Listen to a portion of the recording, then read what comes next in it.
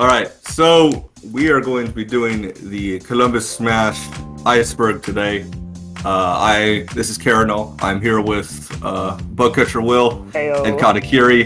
Hello. As resident Columbus boomers, we Yep. took it upon ourselves to craft the iceberg as only we could, because you Zoomers would have missed too much. And we're gonna go over all the deep stuff in this video breakdown. A deep dive. A deep dive, if you deep will, dive. yes. There's quite a bit here. I don't know how long this will take. It'll just be the three of us, but we're in a Discord call with our colors could just join at any time. Stuyon could just join. Who's on this iceberg? Oh yeah. That'd be pretty funny, actually. Sion coming out of nowhere. So the floor one, just surface level stuff. Stuff people like not even like in Ohio. Yeah, top of the iceberg. I mean, some of this stuff you probably have to live here to know, but if you live here, you know every part of this. So we have Smashland and Game Arena, of course. We put them at just the tippy top. Just everyone knows our local. It's the best local in Ohio. Free. Oh yeah. Free. It's not close. There's no venue better than Game Arena, except for the second Game Arena. Except for the one that's Yeah, on next to the gateway. yeah. And like I've been inside there. It's great.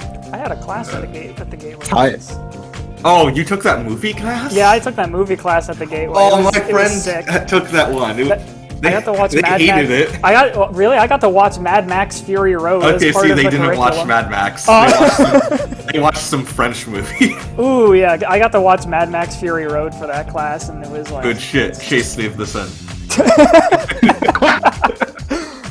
watch Mad. This video is sponsored by Mad Max Fury Road. Great movie. What, You like should 8 watch it. years later? I will I've always. watched Mad Max Fury Road like 6 times, I will so I always wouldn't chill. mind. Yeah, I will always chill Mad Max Fury Road. Let's see. Yeah, Everyone hates Cbus. Self-explanatory. everybody just hates Cbus. It's honestly Karen on Color's fault mostly. Whoa! I mean, yeah, but like, please. You're part of it too. Only because of how dominant I was. 2GG run it back. That was the That was 2GG tournament. It's probably the most popular Columbus tournament that's ever happened. Yeah, it was where Kata had his international breakout ultimate event. Yeah, because you beat him. Sure. Yo, that sure happened. It was like week 2 of Sans being released. Yeah. Something like that, yeah. Just immediately becoming the premier Sans player. We have a brand now.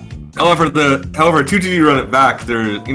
Most people in Columbus know this, but it goes a bit deeper than that. We'll get to that later We'll get to that. Yeah, it's a bit deeper. Jim is a slur. Q straight up thought Jim was a slur, and so we just threw that on there. Q being a goofball is going to be a recurring theme Yeah. here. As seen as the As we can Q see, is a by weirdo. Q is a weirdo right here. Yeah, Q. That was to tie into a joke that appears in, I believe, section 3. But we'll get to that when we get to section 3. Yeah, it's like also just anybody who is on Smash Twitter knows that Q is a weirdo. So that's just super entry level stuff. The Go Man and Mindset pick. Oh yeah. Then to go along with that, let's go, man. That's just Let's go, man. Probably just like the best chant we've got. Yeah, if you don't know about the Go Let's Man go, man. mindset pick, just go to like I think it's still the Cbus profile. Smash out of context. Yeah, it's still in the profile picture of the Cbus Smash out of context. Did you see that like someone put it through like the Pixar filter? No, I haven't. Someone put that picture through like the fucking Pixar Snapchat filter that like Pixarifies the characters, and going on Mindset looked so funny in that just looking at like Pixar characters. That's so weird. Fantastic. See, anime titties and Brisk basically go together. Yeah. Brisk is a drink brand owned by PepsiCo. became quite popular in Columbus because me and Colors used to shill it all the time. It got to the point where Aura would call you guys goddamn addicts, and he ended up getting ads on his phone for Brisk. Just because we talked about it around he talked about it. I mean, look, Brisk, it's the best drink. It tastes alright. You can say there are better iced teas. That's fine. They're better tasting iced teas. But it tastes pretty good. Mm-hmm. The bottle is convenient, resealable. It costs $1 for a liter. That's quite a lot. Yeah. Like, it's the sum of its parts make it the best drink. Yeah, like Arizona is a better tasting tea, but you can't it's not resealable. Like the whole point of Brisk is you just once you open Arizona, you gotta commit. Yeah, but for Brisk you can't throw it back in your backpack, which was important for traveling to Smash events. We wanted a drink we could throw in our backpack.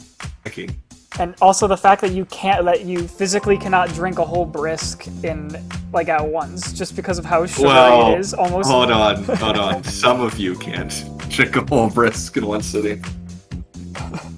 You see, eventually, as the more and more we committed to the brand, the more we kind of just downed it. If someone wants to see the whole Brisk tier list, that's another video. Mm-hmm. Subscribe for more. Subscribe for more. Yeah, this podcast is not sponsored by PepsiCo. Just a quick disclaimer. I also love about going back to an anime titties. Just real quick. I mean, it's kind of obvious. Yeah. It's right there in the name. It's mainly the AT brand that me and Colors came up with. And sponsored Hebrew at all Donatos. Yeah. Basically, me and Colors were like, "Yo, we like anime titties quite a bit, actually." So what if we made that our whole brand and and we made it into an actual esports organization and we actually sponsored players? We'll get to those players soon enough. And those were Deep Brew and Comet. Yeah, I love the time where you were at, I think it was Big House 8, where you were on stream and the stream. Oh yeah. The person at the stream deck was like, "Do you have any sponsors?" And you're like, AT. It's like, what does that stand for? It's an inside joke. Yeah, I was like, don't worry, the people of Columbus will get it. Donatos is the other local. It's our longest running local. And I was actually at the very first Donatos. The 3DS one? No, it was not the 3DS one. There actually wasn't any 3DS ones. It was the first Wii U one, where it started being a bi-weekly occurrence that eventually turned into a weekly. We'll get into those reasons later. The first one, let's see. Oh yeah, Suyan won. Oh yeah. Over Carl's, yeah. It's a choice. Another classic Columbus chant. Anytime someone dies to Crom's uppy, yell, "It's a choice." Yeah, because they chose to die. They chose to die. It's a choice. And then all the food there's food places that are common to go to after Smash events in Columbus. Waffle House is big for Game Arena because the Steak and Shake fucking. The Steak and Shake is their business is Steak and Shake corporate is already doing pretty bad. Yeah. And then they decided, we're just gonna start closing at 11. As if most of your customer base isn't coming because you're open past 11. Yeah, exactly. Crazy.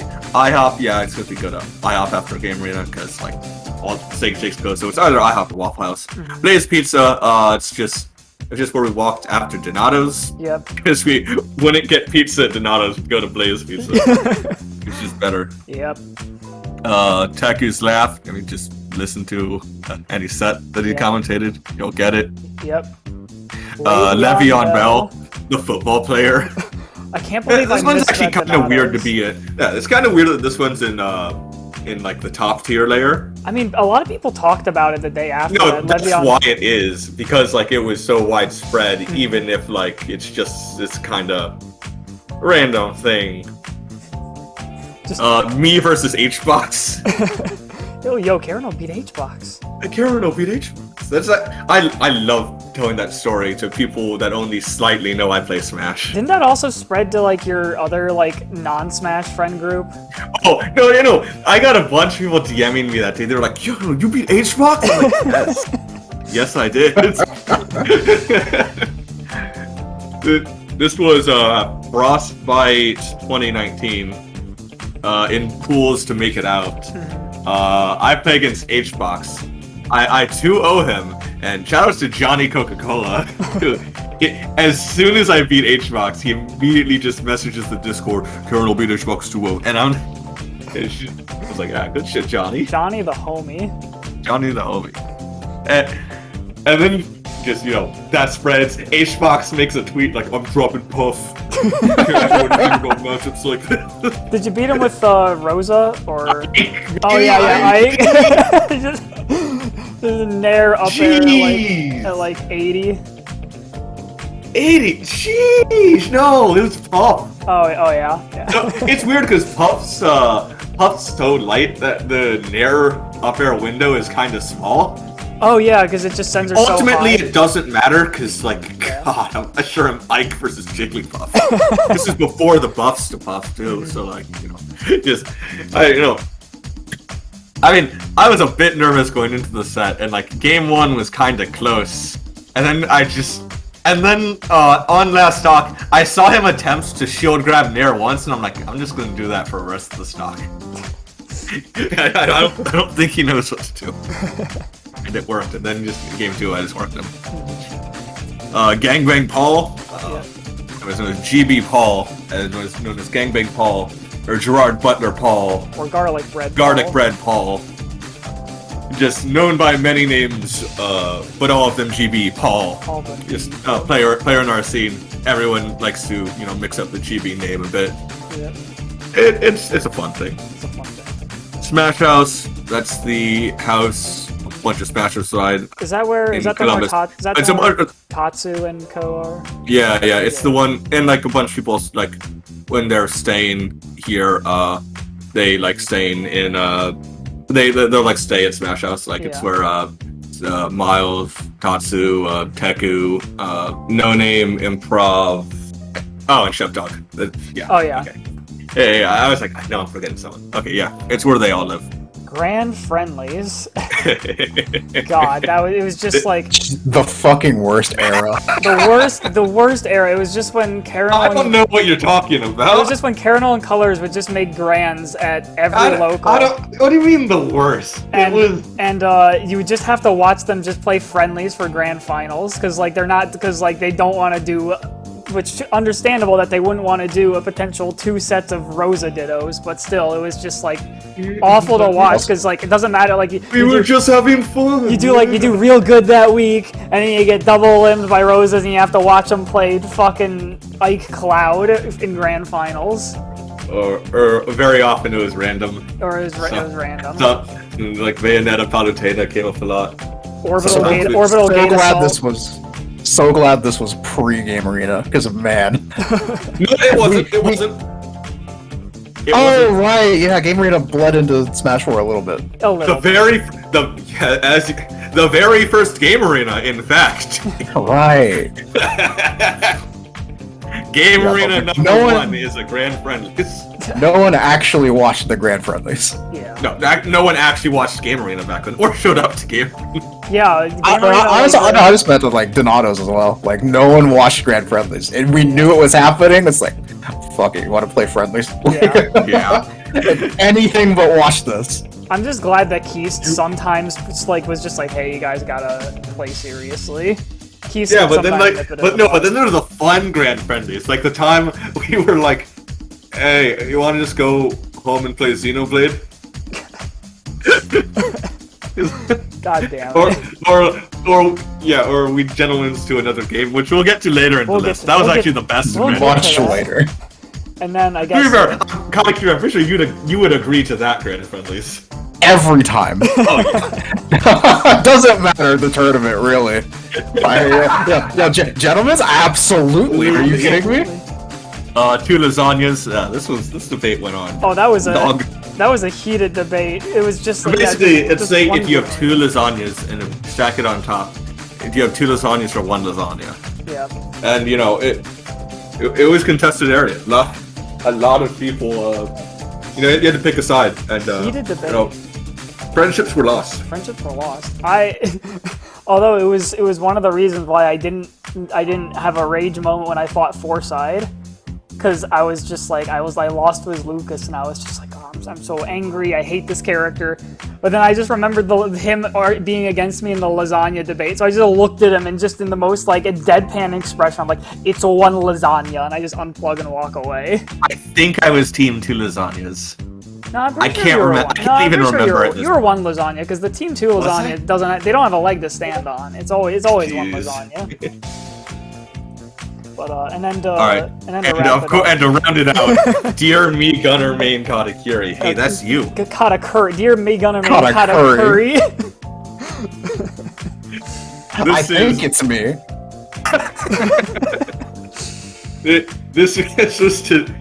This leads into the Columbus versus Louisiana beef, or just Ohio versus Louisiana beef. Yeah.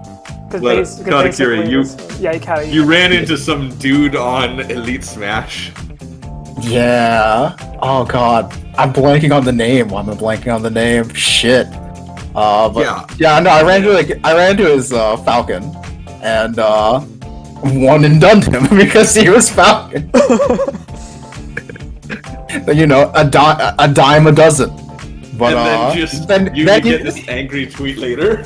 Yeah, he just does this angry tweet, which wasn't even like at me. It's just like, dear me, Gunner Main Katakuri.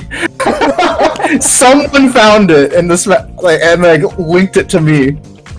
And I retweeted it. Yeah, and you retweeted it, and then you replied with the fucking Vegeta gif of him closing the door and like looking back with just that face. You do that every time. Yeah. Honestly, the Vegeta gif should be somewhere on the iceberg. I don't think it is, but it should be. It should be. You get like, honestly, like, it's like a monthly occurrence where someone will just like. I don't get it. I don't get why Smashers are so mad. And then you call someone out on a random Elite Smash game. I'm just like, I could never. Yeah. I think it's the way in which you beat them on Elite Smash feels particularly bad. Mm-hmm. Oh no, man! I sure just play my character. I don't even like teabag. I just play my character. That's furious. Okay, but dude, when you're put on the ledge, like for. Don't get put on the ledge then. Oh my god, Jesus Christ. It feels bad, man. Feels bad. Yeah, but that's not even Gunner. That's just me. No other Gunner does that shit. That's true. I saw like the other. Like, he was using the short shot, but that was against Rob, so he might use the other one during other matches. But like, like Rob doesn't play the ledge game. He just ignores it entirely.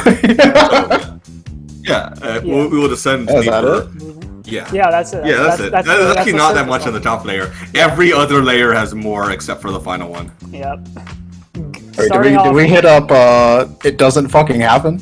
Oh, we did. How do we miss that? How can we miss that? The fuck do we miss? All right. It doesn't fucking happen. This is this one's iconic. Oh, it's iconic. There's a player in Cbus. We don't need to name names. We'll call him Snoozy.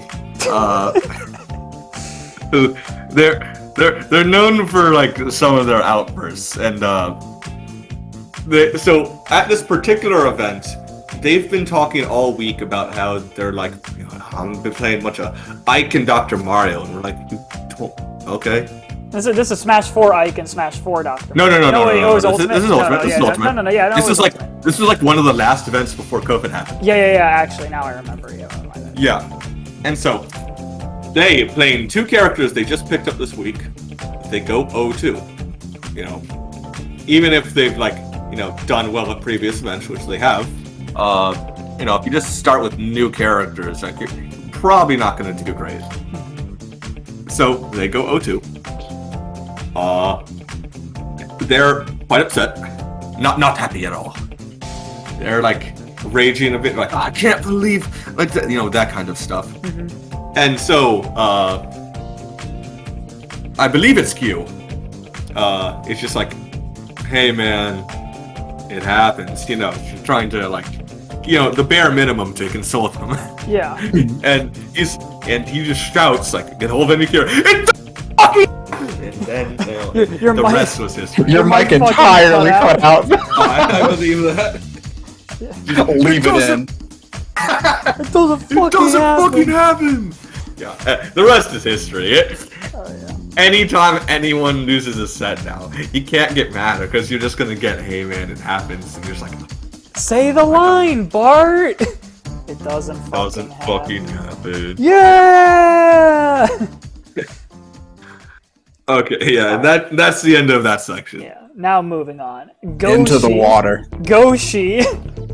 Yeah, so Goman just had like several week period where he was just playing all Yoshi. He changed his Twitter to basically just be a low-level Yoshi main Twitter. Yeah. One of the most high-quality shit posts I've seen him do. The shit posts after he like lost at the monthly. It's just so good. My favorite part of that shit post was he had a long Twitter rant about like Yoshi's viability and how he's looting modes of motion evasion for the game. And it's like a 6-tweet like thread, and he cuts it off, and it turned out to be like a 7-tweet thread. It's like so yeah. So in other words, and he like ran out of characters, and then he just makes a whole new tweet that just is one word. It's like done. So like the tweet's going. It's like, I'm done with all you ass. Next tweet, holes. Yeah, that was it. It was so good. Oh yeah. It's especially funny because that was his original main in Smash 4 before he played Falcon. Yes, it was. Yeah, so he almost had to return to roots. Yeah, there's that bit of lore that Goman was originally a Yoshi main. Yeah. He doesn't like to talk about it. Shuffle. Sure. Yeah, Shuffle. That was one of the premier Midwest tournaments. It was one of the premier Midwest tournaments. One of the premier tournaments in Ohio. Multi-game. It was Melee PM and Smash 4. Well, it was Brawl originally. Yeah. Smash 4. League of Legends. League. Smash 4 always got shafted a shuffle though. Oh yeah, always. Why? Because the higher ups at ESI loved PM. Yep. they loved PM. And they were like, yeah, you guys, you exist. Like, I remember the one year where Suyeon basically had to run everything by himself. Yeah, I remember that. Yeah, that was rough. It was awful. Yeah. Well, also entering the tournament. Yeah, well, also it was. It was. Bad management. Not on Suyeon. So, like, Suyeon carried that tournament. That's why it finished. Yep, sure did. Coffee Underground. Just one of our nice venues. Yep, it's like this. It's like this coffee. It's like this combination coffee shop and church. Well, it's a coffee shop underneath the church in the basement. Yeah. And it's just where it's like pretty big, so like we hold events there. It's nice. Where we had some of the class change events. Yeah. Because we can't get Game Arena every time. Yeah. Game Arena, they're busy people there. Rest in peace, Arconi. Arconi moved. Sad day. Yeah, that was sad. I miss Arconi. We took a group picture at that Game Arena with like basically all of Columbus. It's pretty great. Oh, speaking of Arconi, did you see that like this isn't on the Iceberg, but I feel like it deserves like an honorable mention. It was like that moment where it was like, what's the worst thing that someone has said to you after a match? And like Q talked about like the first time he got an upset on, I forget the player's name, but it was the Pichu player that was like number 4 in the state. Non? Yeah, Non. Yeah, like Q beat Non in this big upset and everyone's popping off. And then like Arconi, like who we had to fight next, was popping off. And then like, I forget, someone told, like I don't know who told Q, but someone told him like, oh yeah, Arconi's popping off because he didn't want to fight Non and he knows he can beat you. And then Arconi just 2-0s Q immediately. Oh yeah, right. Then I think I had to fight Arconi at that event then. Later in this is whatever. Also, in spirit of that thread, just on top of Arconi, I remember when like it was back in the day when I was beating Arconi every week in Smash 4. He was like, I'm catching up to you guys. I'm gonna beat you. And I was like, no, you're not. Which, like, might have been rude at the time. He managed to beat me, like, over a year later. But I was usually like, I'm gonna get you one of these times. I'm like, and I was basically just being frank. I was like, look, you keep playing the way you're presently playing, you do not stand a chance. I guess he eventually worked out, like, after a year. Yeah. Two blondes. This is just the classic Smash 4 story.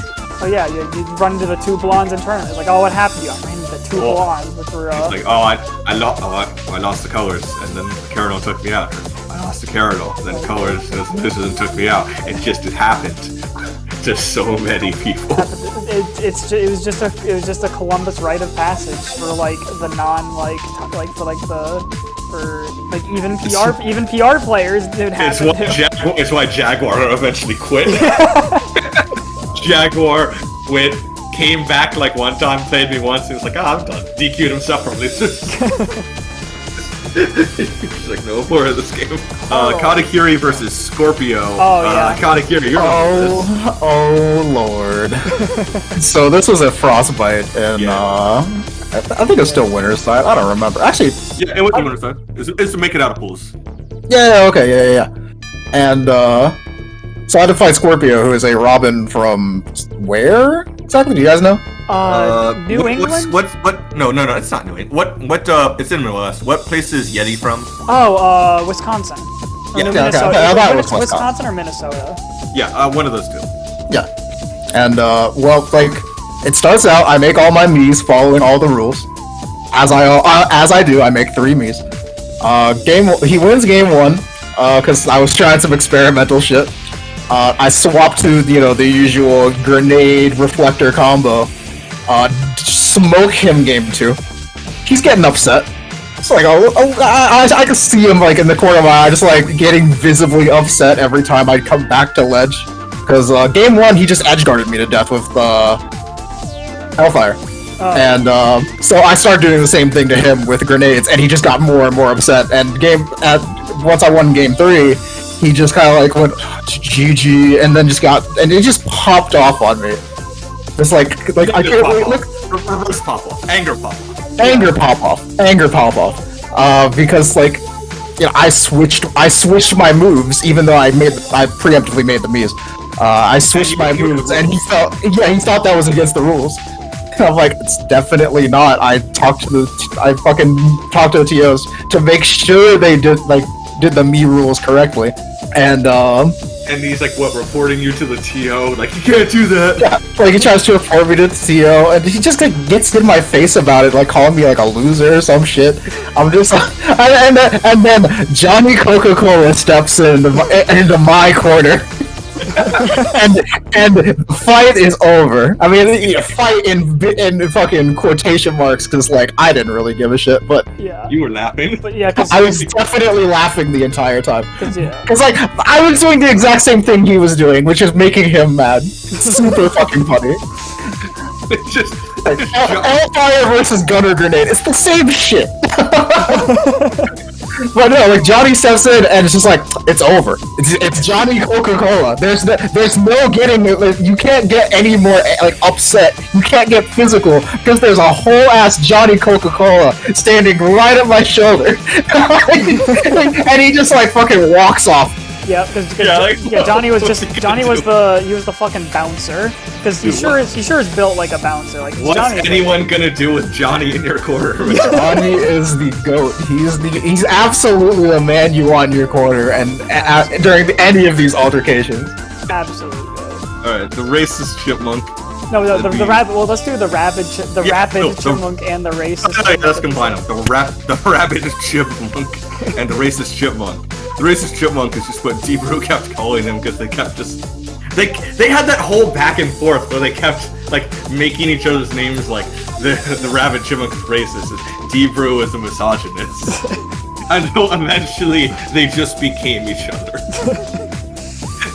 And then and then there were 2 of them. Wait, I forgot to put that on here. And then there were 2 of them. Do you remember when there were 2 of the Rabbit Chipmunks and 2 Debrus in the Discord? Oh yeah. Oh yeah. Yeah. And we were just like, what? Who's doing this? It was fucking awful. And we never found out who actually was behind the second accounts. Because I asked Debru and he's like, I don't know. Wasn't me. The Go-Man's theory is that it was Comet. Comet's just like secretly really fucking funny. Exactly. But also, the reason he thinks it was Comet is because when we eventually told them to stop, their exact quote was, "Oh, okay, I don't want to break any rules," and Goman's like, "It has to be Comet."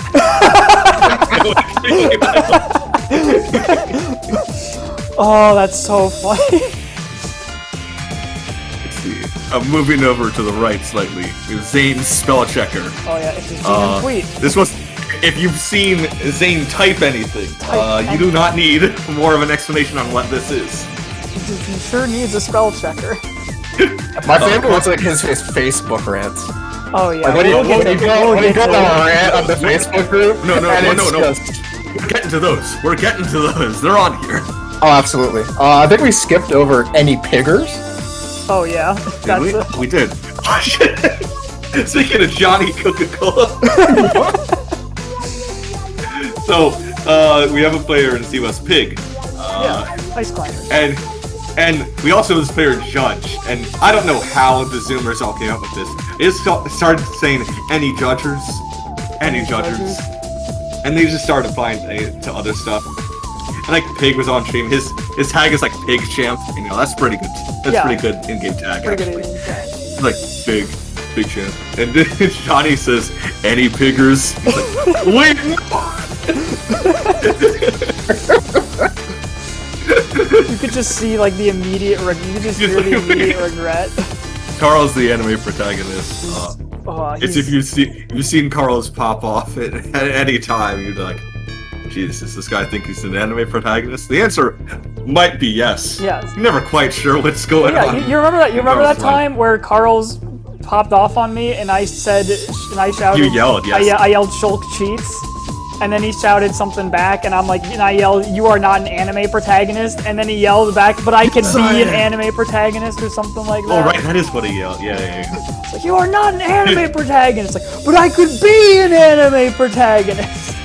A lot. This is a lot to unpack in there. We're just gonna move right on past that case of luggage. Yeah.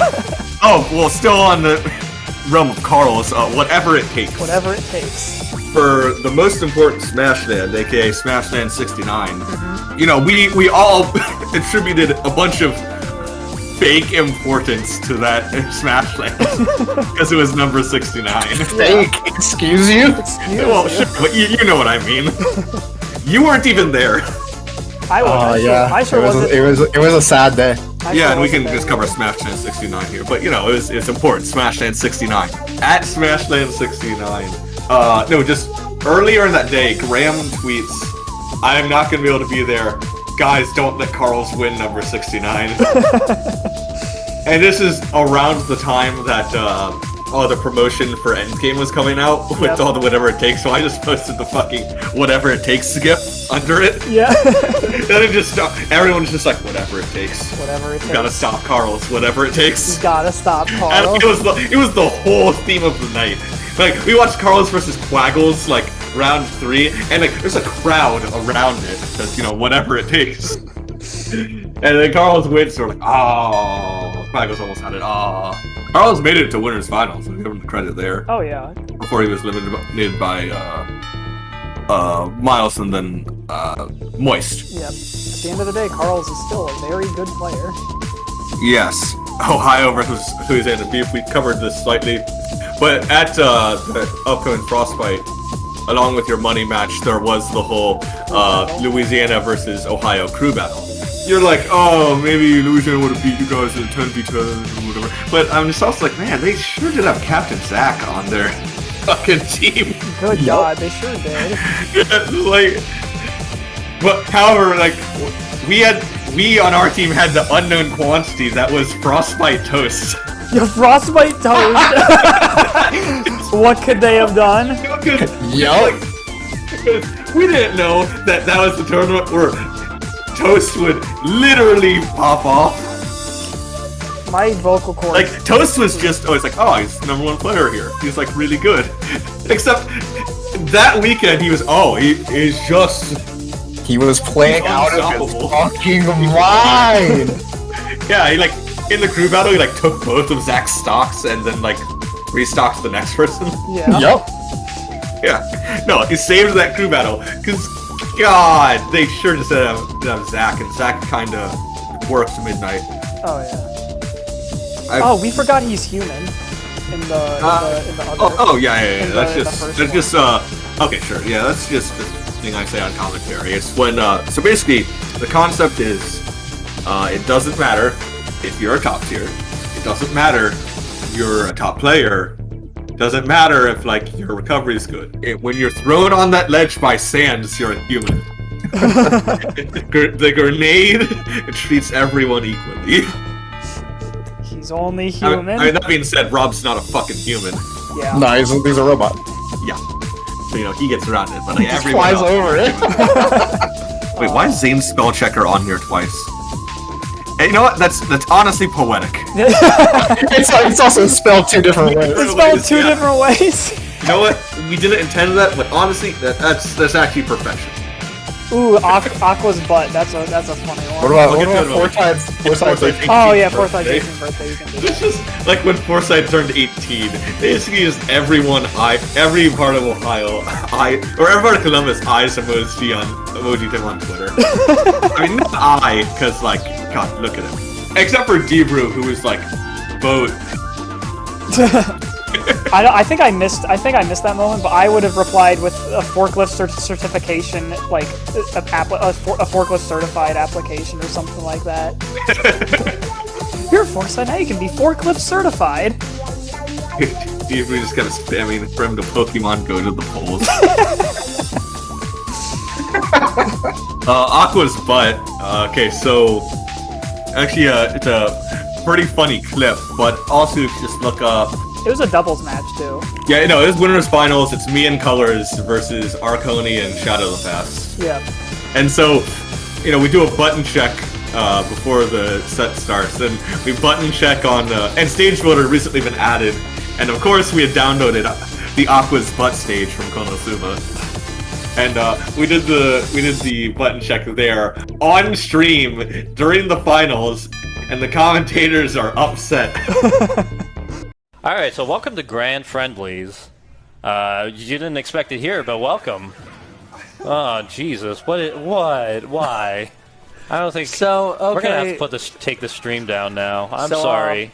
I'm sorry to the viewers. I'm sorry to my mom. She's not watching, but I'm still sorry. It's we can't show that. I was like, oh God, what are you doing? You can't get a better encapsulation of Columbus than that one clip. Oh yeah, I think that was the pinned tweet of the Columbus Smash out of context for a while. Oh yeah, it was great. Mike Tyson versus second graders now. Oh yeah. So, I think this might be another Q. Yeah, it was a Q thing. I think it was a Q. He tweeted who would win, Mike Tyson or what was it like? Or like 20 second graders with knives. The answer is Mike Tyson, and it's not close. Yeah. It's like not close. Every single one of those second graders goes down in one punch. Oh yeah. Their punches don't do damage to him because he's Mike Tyson. I mean, if they had knives, yeah, like actually, because they'd be able to do damage. But like Mike Tyson, like even I'd still put the over on him winning that. Oh yeah. Mike Tyson is messed up. Well, yeah, prime Mike Tyson was crazy. Yeah, no, you don't get better. I think my favorite Mike Tyson statistic is that, like, if you compare him to, like, Muhammad Ali in terms of, like, title bout wins, you'll see that, like, they have, like, a similar amount of, like, title bout wins, but Muhammad Ali has, like, 7 times the amount of rounds played. Because Tyson would just fucking obliterate them in rounds, in, like, just the first 3 rounds. Comet and jaywalking, this was a... Oh, this is hilarious. Involving good old AT Comet. AT Comet.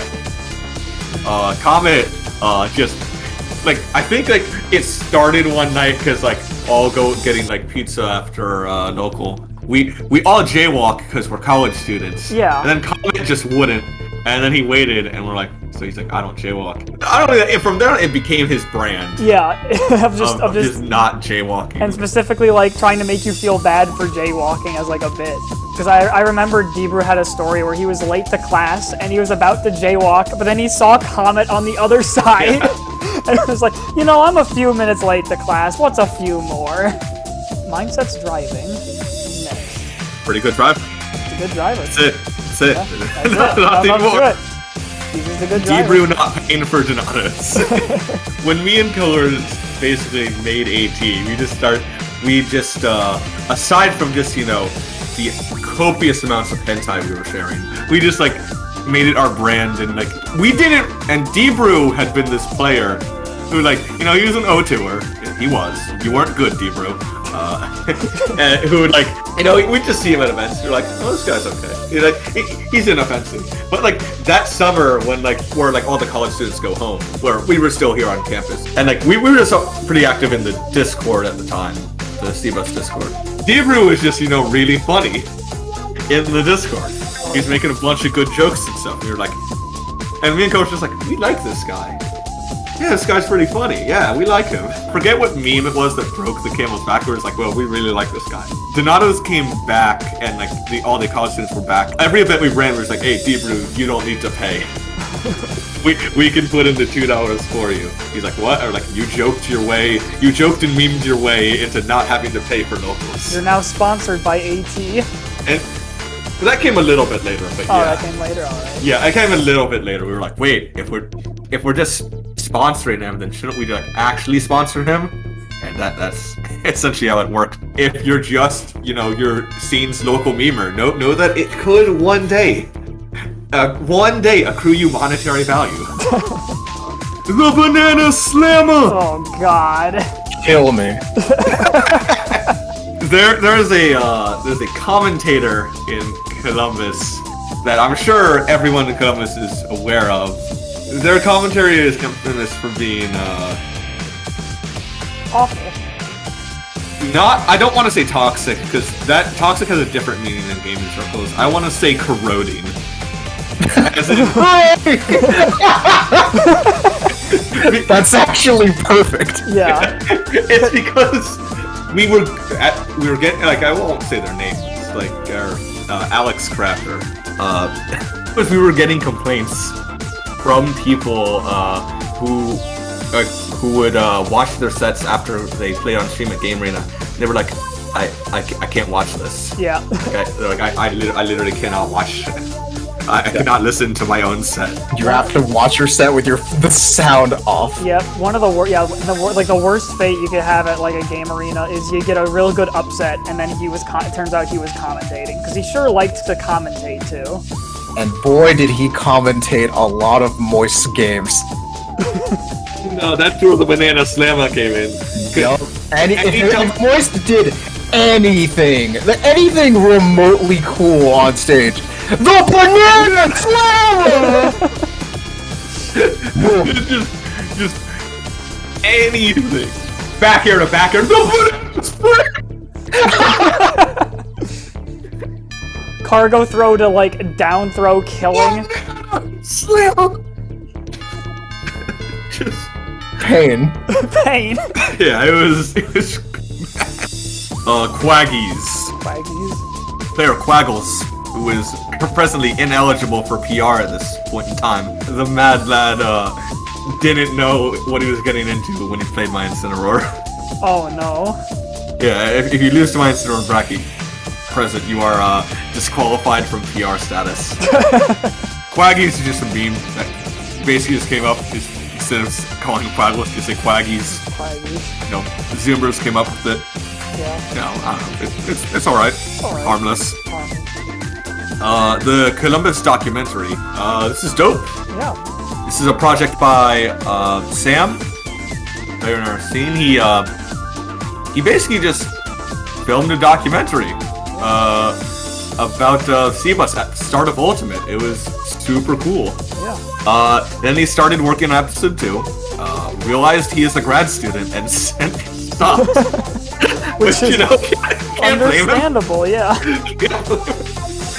It's actually pinned in the Columbus section of the Ohio Discord. I recommend giving it a watch. It's really good. Yeah, we can, let me move to Chom. Yeah, good old Chom. Yeah, it's called 52 Weeks of Smash Bros. Documentary. Yeah, Chom is just Goman's Crom cosplay. Oh god, right! I forgot about that. Yeah, it was pretty good. Yeah, it was for Halloween, right? Yeah, so Halloween. It was pretty cool. We made him do Aether in the parking lot. Yeah. No, Soaring Slash. Yeah, Soaring Slash.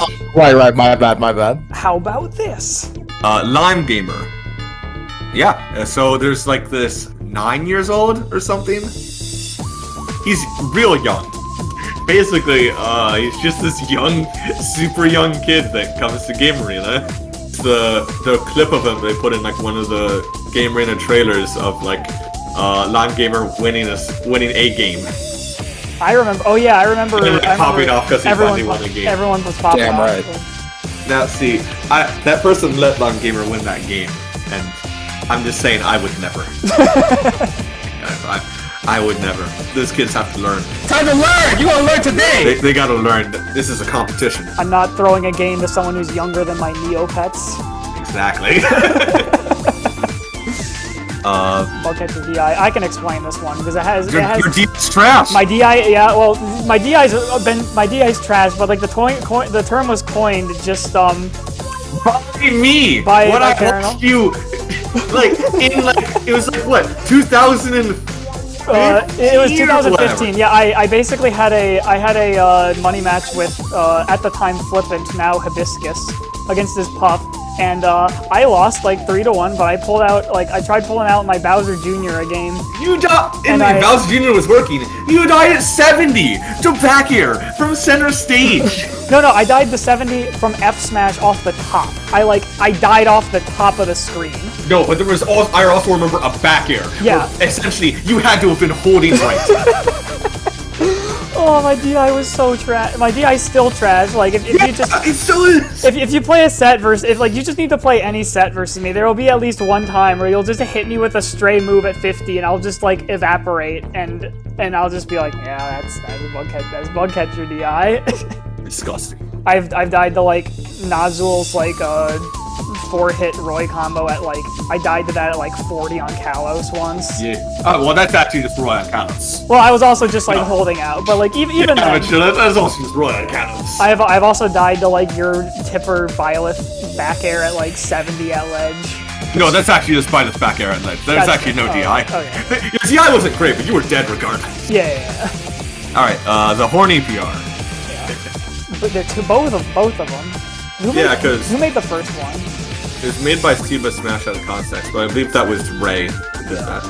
Poor Ray. And then everyone was like, "Oh, this list sucks," and then I did. Well, not everyone. Not everyone. But... Not everyone. I was the most vocal. This, I was like, they're like Oreo #1. I'm like, how dare you? Like, how dare you? Come into my house. No, they didn't come into my house. If you came into my house, you would. Oh yeah. there is actually literally, I could not take a picture of any of the 4 directions I'm sitting from and post it in the Ohio Smash Discord without getting banned. If I took a picture in any direction. Oh lord, I'm actually looking at it. I brought it up. I'll throw it in the Discord. Oh yeah, that's good.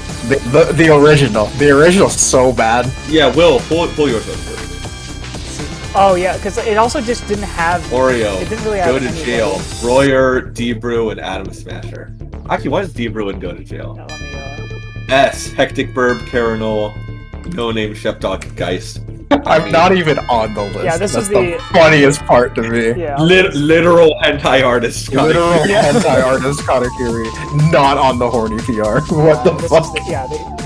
I'll try to find my other one. Although their secretly horny list is pretty good, I'll give them that. Let's see. Carl's Sinichi Lohans Improv. Oh yeah, the secretly horny. Yeah, that's the part that's actually good. The one I regret was putting Johnny Coca-Cola that low, because he came up to me like that low. He's just like, bro, you just don't disrespect me like that.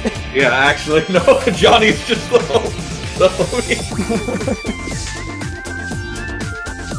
Yeah, that's the original one. Oh, Will, did you find yours? Yeah, I have it. Let me I'll post it. I like the I like the graphic that I did for mine. Yeah, outset in the corner. The Misty of the Ghastly. Yeah, with the block. Yeah. Block. At the top, me in colors. Yeah. Just yeah. Doing JMGN. I don't actually know if JMGN actually ended up being a hentai artist, but like that rumor went around, so we had to throw him there. Yeah. Just wait. Hold up. Like this, yeah, just the corrected one. I like the A tier. I like how I like defined all the tiers. Oh yeah, you did define them. Yeah, A tier. I like A tier, which was like it's like SNS plus is like unabashedly, brazenly, shamelessly horny, and then A is previous tier, but they feel bad about it. So I have like Soul, Auras, Tatsu, Nazul, and Lumani. D-Brew, on one hand, I've never been horny. On the other hand, I can't argue with your views. Yeah. Okay, no, I was thinking of someone else. Alright, no, I was thinking of this artist. I saw JMG and I'm like, wait, are they? Like, no. No. Hey guys, what's going on? Hey. Oh god! Oh, holy shit! I said it might happen. Colors out of nowhere. Colors is joined. I saw you guys talking about doing something later. Oh, that's what we're doing right now. We're recording right now. You're on a live mic, by the way. You're on I Candy see. Camera. Alright, what are we doing? This is basically the Iceberg podcast. We're breaking down the iceberg. Yeah. If you want to pull up the image, I see it right here, yep. Yeah. Okay, so Colors is joining us. We are presently in section 2, going over the horny PR. That's why you can see it posted in the chat. And then on a good segue to horny PR, Yeah, Core's mom. we'll get to that in a moment, but yeah, like Colors going over the PR. You and me are top, you know. AT tier. Yeah. Yeah, D-Brew sponsored by AT. Yeah. And then the rest of the AT squad, yeah. Okay. And then JMGN, because we were like, is JMGN a hentai artist? We're like, I think so. I heard a rumor. So we just put him there just in case. This is just a rumor, but he's there in case. Heard it through the grapevine. Next up, Core's mom. Yeah, I Core's heard mom. she's kind of thick. Like, just through the grapevine. On the street. From the God. Yeah, essentially the meme was just, I think one of them saw Core's mom one day after like they did something with Core or whatever, like, and then just like, I don't even know if this is true. They just made the meme of, yo, Core's mom is a fat dumpy, and like just spread like wildfire. It's just and the of course, words "fat dumpy" is just so comedic in and of itself. Yeah, and of course, in the sea of white text, I just had to make this the one black text so it stands out. Yeah, and then You're welcome, Core. We gotta bring up the Volts' video. The fucking Volts video is great. Just remember, next time I see your mom, I'll make sure to disparage her instead. Yeah, it was like, I'm sorry for saying that your mom should be in the next Dumpy Kong Country 64. I'm sorry for thinking so highly of your mom. Next time, I will demean her. Alright, next up, Manaki Gaming. It's Soul's channel. Yeah. Yeah, it's literally Soul's channel. Is this really like level 2? Is this not level 1? I mean, like, it's not like the Game Arena channel where, like, everyone knows it. I mean, like, I guess it could be level 1. 4 for 4, you know. It's Wendy's. Why is 4 for 4 on here? Well, because it's all Suya and Wadid. Yep. It's just such a good deal, guys! Guys, 4 for 4! To be fair, it is a good deal. The casting couch. This is great. It was just when they moved the couch at Game Arena into the commentary room. So it's where the casters would sit, so it's just, it's the casting couch. It's perfect. It's perfect. The couch for casters. Yeah. Kinda sad they got rid of it. Yeah. Fair Saga, that's No, we'll save that for the end. Oh yeah, we should save that for the end. Yeah. Jethammer, because you essentially terrorized Columbus for the first 2 months of Ultimate. Listen, man, there's a lot of things on this list that should just be Katakuri's ledge game. Just a one just one blanket thing. Doesn't matter the character. Don't be on ledge. Would one-handed Katakuri fall under that? That's later. Oh, that's way later. I know, but would it fall under the ledge game umbrella? Or Yes, I jet hammered people in Smash 4. one hand. What else could I do? I'm DDD. Splitting. I mean, just me and Colors would split everything. Now that we play Grand Magic, Friendlies. baby, split everything. Yes. Some of the Yeah. best.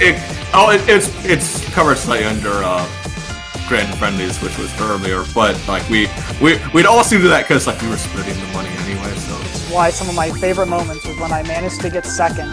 Not because I won, mean, but we because still split the money. It's I know, just but because slightly less money. I'd have them split. I'd leave them with less money than if they had to split Grand Friendlies. It's the little victories that. Will, you should have agreed to split three-way. For dozens of dollars.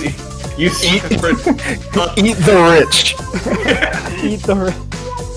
No, it just reminds me of the comment what's it? Mantra's comment. I think people like Kirinal and Colors that have already won weeklies shouldn't be allowed at weeklies. Oh yeah, we'll get to that. We'll get to that. The Mall DDD, aka the Legend. The legendary Mall DDD. I was actually Never met this guy. I don't have the chance to meet this guy anymore. Yeah, they only showed up to the Columbus like what were they called? Columbus Esports. Was that the Whatever. Polaris Mall, right? Yeah, there's at the Polaris Mall.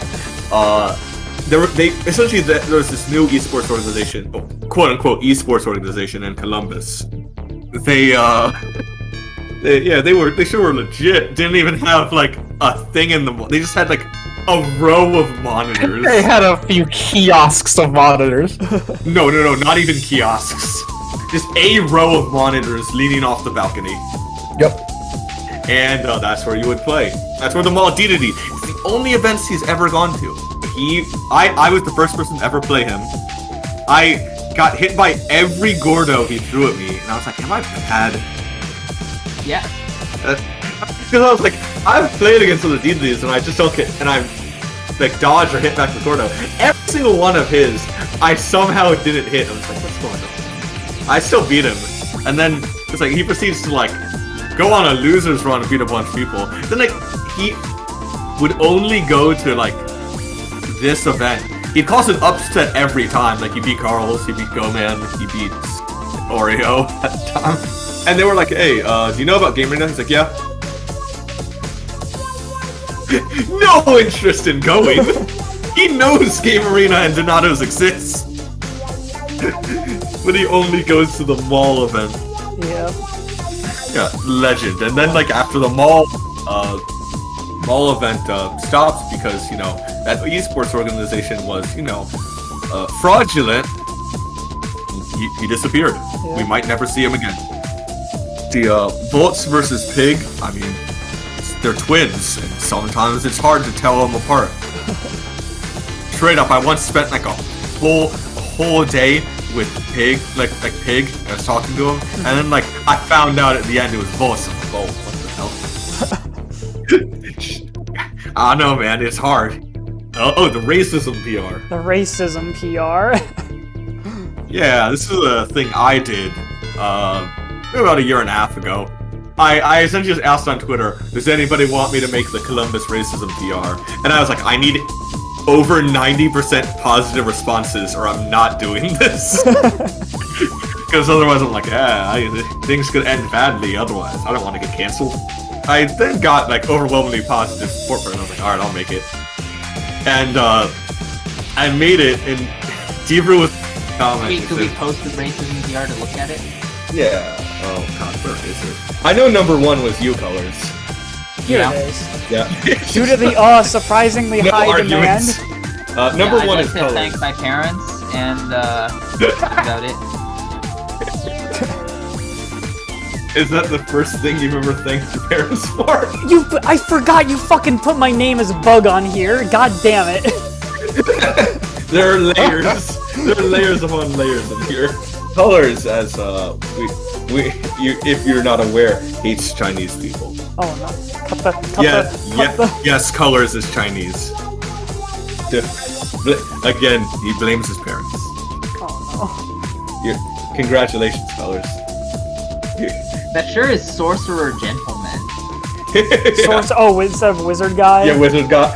Yeah, I put Wizard Guy in B-, but I put Sorcerer Gentleman in C, because he's a Sorcerer Gentleman. It sure is Selja in D tier. D tier, I put just all the black people, and then snuck Selja in the middle, not in the front, not at the end, just in the middle somewhere.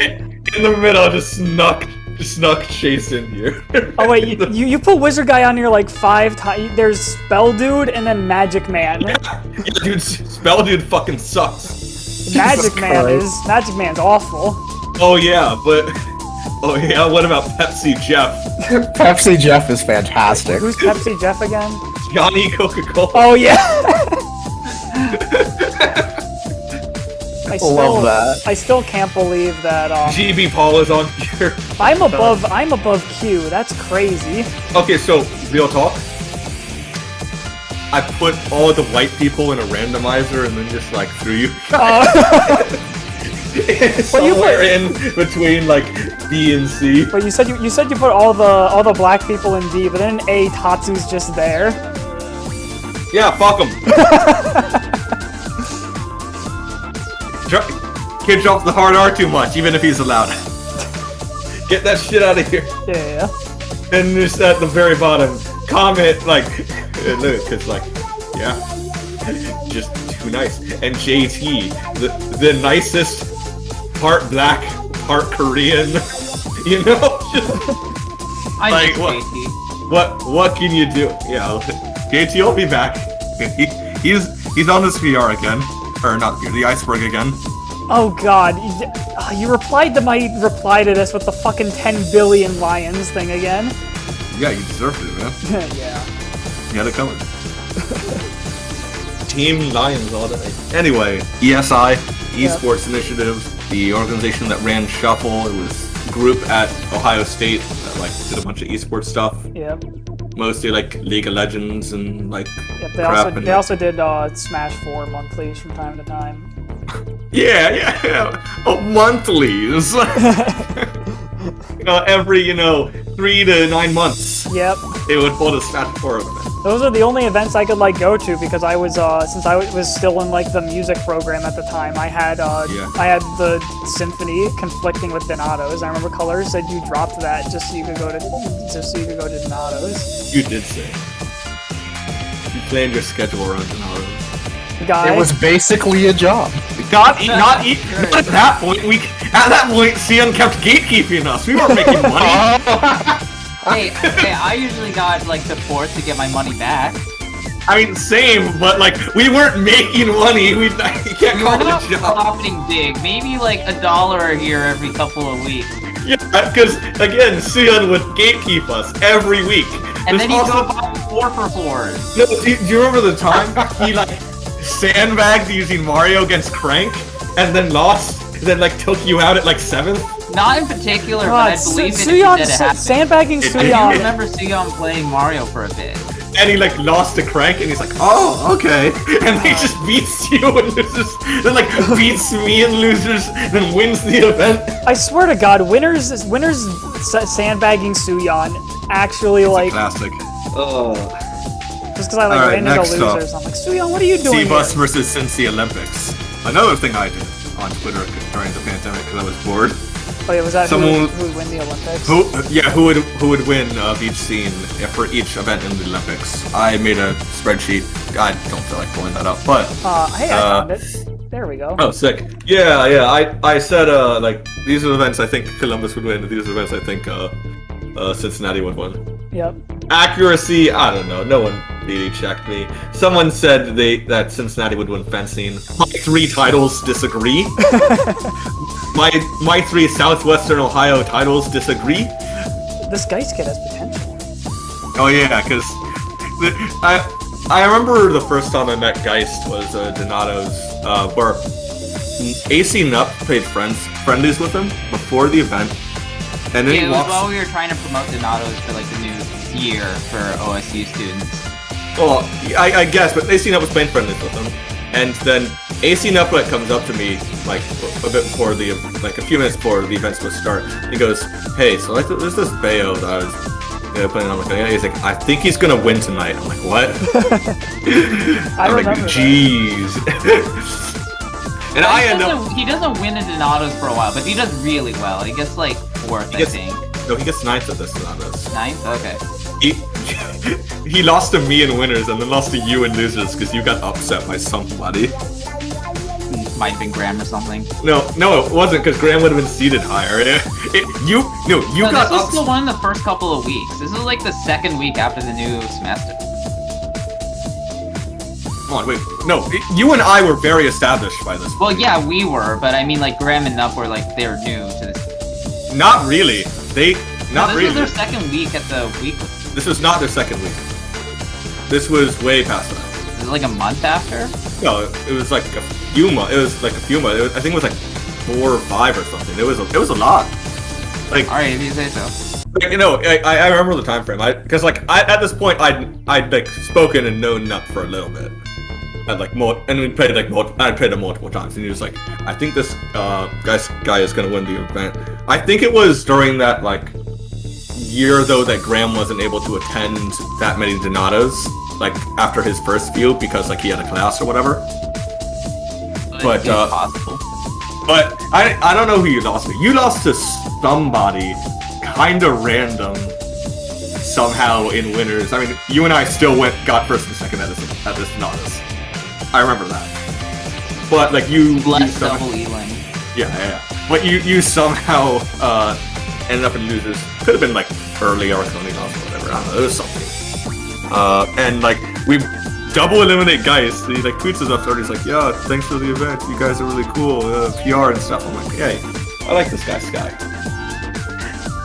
And he's like, "Oh, this guy's good as potential," and now he's a menace. Straight menace. In terms of just yeah, how good he is in terms of just beating everybody. Pizza Man. This is what? It's just Go Man with getting a pizza. There's not much more to it. There's an emote for it too in the major planning Discord. But that's it. The Boom Room. And the Boom Room, the Boomer Room, and the Goon Room all go hand in hand. Yeah, the Boom Room. Boom Room. Were you in the Boom Room? I don't know. Was it the Boomer Room? The Boomer Room was it was me, Will, Devru. I don't know. I was in a room with Mindset and Toast. Okay. And the Goon Room was. These are all just rooms at Frostbite, and the Goon Room was the room of the goons. The one that got the $500 marijuana fine. Yeah, because they tried fucking hotboxing in the shower, and then there was no, we'll turn on the shower, and the steam will mix with the smoke.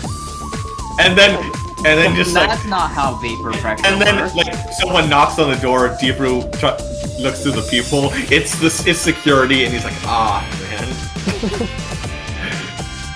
And just that was White Claw. Saul Graham. Yep. Saul Graham. Just keeps drinking White Claws. Alcoholic Graham. They're awful. I hate White Claw, man. I don't know how he does it. I thought Graham drank a lot of those, those sparkling waters. Vodka sodas. He's been gone a while. Where now all he does is drink White Claw. Okay. Because he can buy them now because he's not getting kicked out of convenience stores. We'll get to that. Yeah, we'll get to that. I still can imagine he gets carded every time because he'll perpetually look like a college student faking being 21. Exactly. Like even when Indiana trying to kill us. Every time we drive through Indiana. Every time you drive through Indiana, you are risking your life. I'm pretty sure this is referring to a particular time when we were coming back from that crew battle. No, it's not. It's referring to multiple. That was definitely the worst time, though. Wait, what? Hold on, Colors, what time are you thinking about? The one where we went to Illinois? One time we got stuck in the snow. Actually, no, that was with JT, wasn't it? Yeah, that was with JT. Yeah, we sure got stuck in the snow. Like, we actually almost died there. We didn't get stuck in the snow. Is why we're alive. We had to back up through an entire block in the snow. Oh yeah, it was like what, like 50 yards or so we had to back up? It was more than that. It was a lot. It was a lot. It was horrifying because another car was stuck in front of us, and like it's a blizzard. It's just snowing real hard. Yeah, it was rough. Indiana trying to kill us. Also, there's the story from Smash and Splash, I believe, where oh yeah, it was Go-Man's driving. Yeah, looks over, then like looks ahead again, and when he looks ahead again, the car that was in front of them is sideways on the highway, and he has to like swerve out of the way really hard, and like everyone in the car's like, "Oh my god!" Yeah. So no, there are multiple instances of Indiana trying to kill. The funniest thing is the moment you go through the border from Indiana to Ohio. Oh yeah, the roads were paved. Everything, it's just Indiana. The second you touch Illinois or Ohio, you're fine. Smooth sailing. The lesson is never go to Indiana. Never ever. It's just the worst. Tatsu leaking his credit card on stream. When did this happen? What a homie. It's Katakuri's fault. What a homie.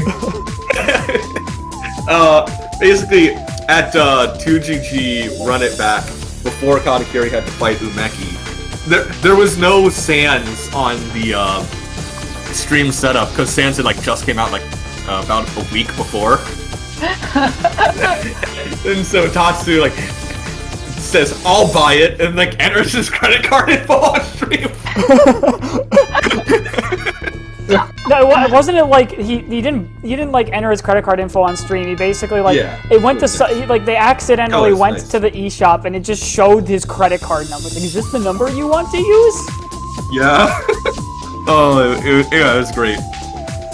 Real funny. Anyway, you got Sans that day, and that's how you won that set. The power up I needed. All it took was one man's dead bank account. Oh.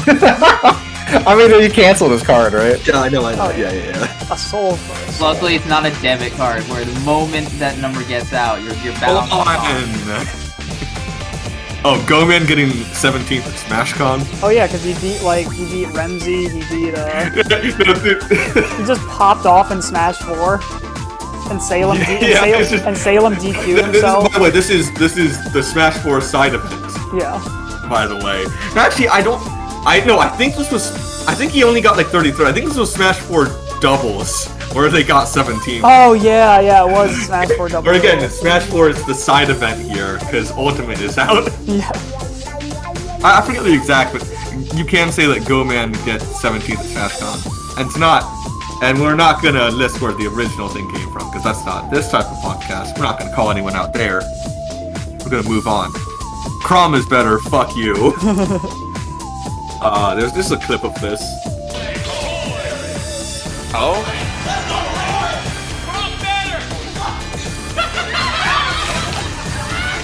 It's a good clip. Chase, don't put this one on screen. I'll put it on screen. No, don't look this one up. And Jeff Smash. Well, Jer's kind of cringe, but you know, Jeff Smash is dope.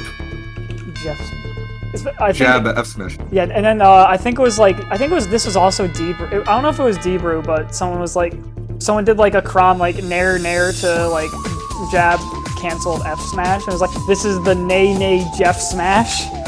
So there was this player. They played Bowser and Sheik. I think they went. I'm not gonna name them out of their own privacy. But I won't say their name, but we'll call them Rat. They were a pretty normal player. I'd seen them like at like events for like about as long as I've been going to events in Smash 4. Like they were just a pretty normal player. I played them a few times. I talked with them a little bit. Then one night, like, I hadn't seen them in, like, you know, months. They just hadn't been at an event. And they show up to Nana's. I'm like, oh, hey, it's that guy. Then things get weird, because, like, what were they doing during the event, Colors? Do you remember? They were behaving pretty erratically. I forget, like, everything exactly they did, but it was really weird. They were, like, trying to give people things. Yeah, they're trying to... They're, like, off to the side, like talking to themselves. Like, and they have a keyboard with them at all times. That's for reference. It's not like a keyboard on their back. And, like, they're, like, you know, like, drumming with, like, their fingers or whatever, like, doing stuff. Going, like, toot, like, making these noises. It's just kind of strange.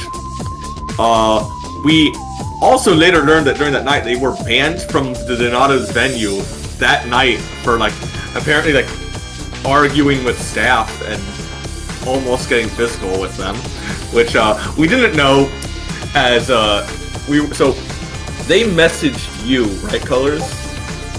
Yeah. About, something like, hey, and you were like, oh, hey, yeah, we usually get pizza afterwards. You can go with us, I guess. Because, like, you extend that to, like, everyone. Yeah, this is also, like, because we've seen them before, and they're, like, kind of normal, yeah? Yeah, but, like, it's, like, cold out, so, like, we're all taking, whoever had the car. Was it not? I think it was Graham. No, it wasn't. It was one of their car. So yeah, we take their car to Blaze Pizza up the street. And, there's only room in here for 5, and, like, we think it's only us 5. And, like, as we're, like, shuffling in, he, like, just appears. He's like, hey, what the fuck's going on? What? Hey, we're like, oh, well, there's only room for 5 of us. He's like, I thought I could get here. And we're like, what? What's going on? And then, so, he's like, alright, fucking whatever, man. And then, like, walks off. We're like, that was weird. Yeah, That was weird and kind of scary. So we drive up to Blaze Pizza. We're all eating Blaze Pizza, and he walks in. Like, in the middle of us eating, we're, like, having the conversation. We walk in, we see him. He, like, sits down, like... Just the next table over, basically. No, a few tables over, actually. No, we had like, you know, 3 tables next to each other. He was No, just, sure, like, but no, but I remember him, like, being, like, sort of off towards the corner. Yeah. Yeah, and we were just like, this is kind of scary, because, like, he's still acting, like, kind of erratic. Mm-hmm. So, we, like, talk about it amongst ourselves, pack up our food in boxes, you know, just walk out like we're leaving. He's on, like, FaceTime or something the whole time. Yeah. And then you know, Blaze Pizza, it has, like, it's all windowed, so, like, you can see outside. As soon as we get outside the range of the windows, we book it. Yeah. We run. We're out of there. Exit normally, walk across the front of the shop normally, and then just start sprinting. Yeah, it was scary. Yeah, I remember. And, like, we later learned, like, he'd, like, gotten mixed up with, like, meth and stuff. And I was just like, oh my god. Because, like, he was, like, talking with people that night, like, about meth and stuff. We're like, oh god. And, like, Keith later informs us that he's banned from Donato's because of what he did with the staff. And we're like, oh my god, that's horrible. Like, while that does seem like an out there story, it's only in section 2 because everybody was like, oh yeah, man, don't forget to put keyboard guy on the Iceberg. I'm like, I'm not gonna forget keyboard guy. Keyboard guy, amateur. I lived through it. I'll put it on. Same, yeah. That was a interesting night to say the least. And 2GG Chair Saga. So from that fraudulent esports group in Columbus earlier, 2GG was like, hey, we're interested in running an event in Ohio. Like, that's random, but dope. And we're like, who can we contact about Ohio events? We're like, Spencer. Here's the contact info for Game Arena. Here's all of this. Okay, we're gonna go with the Columbus esports The fraudulent organization? Yeah, because, you know, they were like, because they probably just Googled Columbus esports and chose them, and we're like, oh no. Either that or that esports organization tried to butter up 2GG or something like that. Well, no, it definitely had to have been. They just were like, oh, Columbus esports, and like they just didn't look any further into it, and they're like decided to work with them. Because when you got to 2GG, whatever it was called, whatever the official name is, Chairs Saga, they moved all their setups from the balcony to below the balcony to where if you wanted to, you could watch a bunch of gamers playing Smash from a balcony. In the middle of a mall. Yeah, it's like The Gamer Zoo, we called it. The Gamer Zoo. Actually, Gamer Zoo is in the tier down. Yeah, I guess have, I guess that's a good like, segue to the going from one level to the other. yeah, just Gamer Zoo. It was a mess. Why'd we call it Chair Saga specifically? Because there were no chairs. There were no chairs. They just didn't have any. Oh God. I remember. I think it was either Cells or Mysterica. How did it go? Well, me and Color showed up like halfway into the event. Yeah. I We were remember at it a was Magic. either. Magic. Hey, we were at a Hey, Magic tournament that day, and we got bodied. Works that day. And we was like, alright, well, let's head to the players small, see what's happening. And things were happening. Serica's video was fantastic. The let's go to the mall overlaid Oh, with yeah, them, we're- like going down the elevator and just looking at the exhibit. Oh yeah, her video was so goddamn funny that when she posted that. Yeah, just, it was a mess. Then that's what led to Run It Back, because CGG was like, yeah, we fucked up. We'll run it back, Ohio. Sorry about that. And Run It Back, that was a success. Overwhelming success. Oh great. Stellar tournament. Jared Saga. I mean, the best thing to come out of that was the Big E cheese clip. Oh yeah. Yeah, the 1 minute Ganondorf game. Oh no. The entire game fit in a Twitch clip. So let's go Biggie Cheese. Yeah.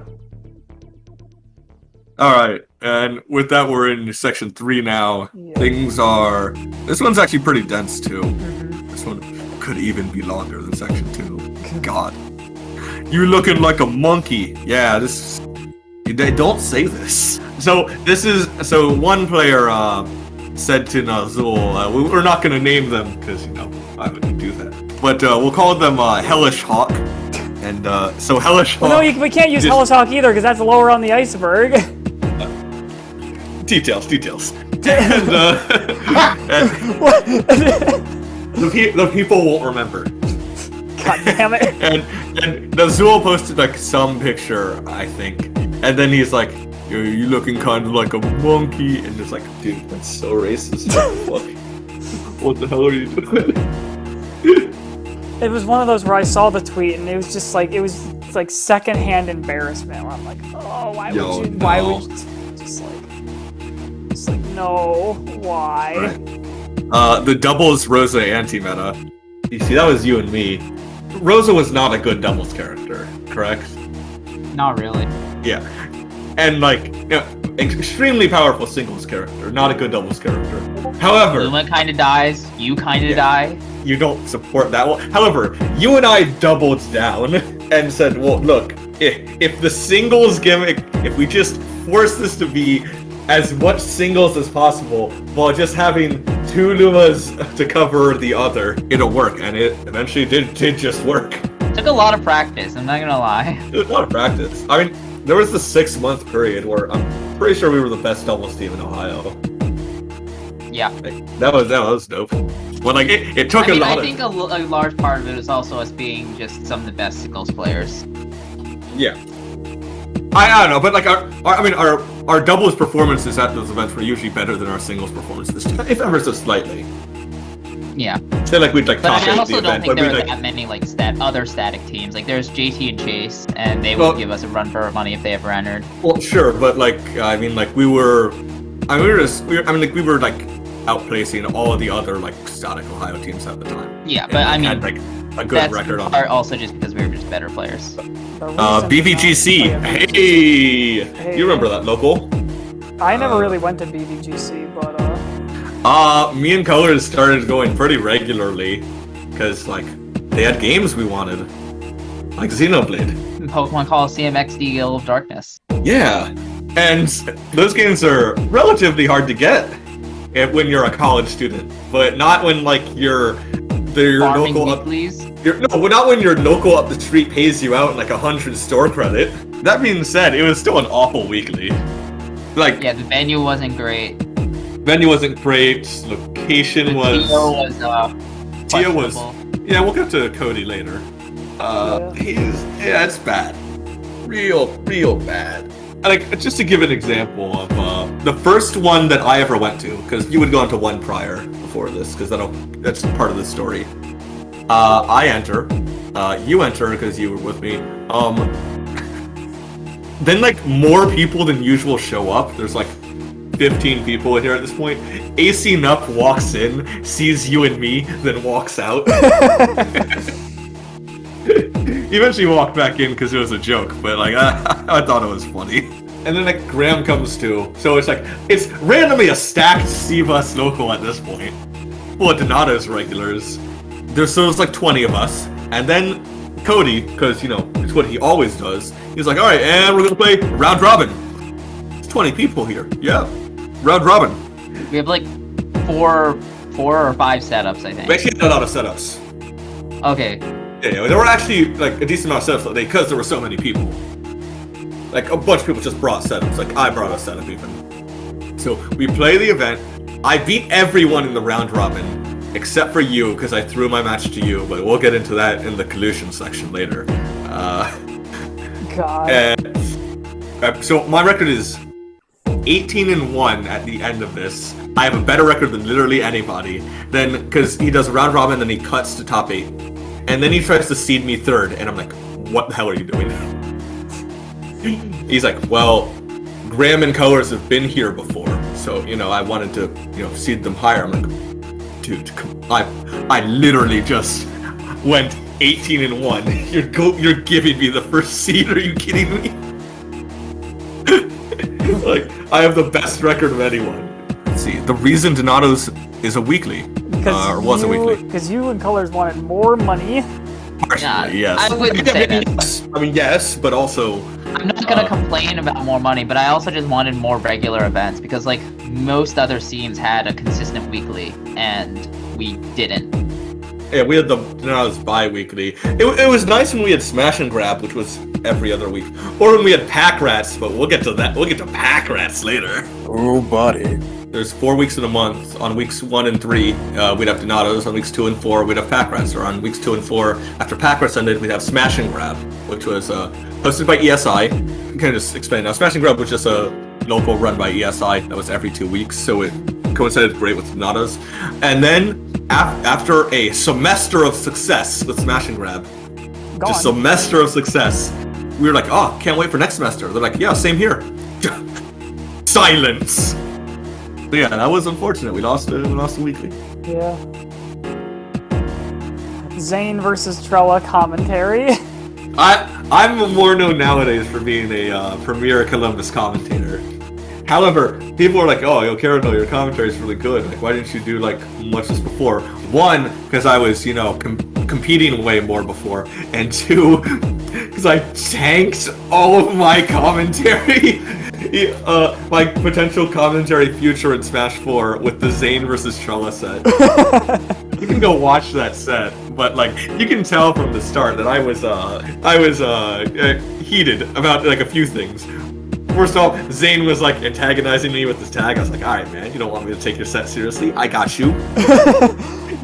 And so yeah, it's then like Zane on like Facebook later after, because he won, which was a big upset. Yeah. It's like the biggest win of my life, but the commentary is just so mean.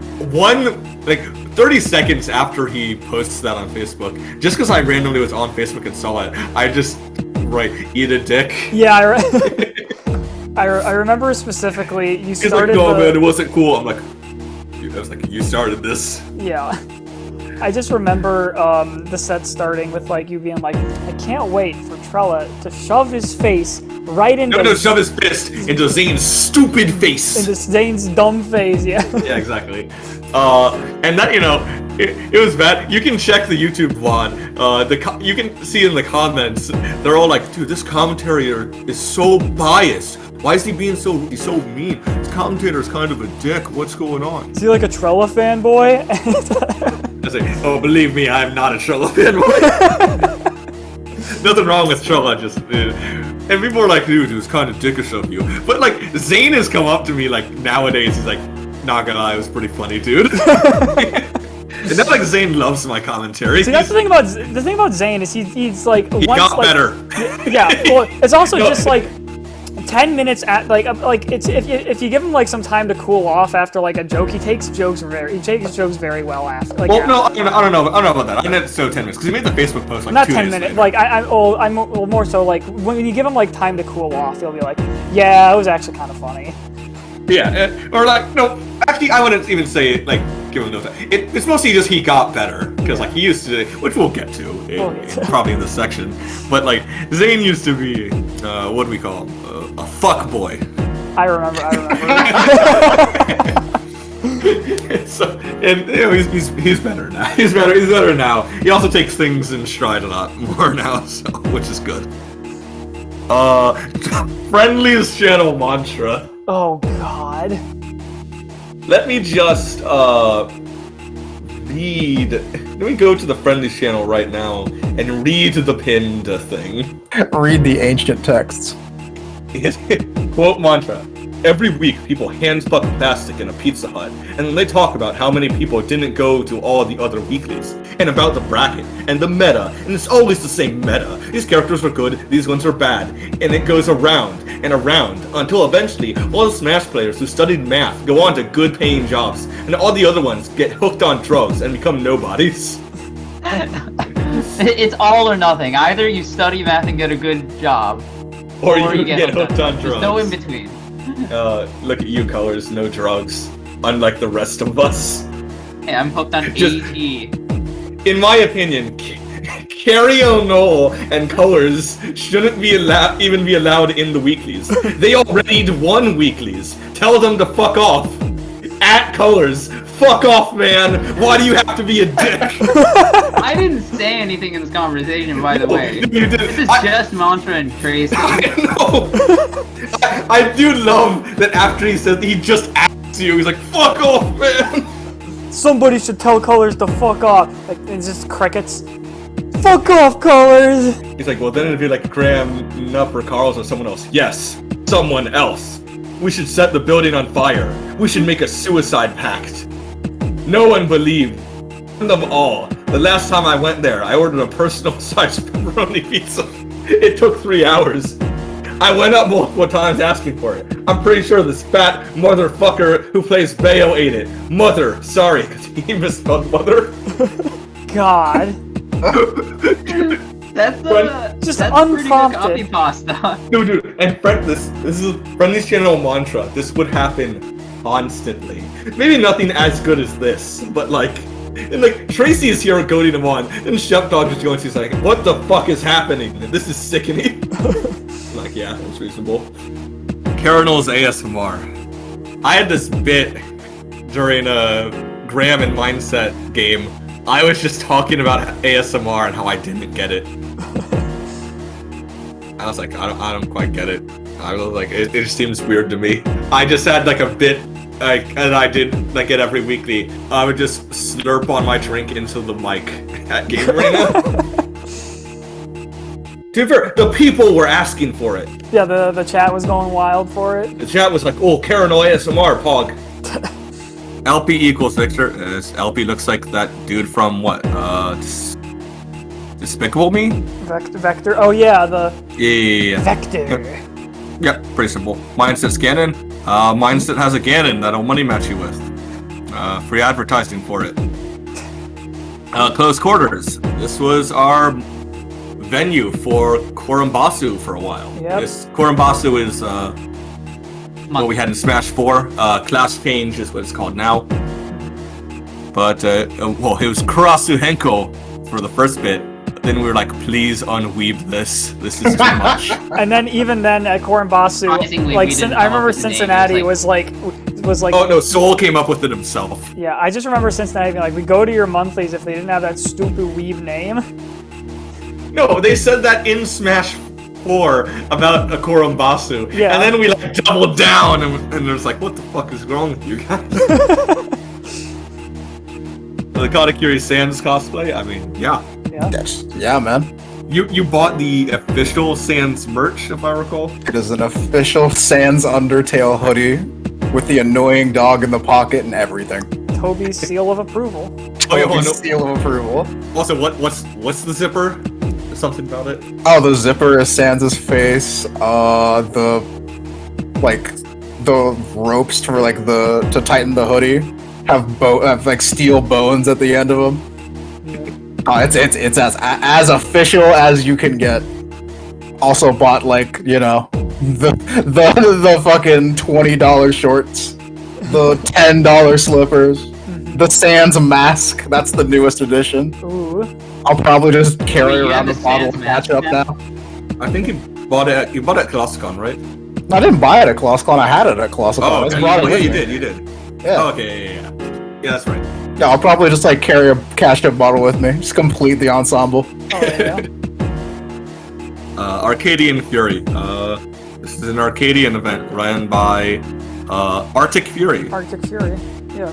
I guess we're Not to be Fury. confused with Arctic Turry. Arctic We'll Fury. get to that. It's in the same tier here. Yeah. Arcadian Fury was also the event which had the perfect storm of Columbus team kills. I mean, it had all of the necessary kills for Arconi to win the event. Yeah, for Columbus to win the event, because I beat... To be fair, the first Arcadian Fury was won by Boo Bear from Michigan. Boo Bear won.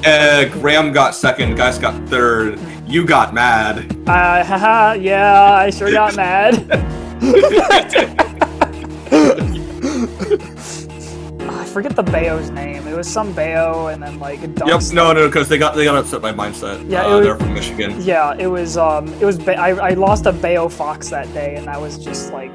Did you lose to Fox? I lost to Ducks and Losers. No, you didn't. Yeah, I did. No, you lost. I thought you lost to a Link. No, I didn't know. That was the... Wait. No, Who am I thinking of? What? You lost to the Drizzle. Did I lose to the Drizzle? I think I'm confusing that. No, I'm confusing that. I'm confusing... Drizzle. I'm confusing Arcadian Fury with... Something else. with, I know King you Slayer. lost to the Drizzle. I've lost to the Drizzle before. Because I never forget when we would make a Drizzle joke. But who is the Drizzle? Who is the Drizzle? For those who don't know who is the Drizzle, it's they were a Link player in Smash 4. Yeah, well, They're in Neo. They used to be the bane of Sylvanas because he could not beat Link. oh, that was so funny. That was really That was so funny. funny. But Arcadian Fury, yeah. What was the team Fury, field? yeah. It was I beat Goman, who couldn't beat Yeah. Abyss, and then I beat Abyss. That was like the first time I beat Abyss in like my whole career. Yeah, no, neither Arconi nor Goman could beat Abyss. Ever. You randomly beat Abyss. I just randomly beat him, and then And then all the team kills allowed for Arconi to take the event, because Yeah. none of you could beat Hive yeah, aside from Arconi. Hive beat me in winners. So like, Arconi beat me in I think losers finals, and then he just and then he ended up just winning the tournament over Hive. So yeah, that's Arcadian Fury. Hugs 86. This goes wrong with the Gamer Girl Taco, where it's just so at SmashCon, there's just a group of Columbus people. They run into Hugs 86 at a Taco Bell, and they just talk to him for a bit. I don't know. I wasn't there, so I don't know the exact context. Something Gamer Girl Taco. Yeah, I know it was I think like No Name had just Yeah, like it's No Name. No Yeah. Name had like a half-eaten taco, and I think I don't know if it was Chef Oh, Dog yeah. or Chef Dog was like, would you like this So- half-eaten Gamer Girl taco? Hugs 86. Hugs 86. We'll run back after that after Don't Nigga Me. Oh yeah. So, shoutouts to Johnny Coca-Cola. We love you, Johnny. But also, Johnny Coca-Cola. We're gonna get to another part of this soon in Johnny's car. But Johnny Coca-Cola, he's driving them to like an event. Things are getting like heated in the car about something. Tatsu's like, "Hey nigga, watch where you're going." And Johnny's phone's like, "Don't you nigga me! Oh, we'll get there. And then he's like, "Oh my god, I'm so sorry." It's like, I don't know the exact context, but I got that part. I was like, "Oh my god, that's really funny." And we forgive Johnny because you can't say Johnny. Yeah, it's Johnny Coca-Cola. Johnny's the best. Sad posting. This fucking sucked. Who was it? Who was the one that was sad posting? Or But there were a bunch of people during Smash 4. They were like, "I'm sad. I'm gonna post about it in the Discord." You're like, "Why are you bringing down the vibe, man?" We're just trying to have a good time in the Discord. But like, whatever. I guess you're just gonna ruin everyone else's day. speaking of, remember the What's that? Actually, what's that one? No, I thought Sad Post was about it on Facebook. No, it was mostly in the Discord because they like do all that in the Discord. Didn't it also happen on Facebook though? A little bit. a little bit. I'm sad I didn't play so. You're like, oh well, here comes the sad posting. Remember that? Also, where's that screenshot that Q took? Yeah, I was gonna go back to that about how, if you can pull that up, that'd be great. Lappin saying, yeah, I normally don't keep anything in my car of value, but I done fucked up this time. When I was living in a bad neighborhood, I had my windows smashed, and someone did heroin in my car in the same night. And someone's like, oh, what the fuck? Then the guy says, I faced against this Luigi. I was Rosa. He misfired right into the bottom of the side ladder, so I just dared him. They left a tin foil with heroin tar and it balled up in my car. Lost to A-Star the third. Oh, yeah, it's just like, it's so like, just the contrast of like just not reading the room. It's so funny. Well, literally not reading. Quite literally not reading what is being said in the room. I found it quickly because I quote tweeted it originally with the I see this and raise you, then I posted the mantra. Alright, next we have let's run back to Hanky Kane's order. Yeah, that's kind of a melee thing. No slaw, piece of toast instead. It's kind of a melee thing, but also just the hanky panky. Just if you work at the Cane's, basically, if you go to Cane's on High Street and you tell them, "I'd like to get the Tyler," they'll give it to you. Because hanky panky just gets Cane's that often. He loves Cane's. Shouts to Hanky Panky. Shouts to Melee legend. Technically, like what? He's in the top 10 most winningest players of all time. Yep, like top 10. Like if you look at like it's like it goes like Armada, Hungry Box, Laughin', Mewtwo King, Mango, Hanky Panky. All right. Next up, now that we're done with that, JT. Hey man, I hate that JT's this low. Yeah. He's JT. Sonic player. Cool dude. Good friend of ours. Good friend of ours. Yep. Now, for those of you that like calling Q the protagonist, like just please I've stop. been gone too long. Who does that? Exactly, right? What kind of protagonist owes someone money for 2 years? This y'all's pro tag. No, JT is the protagonist. JT, you just yeah. haven't met him, is all. Yeah. Yeah. Yeah. And like, it's not close once you meet him either. He Falcon punched me, or he shield broke me, Falcon punched me at the first week that I played him at. Yep. Dude, I remember when he and Celtics in like Winners Finals Double Dare, they broke our space scene with Falcon Punch. Oh yeah, I remember that. His JT double jumps up, and Chase is like, "Oh no, he's gonna do it." Okay, already runs to cover it. I still think my favorite JT story was when I had to fight him. I forget what event it even was, but it was basically game 3. I was Lucario, he was Sonic. He like kills me with an up air while I was at like 180, because that's how the matchup works. Because that's how Sonic Lucario works. And so like I'm in the star KO animation. It's on Town and City. He jumps on the platform, sees it moving, like moves slightly to the right and taunts. And I like turn and I'm like, hey, good games. And I just hear in the corner of my ear, sudden death. And I turn and he's just like, yeah, we both died at the same time. I'm just like, JT, what the fuck? Why would you do that?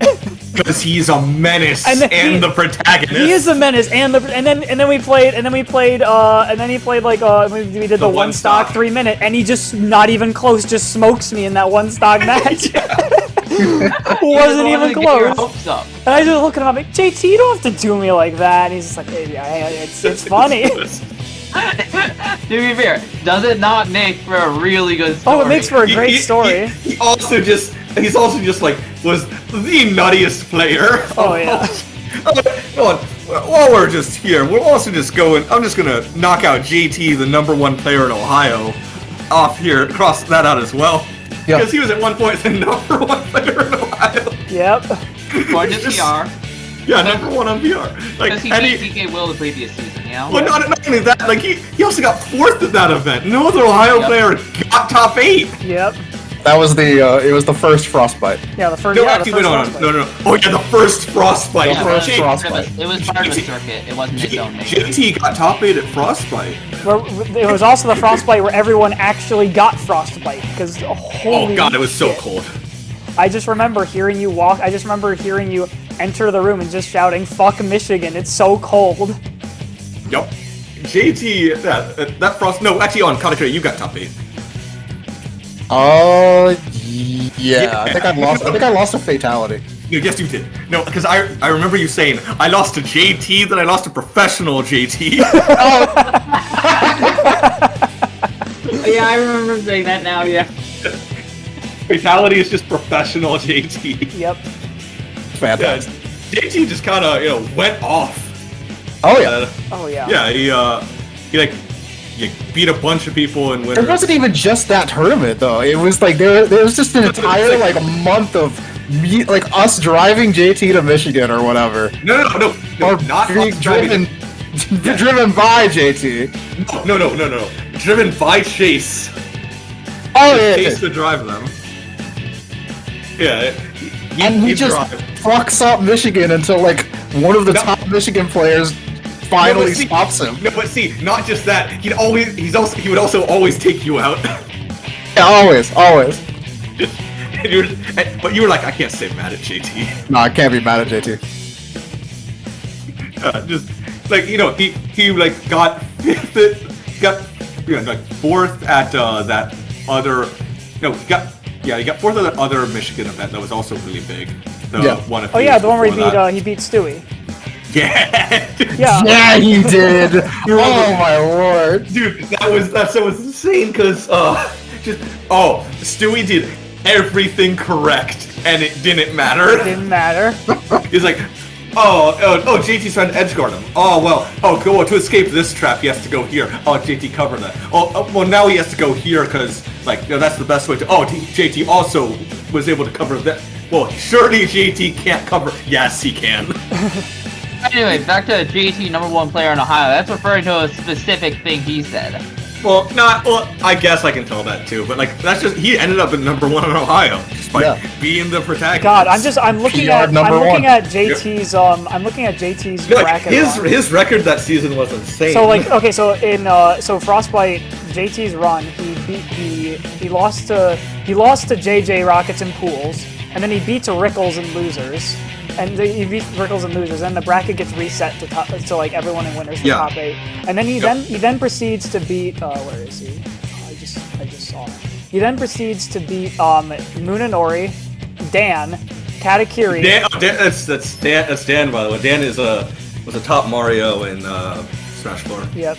Dan, he beat Kata, and then he lost to Zanotto, and then in Losers. He lost to Zanotto, yeah. And then in Losers, he beat Techno, and then DK Will, and then lost to Ksev. Yeah, dude, that Techno set was actually so.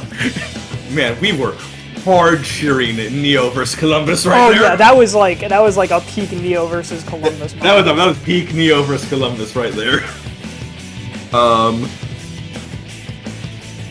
right, but yeah, we can move on there. But anyway, JT's the real protagonist. All you Q believers, get some help. Sion's Rage. Sion was a known rager. Goes back to Brawl. We love him, but good God, Sion. Which is really funny because whenever me and Suyon would play in bracket, almost people would just kind of be like looking over to the side, being like, "Oh, who's it gonna be this time?" Battle of the Ragers, which was also what happened with Suyon versus Rayquaza in Brawl, apparently. God. Suyon versus Rage Quaza was the tagline for the match, and Rayquaza, he'll show up later. But yeah, Suyon was a known rager. Multiple controllers thrown. Multiple fucks across the venue. It happens to plenty of people. Johnny's car. Hey, Johnny. How is that car? Johnny Coca-Cola. The stories he's told about that car are horrendous. Like, he takes it into the shop, like what's the thing in that hold that like puts the wheels? Like, Oh no, Johnny's car. Yeah, like the mechanic just comes out like, here's like the axle to your car, to your front wheels, and here's the other half. He's like, do you know what was holding this up? What? Gravity? Also, the time he's like driving to an event, and the front of his car starts smoking, and they're like, Johnny, pull over. He's like, we're almost there. Johnny, pull over. We're almost there. And I think like ESAM and NVD are in his car. Oh god. I don't think that was the time he was with ESAM and NVD, but like ESAM and NVD were in that car at one point, and man, they probably should have died. Oh yeah. I do remember the story of they ESAM and NVD should have died. Anyone that was in Johnny's car, risking their life. So yeah, that's Johnny's car. He also, I think he's driving with like Geist and like one other person back from SmashCon. Not SmashCon, but like some event, some like East Coast event. They start driving back to Ohio at like 1 a.m. And Johnny is tired. And like the other people in the car are asleep. And Johnny, just by himself, just driving on the road, he's like dipping in and out of consciousness.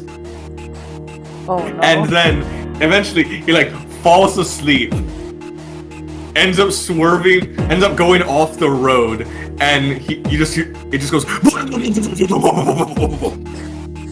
and then like he like wakes up, goes, swerves back onto the road, and like he's just like starts driving straight. And the guy like wakes up, he's like, oh, what's happening? He's like, nothing, go back to sleep. Oh Lord. Reflect on yourself. It was me roasting Shepdog for hotboxing the bathroom when we told him not to. She's like, what the fuck, dude? We literally just said don't. What the fuck, shit, dog? Yeah. The Red Moon situation. Skip.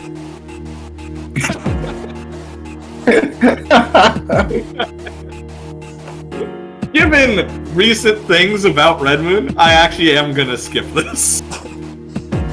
We're just not gonna go into that. Understandable. And Prophet goes along with the Red Moon situation, but Prophet's also just this. He's just this dude. He's no Prophet. He's that nigga is how you would describe him. Wait, are you talking about the NES player from Chicago? No, what? No, the Columbus player. You probably don't know them. Let's see. Wait. Oh yeah, I think I got some people mixed up. Never mind. You're right. All right. The pizza rankings. These are they're pinned in the Discord. People are like, "Can we get a Columbus PR?" I'm like, "No, you're fucking kidding me." Multiple reasons, but I was like, "Look, it's hard to explain why I didn't want a Columbus PR, because like, for one, there wasn't much point, like, would just have been me in colors and like some other people. Well, hold on, if I make a joke PR to shut them up, that'll work. So it's somehow better than an actual PR.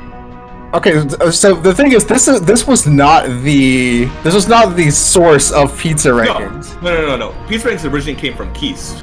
Yeah. He originally made like a joke, like a jokish PR or whatever. It was.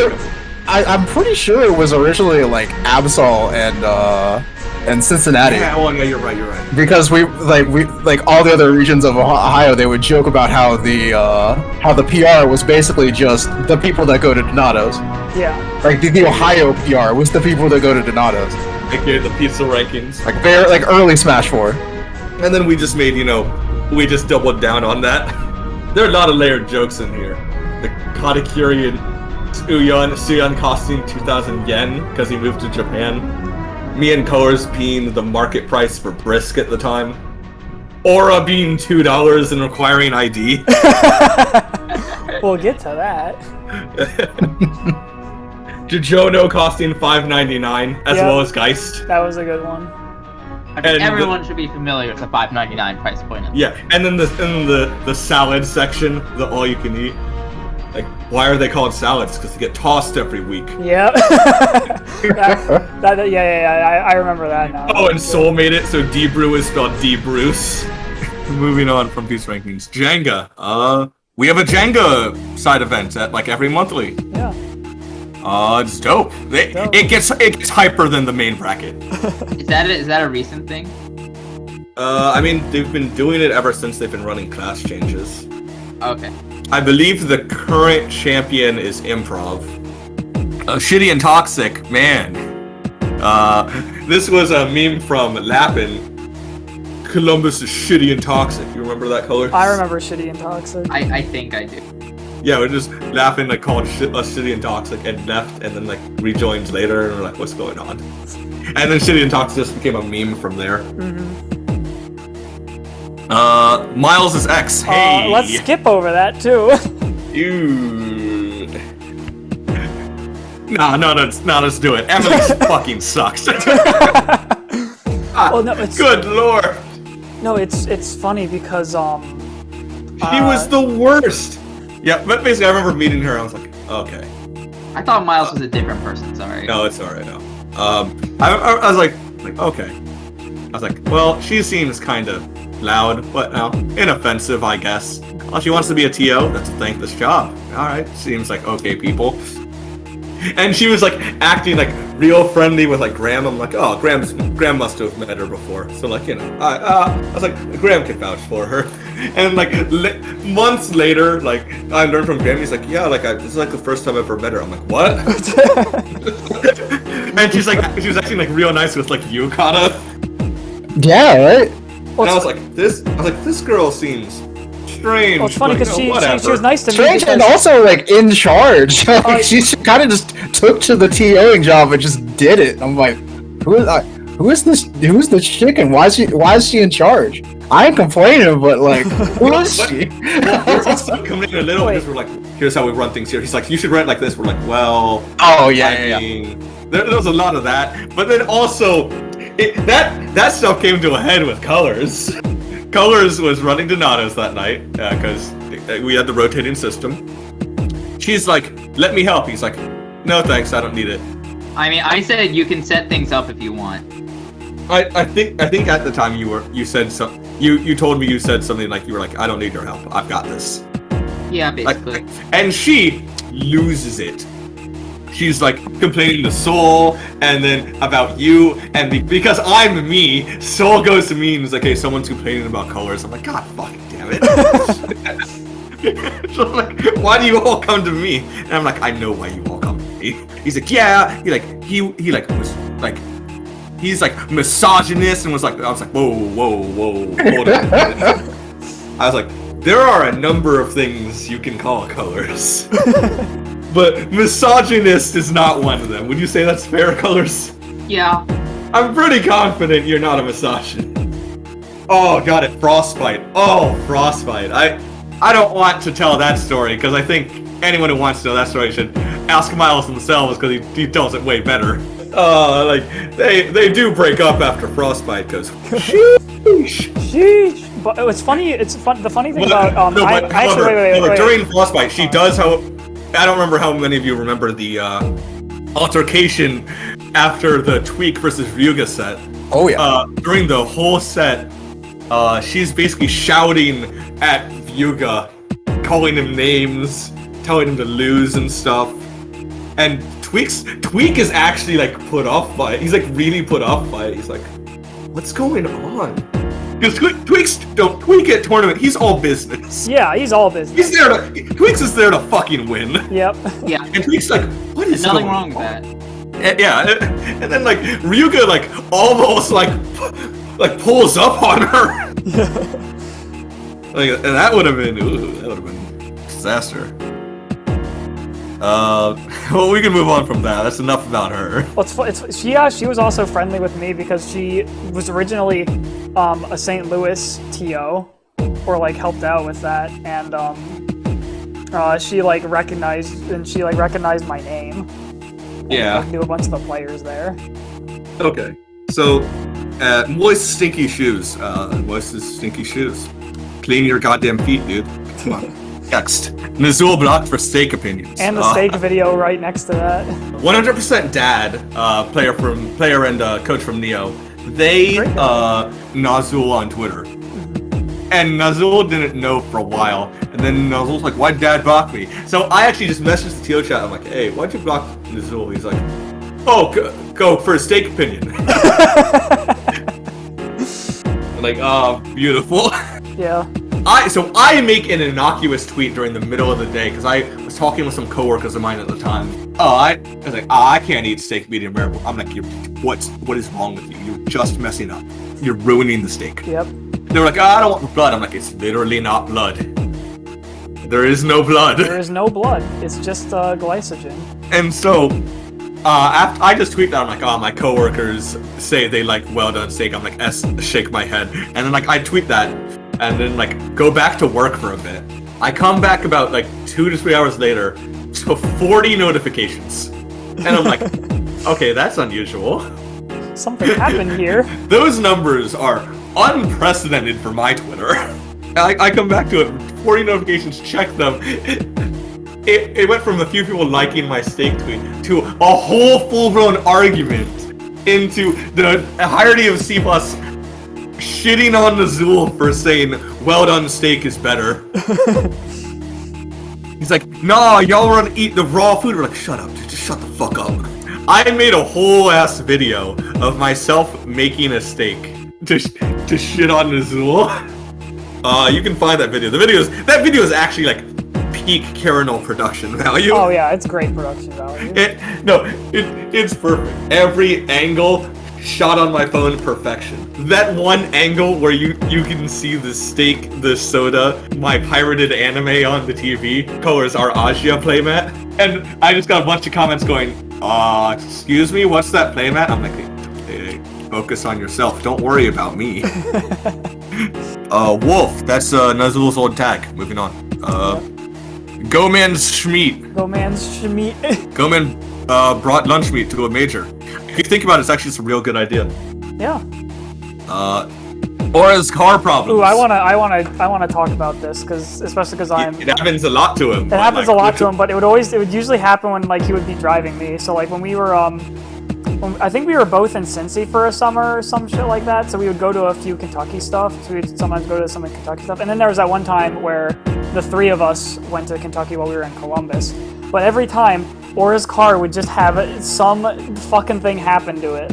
Like I remember one of his windows started to like slowly fall down. So so I think colors in the car. He had to keep pushing it up, or like we had to like tape it up. And then yeah, I remember that. Yeah. And then and every time like car stuff would happen, he'd be like, I just got this back from the shop.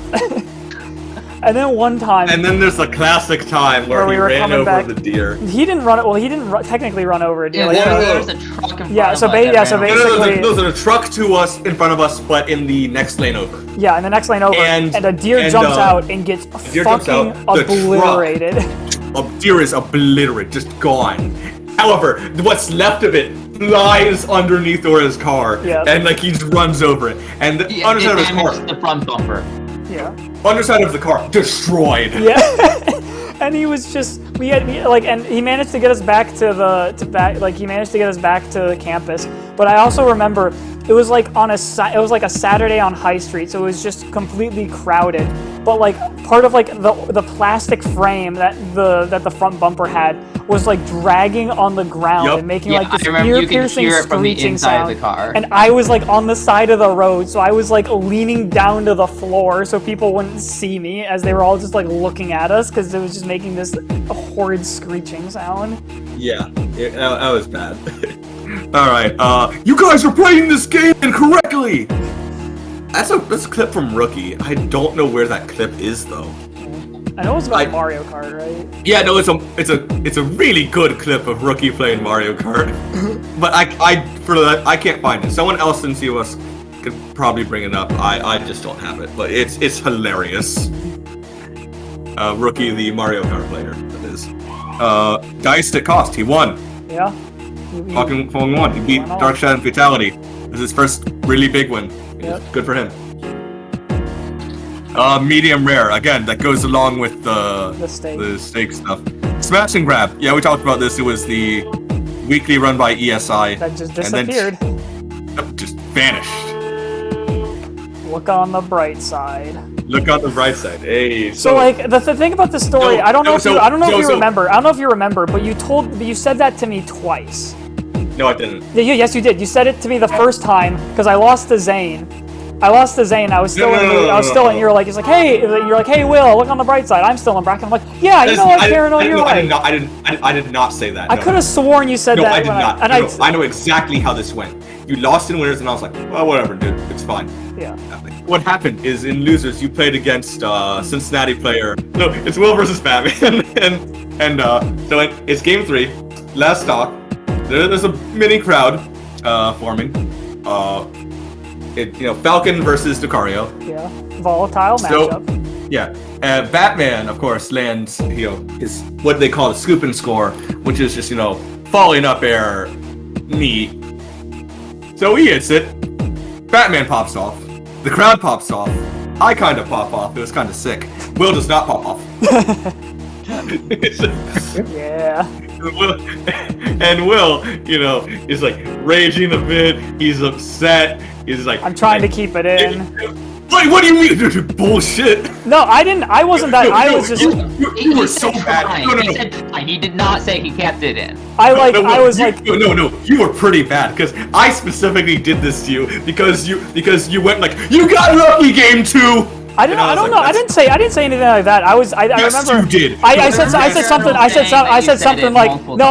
like nice of you to pop off on me, asshole. I said something like that. No. You did say that. However, you did say you got lucky game 2. I distinctly remember that. I remember Carol telling me.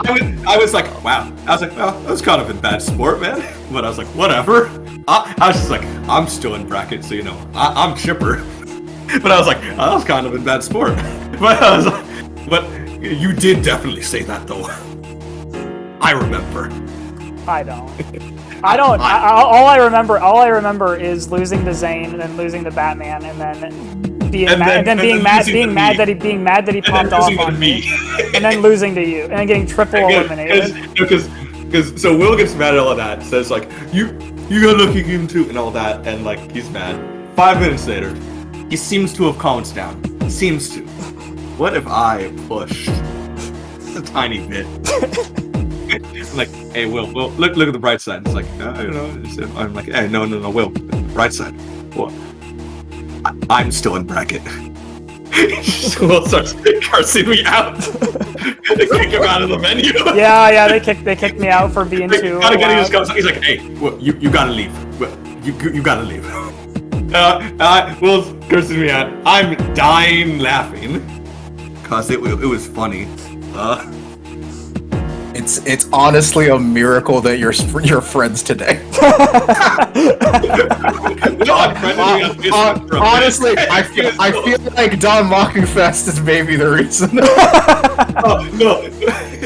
Will unfriended me on Facebook. Oh yeah, I unfriended him. Like, mad. I was like on the way out. I fucking unfriended him on Facebook. You were like, I fucking hate that guy. He's such a dick. Where's the Ohio? Wait, whatever it takes, bitches. That one. Yeah. So this is the redemption arc for whatever it takes. As we spoke on before, whatever it takes was the anti-Carl's chant. But then Carl's, hit us with the Uno reverse card. Because like he won like some set in bracket and was like, whatever it takes, bitches! And we're like, shit, like what can we do about that? Yeah. Was that a class change that he did that? So good. That was a class change he did that, right? Yeah, sure, but you were like, what do we do about that? Like it's his now. It's his. And then at the run it back, where Carlos got 7th actually. He beats colonies and losers, like in a really close game 5, and there's just like a crowd of us around him, and like after he won, we're all just like, whatever it takes, whatever. It's just good shit now. Yeah, it's his chat now. It's his now. He claimed it. All right, where's the Ohio PR? Chase, you can plug your own video. I'll put up a timestamp. Yeah. Chase, or our friend Soldier, he made, there was just this clamor of, where's the Ohio PR? Where's the Ohio PR? When's the PR coming out? So Chase made up, what was it? Unsolved Mysteries. Unsolved Mysteries style video of where's the Ohio PR. Yeah. Really good video. Probably still the best shitpost that's ever existed in Ohio Smash. Let's see, Zane posting. Is this the? Zane literally replied into the tweet I made this. He's like, "Don't go into my copy pastas." I'm like, "Oh, too bad, man." Too bad. So Zane, as we've said it before, he's better now, but he used to post this crap On the that we Facebook group. would immediately turn into copy pastas. Yeah, like it was like I remember when we had like a funny PR. Everyone was like, "Yeah, well, you should have been on the funny PR," but like, no, they're like, "Yeah, well, like you're decent, but like your Zane posting brings like elevates it up to like your Zane posting is where you shine." Because like I think that like I would always be the one to make the Zane types of shit post. Because I was the one that started one of the copy pastas. Well, no, the funny PR was a different thing that came out. Oh yeah, no, it was a different thing. Which I forgot to put on here. That's actually my bad. Damn. But it's kind of insane since I am number one.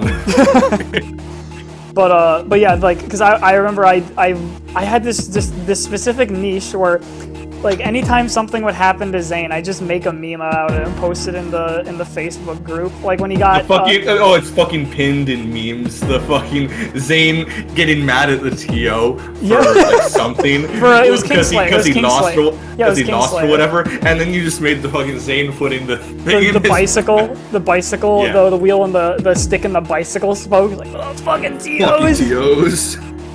And then the one where he got choke slammed by Serpent's Ganon.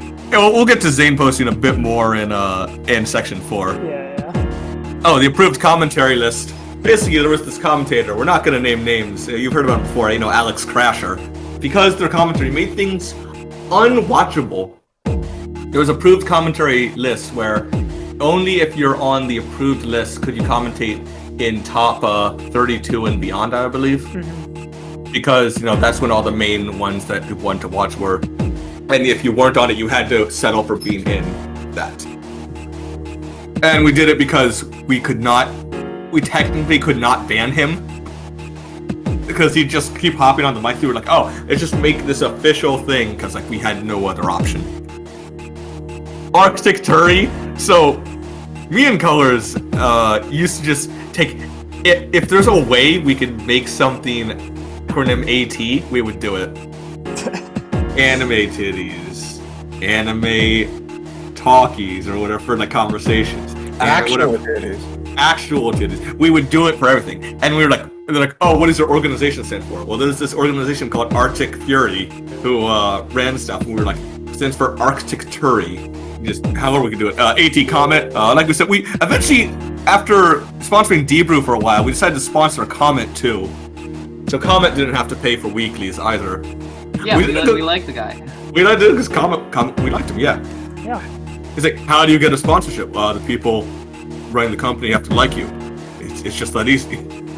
Quinford Mac is a weirdo. Well, that's running back to you as a weirdo up in the top, but many of you might not know his tag was originally Quinford Mac when he was first going to tournaments, and he was a shitter. 13-year-old shitter. Sure was a 13-year-old. Like everyone loves to talk about like Q stories about the current era of Q cringe, but, which is Quinford Mac its own genre, Yeah, but Quinford Mac cringe was a different It was funny. Well, no, at the time it was just annoying. Yeah. Looking back, it's just funny. Yeah. Oh yeah. Because it's really funny. Because I remember when just walk slowly and down smash. Wow, okay, that's the 4th time you've said that this hour. That was the Smash 4 the Banana Slammer. All right, World of Beer. There was this bar near OSU campus called World of Beer, where there's just super low key. The dude would hold a Smash tournament once a month for it. And it'd have like $100 like prize for first. And fucking Zedekai, knew about it and didn't tell anybody because he's like, I want the money. Hey, I respect that hustle, to be honest. I somewhat respect the hustle. Nuff did not respect that hustle. But you respect the hustle, but also, hey man, what the fuck? Exactly. The Ohio Power Cup. This was just like the best tournament we've ever been to. That was a great tournament. I commentated. You weren't there! Yeah, I was. I commentated. Oh yeah, you commentated, right? Yeah. Colors, you remember it. Yeah.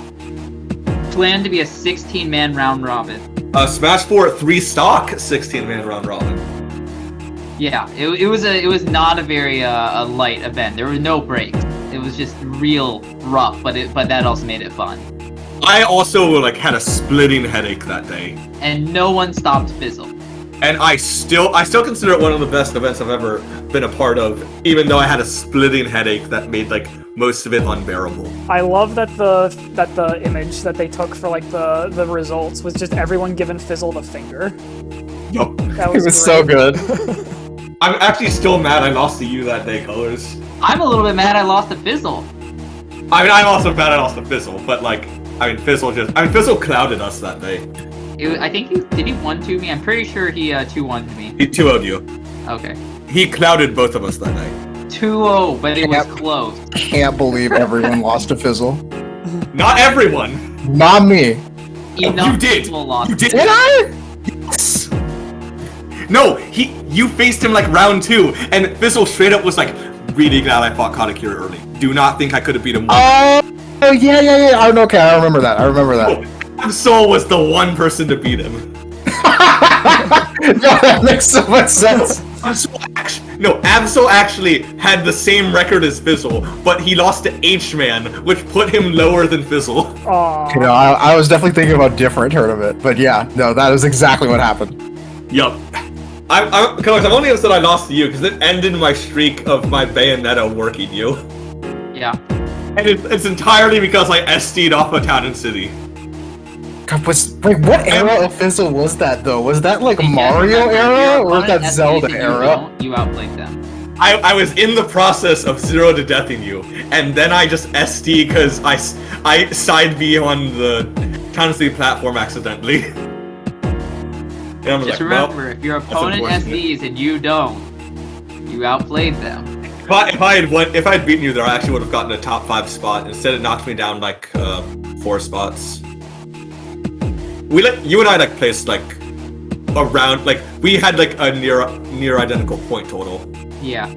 We were around the 50th percentile, which was that's pretty good for in the competition there. It's anyway, literally a tournament created to be stacked. Yeah, Ohio Power Cup was basically a round robin where Invitational for the PR. entire it was an invitational for the whole PR. It was really cool. Ran by Keist. We'll get to him later. Great event. PP Wednesday. Shouts to Pig. It's just the best tweet he's ever made. Go check it out. Okay, which one? PP Wednesday. Oh, It's pinned, man. oh yeah. Wait, actually, he might have changed it with the other PP Wednesday pin. He, she, them, they. PP Wednesday. Oh my god. Bars. Tatsu Mario Party. Just watch a video of Tatsu playing Mario Party. It's embarrassing, frankly. Yeah, I've never seen someone get so mad at Mario. That's not true. But he's one of those. I'm the best Rob in this house. So, Oh my god, I love that story. yeah, Biggie. It was Biggie Cheese, right? Yeah, it was Biggie Cheese. Biggie Cheese is at the Smash House, and Waddy is visiting, and Biggie Cheese beats somebody with Rob, and he's like, "I'm the best Rob in this house," and then Waddy pops his head from around the corner. He's like, "Excuse me." AC Enough drunk posting. Just AC Enough would sometimes get drunk and then just start typing random stuff in the Discord. Yep. It's kind of funny.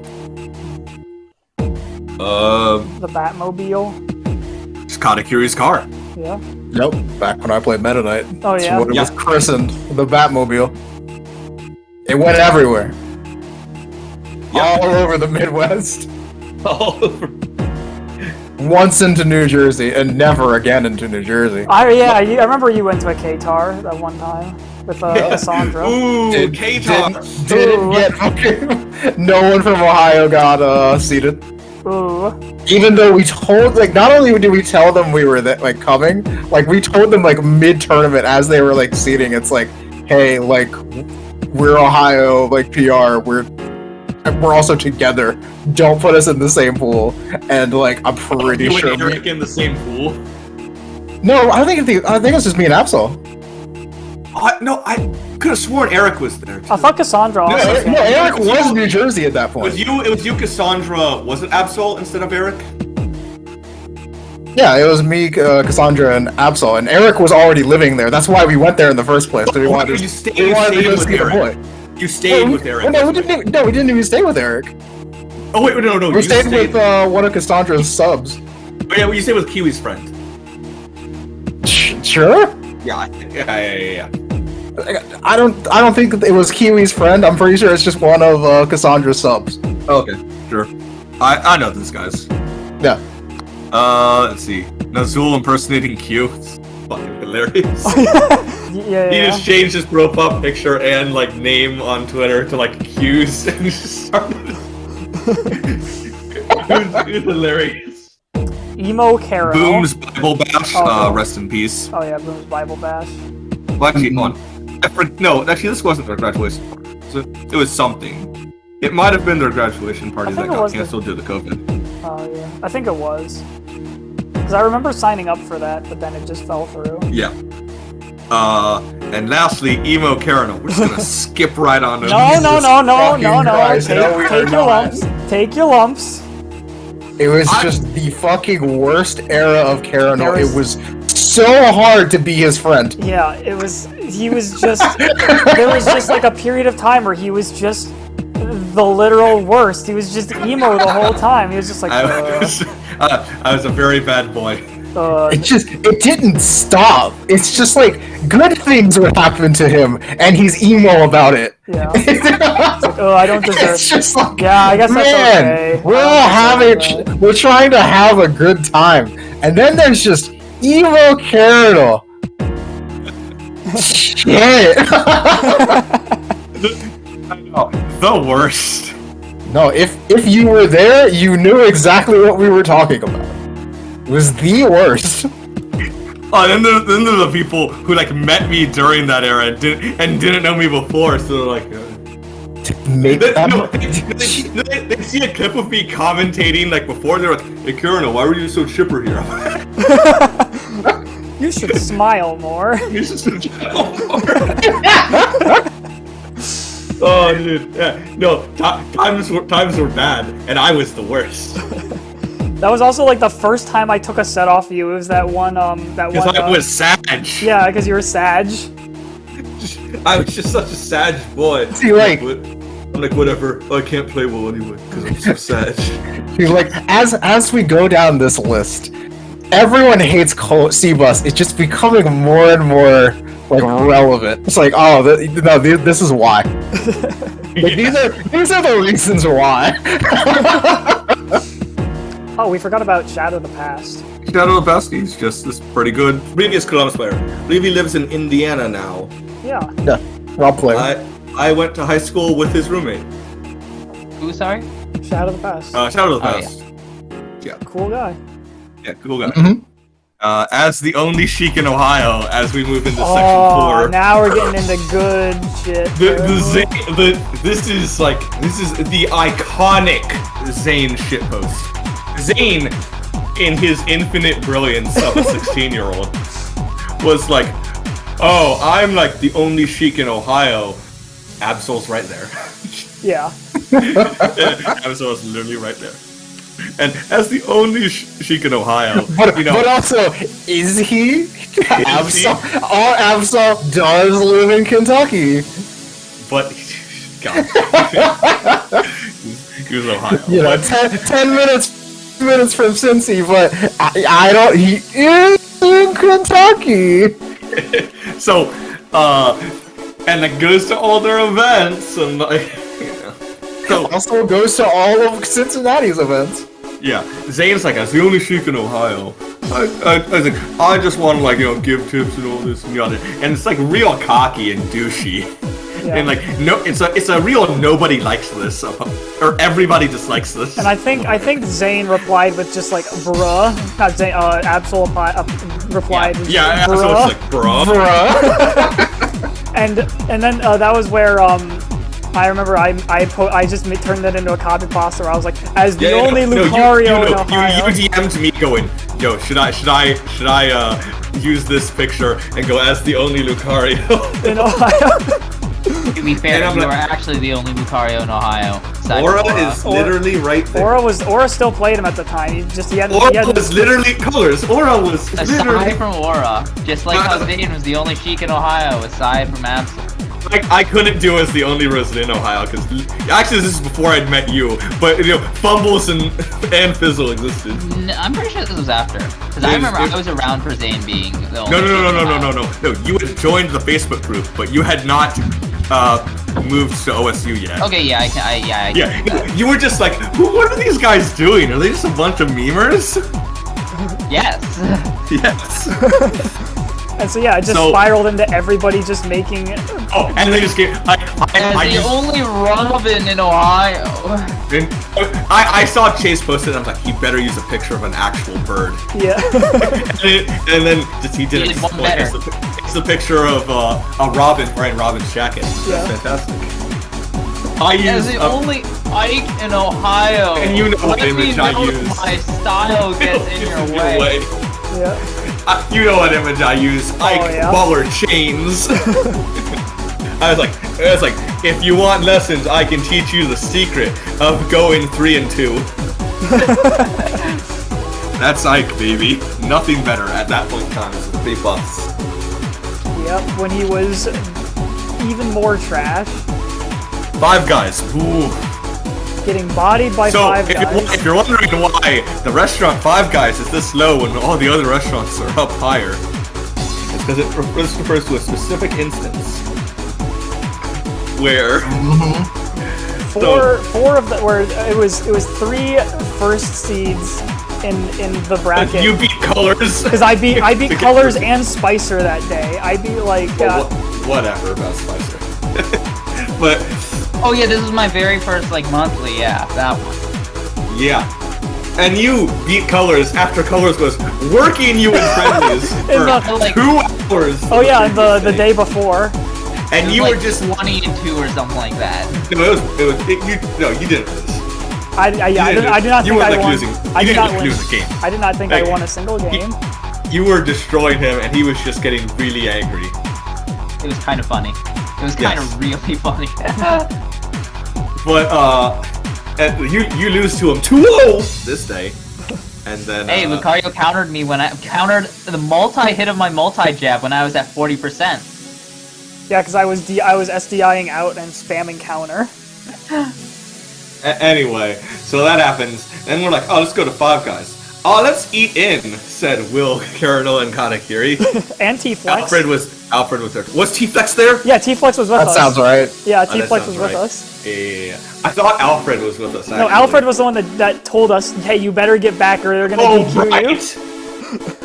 And then we get back, Sion's already DQ'd us. Into losers, and then we're upset, but then Keist comes and is like, hey guys, and we're like, god damn it, Keist. Why you gotta be so correct? It's like, Kiss, can't get mad at you, Keist. You're just doing your job. Oh yeah. I, out of spite, decided to time out everyone in my bracket until Sion eliminated me himself. I wasn't even playing Meta Knight. I just fucking started playing Puff. I'm like, I'm timing out everyone in my bracket. Donkey Kong, actually. Yeah, I think. I was playing Puff. Okay. I saw Donkey Kong. I was playing Donkey Kong, but specifically for timeouts, I was playing Puff. Okay. Did Keith threaten to DQ you if you kept intentionally timing people out? No, Sion did. Okay. But also, Sion just went down there himself. But also, he couldn't. Dude, and he's like, fine, if I can't take you out that way, I'll lose to Darnell, and then I'll come down there myself. Yo, Darnell. Why isn't Darnell on the Iceberg? No. Understandable. But he loses to Darnell, because Darnell apparently somewhat pops off that event after Darnell got triple blonded that day. He lost to me and Pools, then lost to Fizzle and Winners, and then he lost to you and Losers through my coaching. That was also the first day we established our coaching dynamic. it was not very fleshed out. It's not when we started doing it regularly. It wasn't as refined, but like that's how it started. But let's not go on that tangent right now. After the fucking tournament, because I lost this, because Suyan also came down here and took me out too. Suyan then proceeds to win this tournament from losers. Yeah. After going down there himself to take people he DQ'd into losers. That's king shit right there. I just remember getting 9th because Chase fucking obliterated me. Yep. I remember specifically. I counterpicked him to I don't think I counterpicked. I think he took me to Delfino like game 3 or some shit. And I like try up airing through the platform. He just perfectly spaces around me and dares me through the fucking Delfino platform and kills me. It was something like that. Yeah, that sounds like a brawl player for you. Alright, moving on from Five Guys. But like, from that Five Guys famous meme of like, Five Guys took out like 3 PR players. Yeah, we had a Five Guys meme. Five Guys was number 0. Get an honorable mention on the next PR. No, it was number 0 on the PR. It definitely was on the next PR. Yeah. The Just series. It's the monthly that was run by ESI. Quote unquote monthly. Yeah, every 3 to 9 months. Just Shine, Just Up Smash, and Just... What's the third one? There were only like 3. I don't remember the third. Oh, Just Dare. Oh yeah, Just Dare. Alright. Karenel's girlfriend.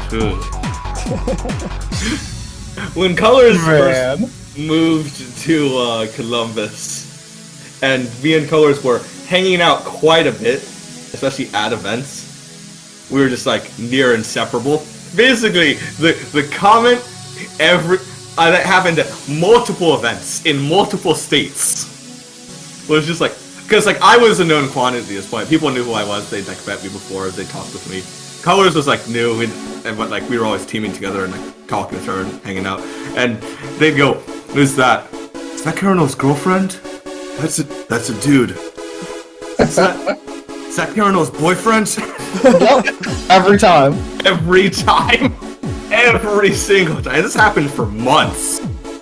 Stopped doing that and stopped going, "Oh, it's just those fucking roses. I hate those guys." Dreffen's shook. Hell yeah. Yo, Dreffen? Dreffen from the Smash Bros. Documentary. Smash Bros. He really likes Xenoblade, so sometimes he plays Shock. I would have had to fight him if I didn't get DQ'd because of Five Guys. Yep. I would have had to fight him round 1, which would have been funny.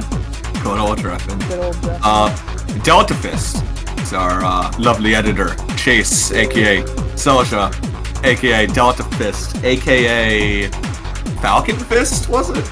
Yeah, Falcon Fist. Yeah. AKA OJ Meme Master.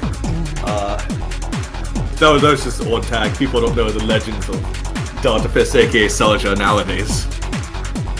The meme master of Ohio.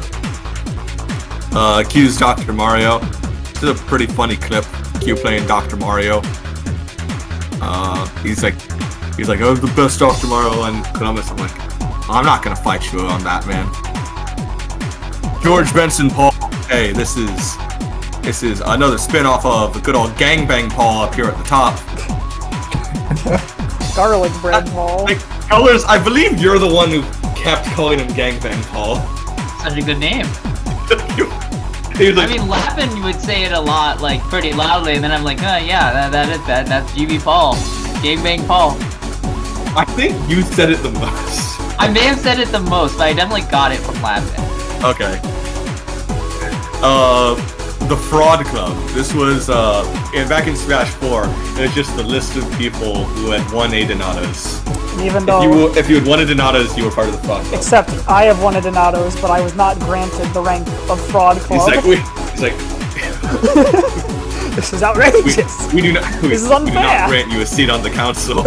What was it? A winter break Donatos? No, it was it was the Donatos that was the night before Shuffle. Impromptu ran Donatos before Shuffle that Soul ran that he like just announced the same day. That was pretty unofficial. But I beat Suyan and It was Carl's. not an official Donatos. Yeah, but I beat Suyan and Carl's that tournament. And we were like, you have won enough. We don't grant you the title of Fraud Club. Yeah, well, there were only like 12 people there, I'm pretty sure. Like, me, Colors, Katakiri, JT, Carl's for sure. Carls, Gijono Graham. Gijono definitely was in the project. Graham, Suyeon, Jijono, Aura, Geist. Ghost, yeah. Ghost. AC Nup. Not Jaguar. Not Jet. we're gonna get to that. We'll get to that. Oh, Fizzle, JT. Homecoming. Homecoming was a tournament that I put together. Me and Colors put a lot of time into the advertising for it. We God. we printed out flyers, hung them up all over OSU. no, yeah. It was going to be at the Donatos, which is right across the street from the OSU campus. It would have been perfect. We said we were offering venue discounts to every OSU student that signs up. It was looking to be like a really big event. It was like the new semester. We were going to get so many new people. We had planned the whole day out, and so it was like going to be like the biggest event I'd ever run at this point, or that we had run. We were running together, and so as I'm walking to the venue the morning of with my setup, I get a call from Donato's, and they're like, "Hey, your event's canceled. You know that, right?" We're like, "What?" So I get to Donato's as quick as I can, and they're like, "Yeah, man, they double booked us, and we can't, and they aren't letting us use this." So I just scramble last minute to try and see if there's any way somehow still run the event. And there's probably just no way. But we're able to get a second venue at Mikey's Late Night Slice, and that's where we host the rest of the event. And we have to just put a sign on the front door to Donato. So we're like, sorry, the event is actually here now. And Mikey's Late Night Slice is pretty far away from campus. You would have to take a bus there, and I know freshmen are nervous about exactly how to get the right bus and all that. So getting back is kind of difficult. On the plus side, the flyers also advertised the week, so it wasn't all for naught. Yeah, it wasn't all for nothing, but it was pretty upsetting that the tournament. We basically lost over 25 entrants. Oh yeah. Because of it. At least we definitely would have had way more. Okay, yeah, there's the terrific Tracy. Hey, he's presently still somehow an admin of the Ohio Discord. My old doubles team partner. Yeah, Tracy's. He's an all right guy. We were the second best team in Ohio in Columbus. No, that's just factually incorrect. Oh, third. Okay, fourth. Okay, there's no way. Maybe. Fourth maybe, but hold on a minute. Okay, at the time, Fizzle wasn't playing anymore. Because Fizzle wasn't playing Smash 4 sure, anymore. but Katakiri and his CPU would still probably play higher than Katakiri and his CPU Ganondorf. Hey, we got top. I think we got third at that one Kentucky. No, you were definitely not even top 4, because JT comprised 2 of the top 4 teams. That's a good point. Yeah. It's okay. Was JT one person, or is he I feel like JT is JT with Katakiri, the Ganondorf. God. JT God, with what a the good full team. Sonic CPU, and then JT with Selja. Yeah. JT has you could probably make him all top 10 of the best teams in Ohio, just because the presence of JT just makes your team just that much nastier. Yeah, it's crazy. Yup. Yeah, but anyway, yeah, Tracy, he's alright. Still around-ish in the Discord. Haven't seen him in ages. Yeah. Neo versus IS-71. Oh god. 100-0 matchup. Dude. So, what happened here was, love this story. There's a tournament around Christmas time that Keith ran called I Saw Mommy Smashing Santa Claus. And, it's it was supposed to be, it was a big event, a lot of the PR was there. I think some people came from Michigan too, right? Exactly one person. Okay. What happened was, while most of the PR gets there, safely, and the Neo carpool consisting of H-Man, Colonies, Warhound, they somehow end up and just for reference, to get to Columbus from Neo and vice versa, you just have to get on I-71 and you're there. It's a straight shot. No mix-up at all. Cannot miss it. You can go past it, but that's about it. Yeah, but like you'd have to go through it. This Neo carpool, they kept driving until they saw a sign that said, "Welcome to West Virginia." We don't know how. To this day, we don't know how, but they ended up in West Virginia. Yep. No idea how they got there.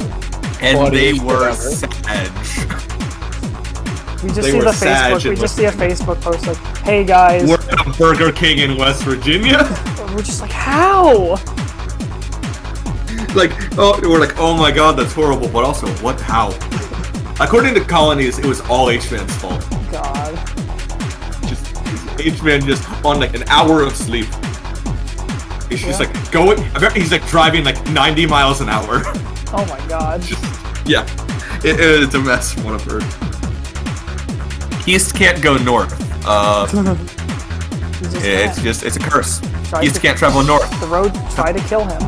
The road will try to kill him every time. He'll hit a mailbox. Snow will drive him off the road. Something bad will happen if East tries to move north. Fizzle. Fizzle. He's been named to drop a few times, but here's where we actually get into Fizzle. He's like just this enigma. He's like mainly a PM and Melee player. He got top 4 at the National Melee Arcadian.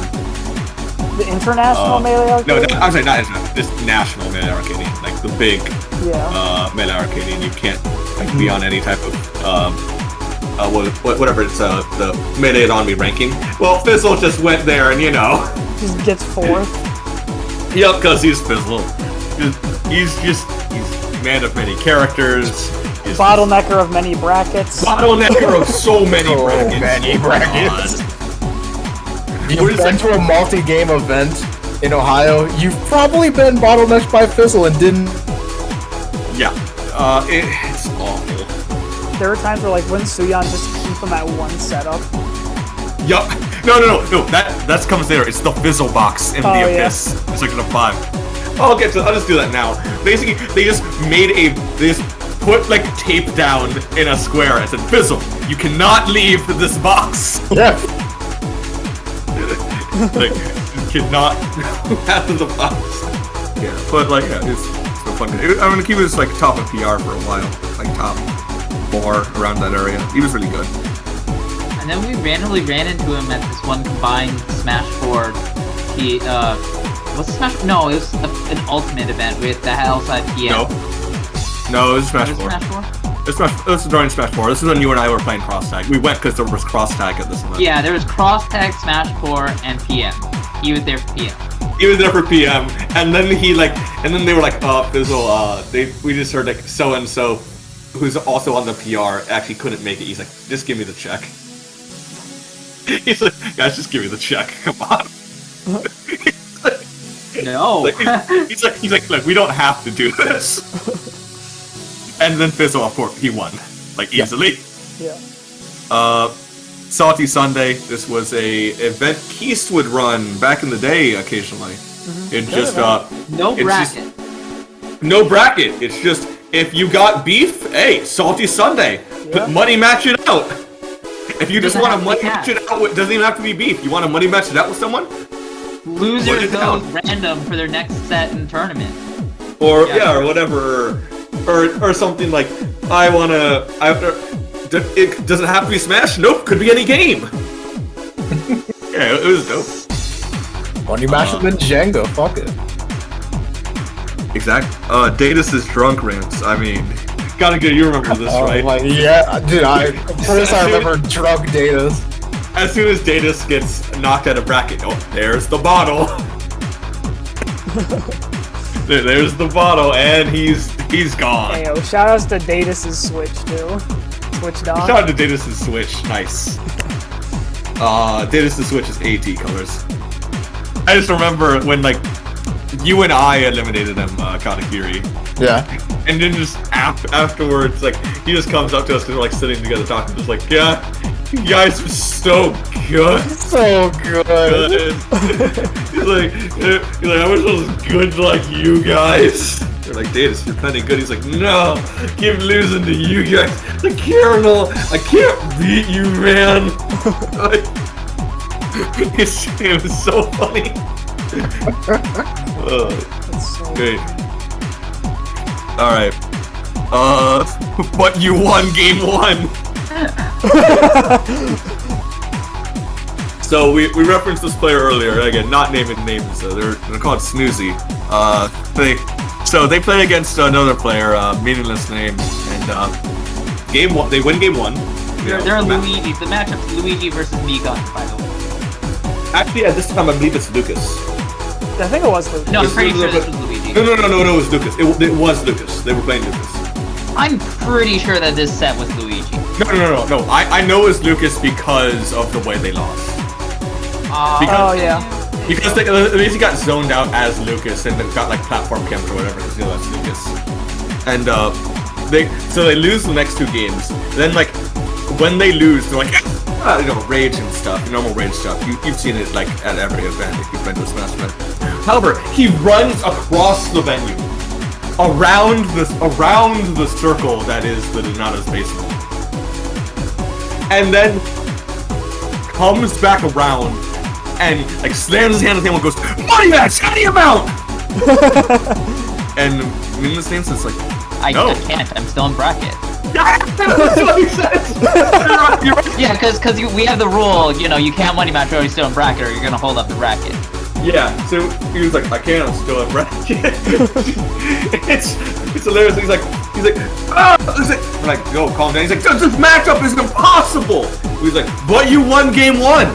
So, I think he was like, he was like, well, you won game 1, so you're doing anything, and he's like, well, clearly you can because you won game 1. Yeah, it was something like that. As soon as he said that, everyone in the earshot just died laughing. Oh, it was so funny. It was really so good.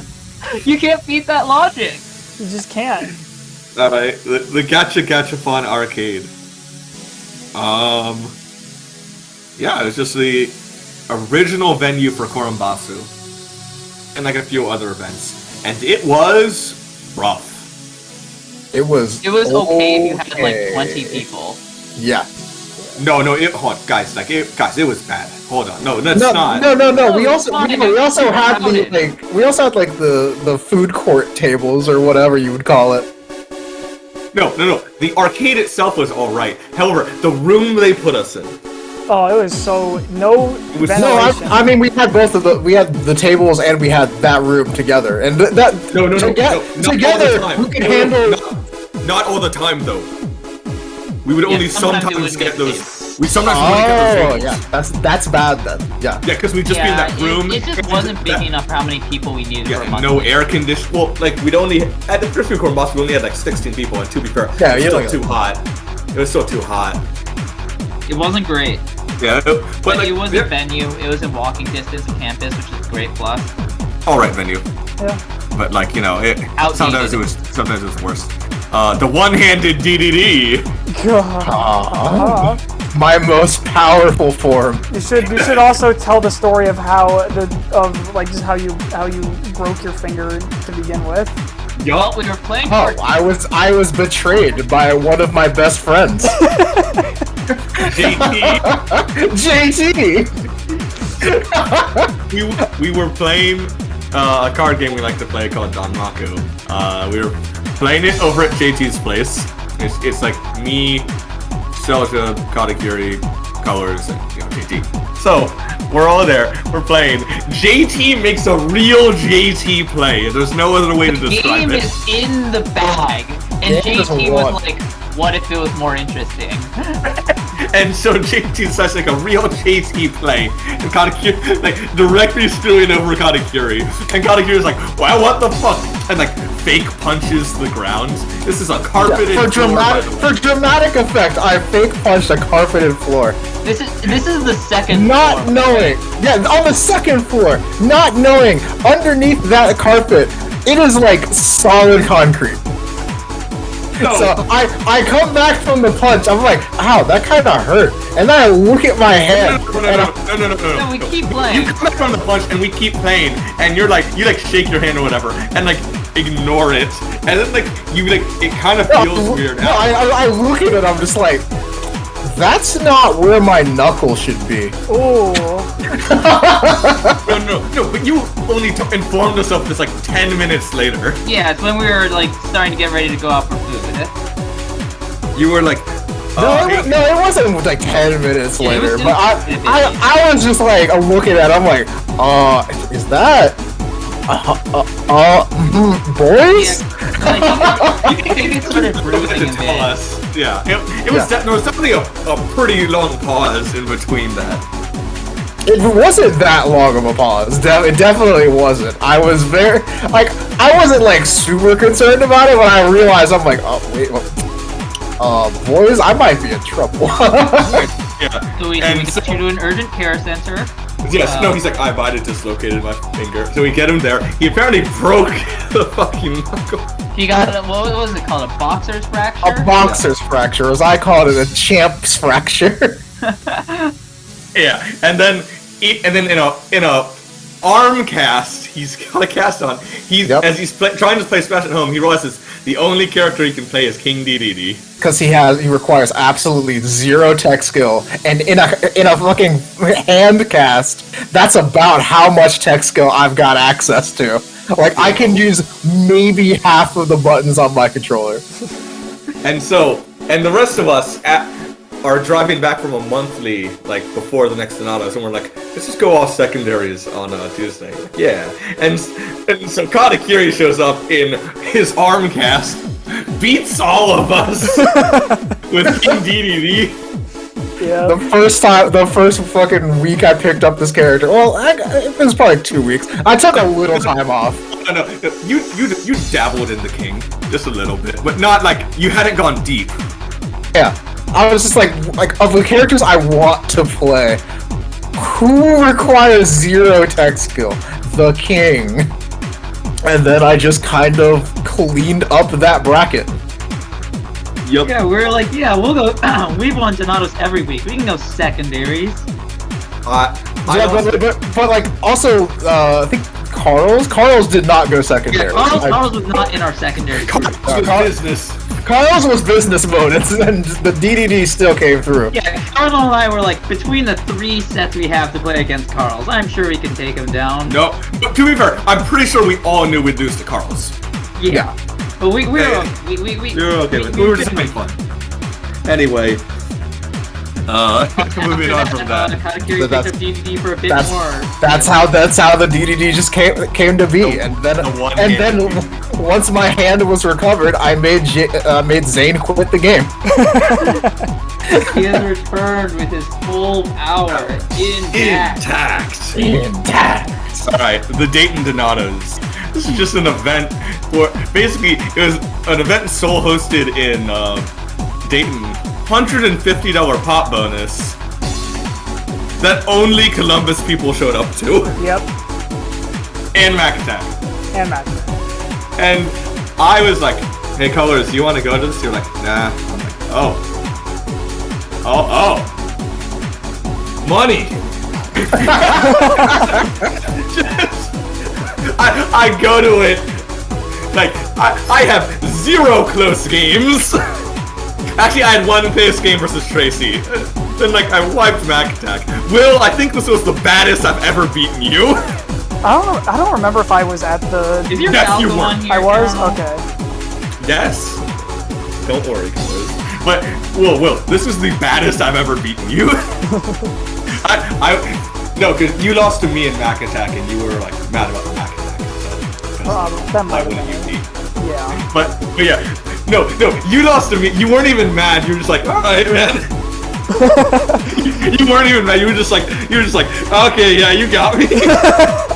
Yeah. I was just like, beats. It was a bad beat. We were like, I don't know how I could have played better. yeah, because sometimes when I like fight you, I'm just like, oh, I was doing well, and then I like made some mistakes. But that time I was just like, no, he just he had everything. Me up. He had everything. He had every option covered. What could I have done? Yeah, and then I won, got a lot of money. The shuffle drama. Don't actually want to spend too much time getting into that. That's not fun to talk about. Suffice to say, there was a certain person who thought they shouldn't gotten paid for the volunteer ran events. Won't name names. We'll call him the Joker. They were incorrect. However, they did not know this before telling everyone. Dude, they just wouldn't fucking pay me. They're so fucking stupid, right? And like the president, Dylan Fraley, he basically just pockets all the money, drives a fucking Bentley. We'll get to that later. We'll get to that. So, but then we were like, actually, it's a volunteer-run event, you know, so... All the venue fees get donated to charity. And then Dylan fucking posts the receipt for donating it to charity. But, like, to be honest, the damage is done. Like, yeah, like we couldn't run another shuffle because of that, because they had spread everywhere. Like, well, shuffle's garbage event. Yeah. No. The event itself also ran amazing. He ran out of his mind. We had like. I was up until. I'm also understanding that I was up until 1 a.m. seeding the bracket with the other two TOs the night before. It was, we had like 10-man round robin pools, and we finished on time. Like, yeah, no, it was a giant collaborative effort. We did a great job, but super good tournament. Yeah. Anyway, the other Mango, which is Go-Man's old tag. That's why he used to be Mango, and then he realized he couldn't be Mango in Smash, so he had to be there's a better Mango, so he was the other Mango. Then he was like, I'm gonna change this. So the actual reason Go-Man's tag is Go-Man is if you rearrange the letters of Mango, it looks kind of like Go-Man. If you just put Go at the start of Mango, it becomes Go-Man. That's the origin of it. That's actually the origin of Go-Man. Yep. The 4th of July Donatos, this was dope. This is like the best event I've ever run. Don't forget the side event. It was all side events. I guess it was a main bracket, but like, I don't know, it's all side events. The bombs over Baghdad side event? Colors, you only entered like the main event. Sure did, but that doesn't mean I didn't find the side event entertaining.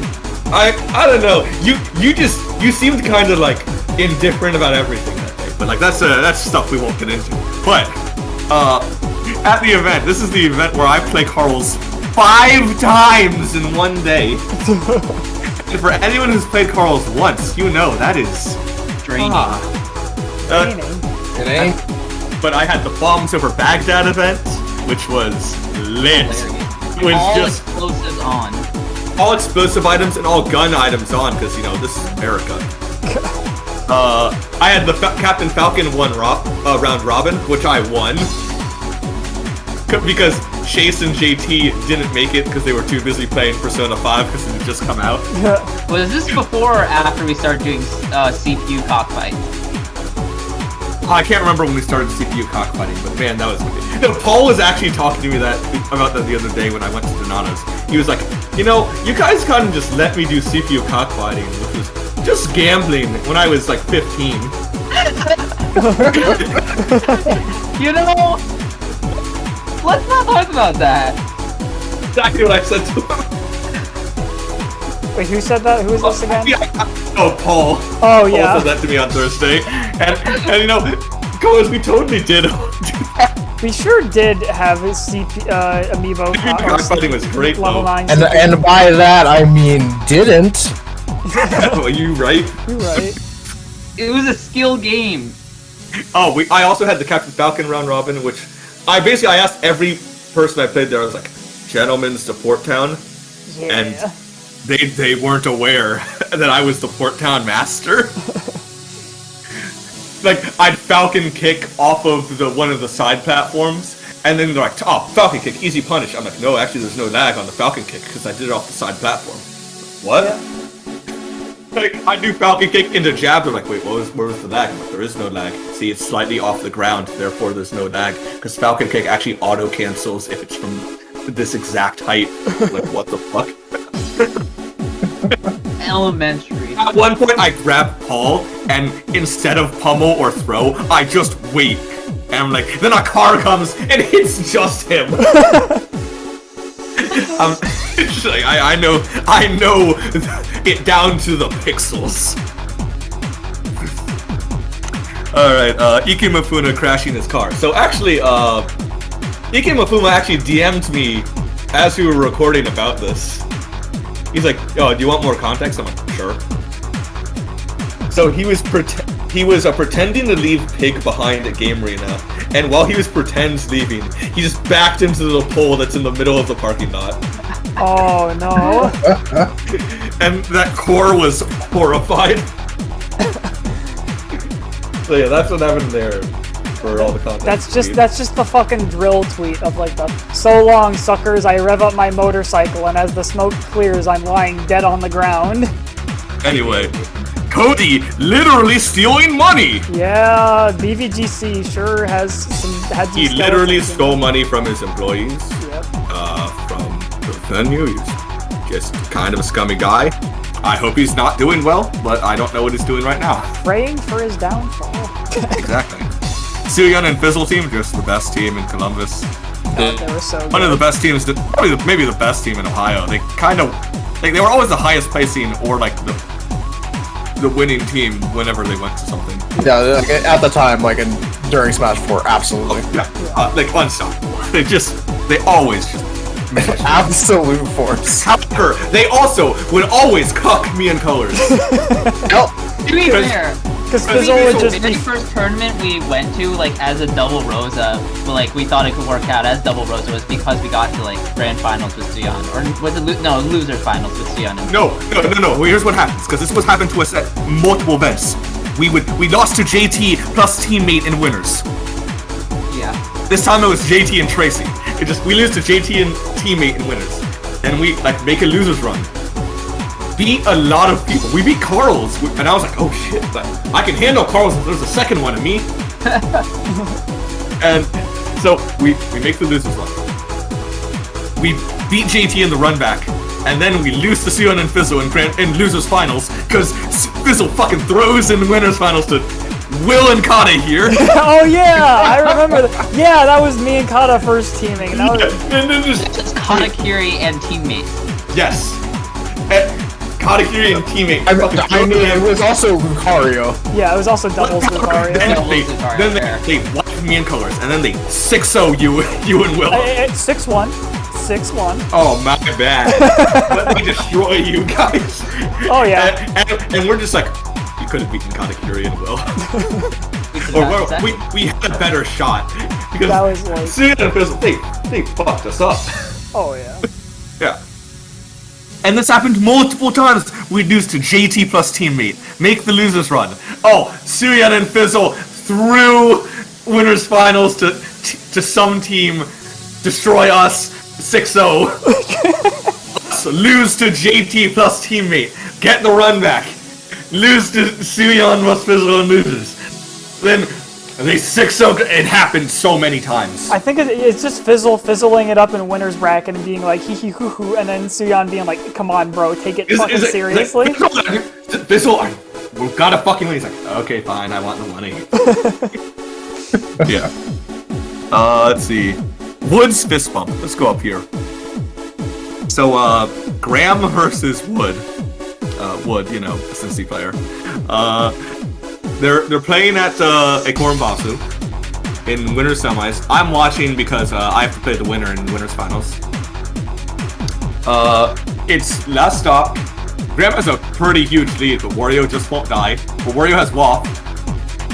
Wood whiffs his waft. Graham plays for a little bit longer, and then eventually gets a forward throw kill or something.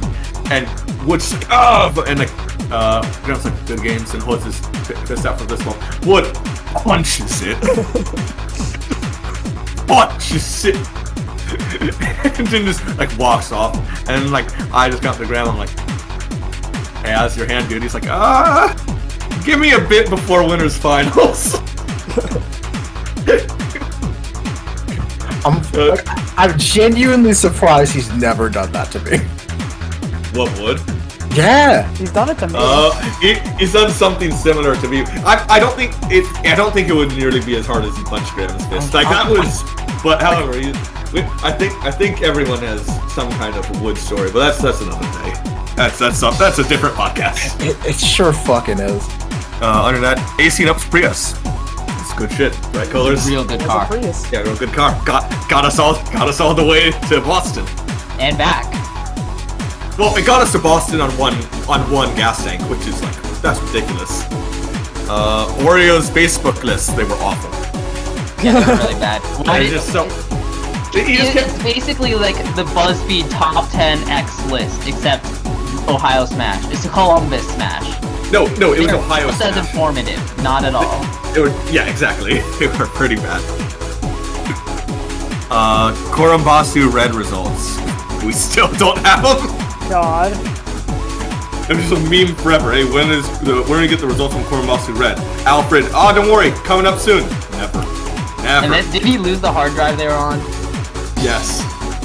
Alright, let's see, the fuck Ohio. That's what, Marshall yelled when he won Shuffle. Yep. Marshall, the Diddy from Wisconsin. I think he specifically shouted "fuck Ohio." Yeah, no. Then Yeti and Scorpio from Minnesota. Yeah. Because Wisconsin is Marshall and Papa. Yeah. I specifically remember. I heard someone like told Marshall to do it. So. No, he yelled well, "fuck he did. Ohio, go Bobcats" or whatever their college team was. Hidden Boss DiGiorno. This refers to Giorno. Also known as DiGiorno. Yes. He's just this cloud who came out of literal nowhere and He's a pretty good player. He's a won a Columbus Donatos. Yeah, it's just so real. Like, who is this guy? Yeah, he just goes to Donatos. He doesn't really travel that much. So like when he goes, no, to that's not true. He traveled to like a few like Dayton monthlies. He went to like a Cincy event. He'll Not a ton, sometimes, no, not a ton, but like he'll sometimes move. But like when we would have like events, like TOs just wouldn't know how to seed him because they don't know he's actually really good. Yeah, but like he got top 8 at Dat Killed, which was a pretty big one. Yeah. He actually got 5th because I remember he lost to me. Yeah, DiGiorno's like basically just exactly what you would expect from a hidden boss. Like you wouldn't know unless you go to Columbus Weekly. Let's see. Rank number 1 JT. Yeah, we talked about this. Yeah. JT was ranked number 1. Did we talk about JT at OhioCon though? What about JT? Oh, you mean Colossal? Oh, sorry, yeah, Colossal Con. I think that's later. Oh, that's later. yeah. No. That is what this is. before. No, JT, when he was number 1 on the PR, when we went to Colossal Con with him, and like we're in the game room where they have Smash, and he's like, "Hey, who wants to money match the number 1 player in Ohio?" And these con goers don't know what a PR is. They're like, "Oh, who's this guy claiming to be the best Smash player in Ohio?" And then someone's like, "Yeah, I'll play you for money. I'll play you for money." They're like, "This guy, this weeb thinks he's hot shit." And then like, it was like $5. And this happened. Yeah. No, GT made multiple tens of dollars from people because they were like, "Who's this weeb who thinks he can take me at Smash?" JT cooks them. That's JT. I fucking love that, man. Dude, just saying that in the middle of a bunch of like a crowded room full of nerds. It's just like throwing down a chair. Oh yeah. I'm mad. I'm mad. Proceeds to win the Smash 4 event that's there. Because we spent the day doing that. He Falcon punched me in grand finals. It was awful. Graham getting us kicked out of Harvard. Yeah. Oh my god. Graham getting kicked out of Harvard. Actually, to start the story, you might want to start with a $1,000 wish twist. Where is it? Happens right after that. Why would you bring that up? Why would you say that? Why would you say this? Because it's right there. Oh, you see, $1,000 witch twist refers to Colors fucking joking in the crew battle against whatever. Raid Bayonetta. Yeah, there's a Bayonetta. Colors, has the lead. Colors fucking gets hit by a witch twist, and the rest is we die. Well, the worst is that we lose $1,000. The worst is that Bayonetta whiffed a witch time. Oh, like he did a witch time, and Colors baited it out. And instead of like up smashing or forward smashing, he just grabs. And I'm just like, oh, Colors. The up smash wouldn't have killed. Well, if forward smash had killed, it was that ledge. So would forward smash. No, I don't think I can punish Bayonetta's witch time with forward smash. Yeah, I wasn't at the position to do so. Gotcha. He could have gotten up smash, but like fine. Grab was fine there. The issue was, just died at like 30 or 40. It was like 40 to like up 140 Bayonetta. Yeah, it was. Oh my god, it was so tragic. Like all that. $1,000. She cost us $1,000. Hey, to be fair, I still took more stock than I lost, so it's just how it ended. There is a journey to get there. No, you didn't. You took 3. Okay, so expected value. Yeah. And from there, we all decided to go get drunk around Boston, except Colors because he's a fucking loser. And I was just hanging out with my friend. Fuck off. Anyway, Colors is a loser, so we were all just, hanging out around Boston. We decided, let's go to Harvard. So we just go to Harvard and start bar crawling around Harvard. Yeah, just take a subway. We take the subway to Harvard after our initial bar crawl. We run into these, random guys who just sell Graham and Nuff some, schnapps on the street. Yeah, and then they made us all get in a circle and do a chant for the whatever fucking Boston sports team was there. Yeah, that was so weird. Anyway, sounds like you rolled into a frat house. Yeah, it felt like that. These dudes were old. Yeah, they were. Oh, 40s. Yeah, but they sure acted like frat bros though. Yeah, it was awful. but no, the rest of the night was fun. We just, get drunk and then have fun in Boston. It was a really fun time. We find the high street in Boston. We get to this bar at Harvard, and we're like, yo, it's this Mexican themed bar. They're selling, it's not just Mexican restaurant and bar. They're selling tacos and stuff. We're like, oh, yo, let's get tequila shots here. So we go up to the bar and we're like, can I get 4 shots of tequila? He's like, yeah, can I see our IDs? We present all of our IDs. Looks at Graham and Nuts fakes, hands them back. He's like, I'm gonna give you 1 chance to leave. What are his exact words? No, hang on. You're missing something. So basically, so what happened? He was like, he went up to, he looked at Graham. Was like, is this real? And Graham was like, yes. And the guy was like, if I call the cops right now, will they say this is real? And Graham doubles down on it. He's like, yeah. And then he just passes him back to us like, I'm giving you 1 chance to walk away. They got bodied, and I was like, yo, where's my tequila, man? Come on, I don't know this guy, I swear. Come on, I am legal. Look at my ID. Because I was legal, I was so pissed. Korombasu Blackout. Woo. Blackout drunk. This is when the one run by Drinkbot. This is also known as the worst Korombasu. And also known as my best placing, my best tournament in terms of wins and results. Sure, but also just the worst Korombasu. The AC wasn't working. Drinkbot, the head TO, mind you, was blackout drunk bot. Well, not blackout, but he was 3 drinks in by 10 in the morning. Yep. And was blackout drunk well before the end of bracket, whereas they had to remake everything and have someone else run it. It was a mess. It's the reason why Wood didn't go to any more Columbus events for a year. That makes sense. Lappin's boiled boot. So Lappin has a Twitter account. He has exactly 1 tweet, and it's because he made his Twitter account when Nazul was making his shitty steak opinions. He made his Twitter account so that he could insult him and saying, you'd be better off eating my boiled boot. And then he hasn't made a single tweet since. Oh, that's so funny. It's so funny. Go out on your own terms. Aura's $2 on Colors. Do you want to tell this one? Alright, so this goes back to that homecoming event the week before. No, it wasn't homecoming. It was. No, it was the weekly before. No, this was actually completely separate. This was a year before homecoming. Was it the year before? Yeah, because we got the idea. Every year we wanted to get new OSU freshmen into the Smash scene that maybe there's some talent, maybe they just aren't aware of it. So what we did was we said that if you have an OSU ID, then you get venue free at Donato's. No, we pay for your entry fee. Because it was just $2. And you and I just put up the money ourselves. Yeah. And it was for the first. Bank. No, it weren't. We weren't making bank at the time. It wasn't an investment. We also needed to place 1 and 2 that night in order to get that investment back. It wasn't that much.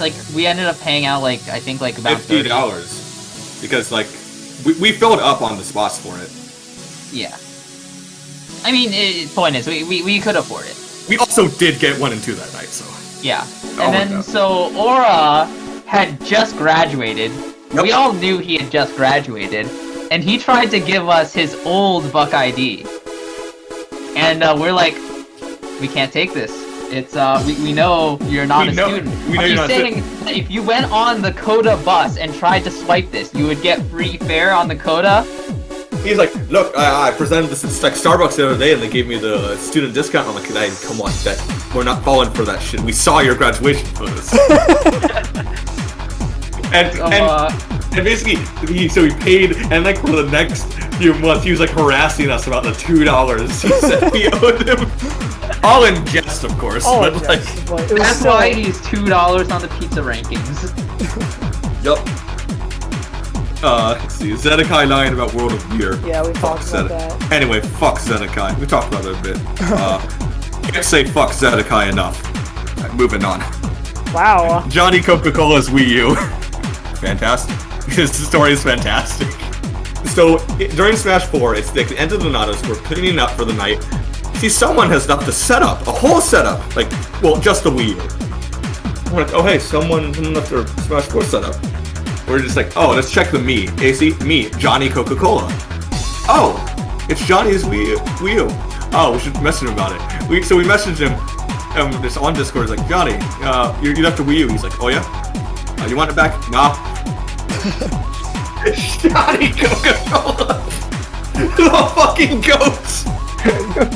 No, I don't want it. He's like, oh, you want your Wii U back? Nah.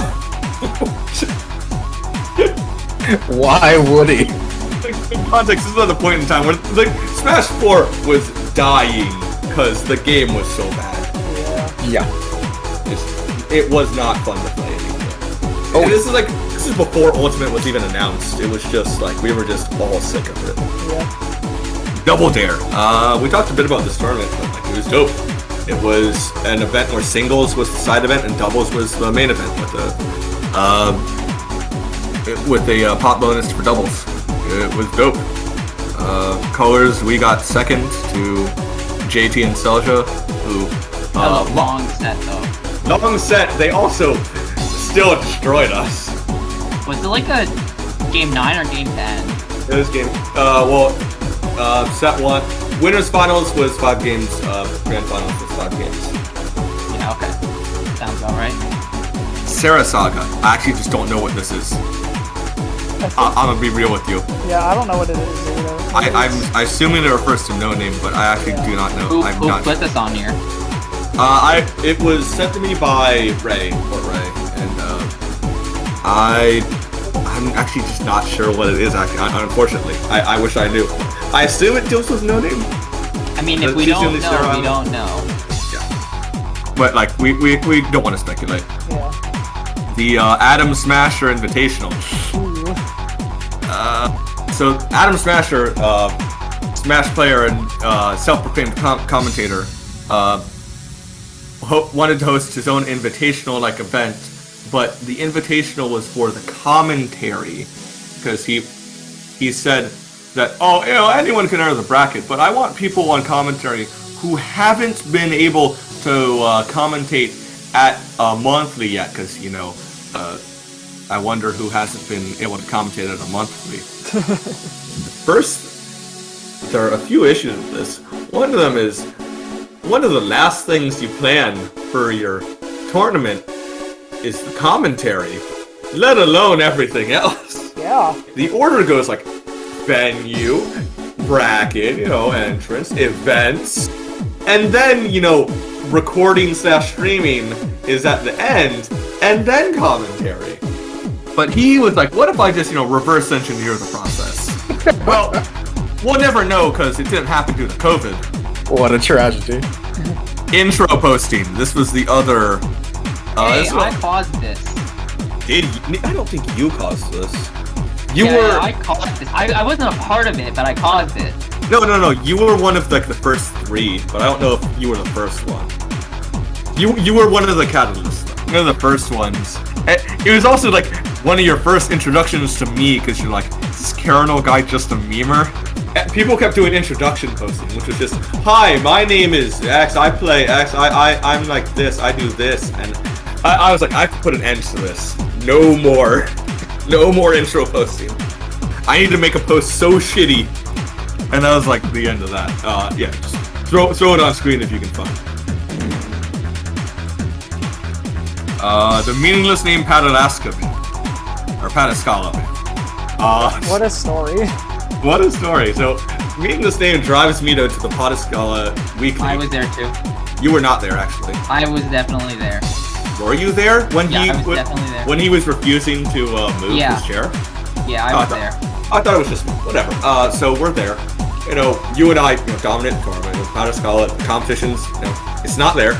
Most of Columbus can't beat us already, let alone the sub-region Padascala. So you and I do that.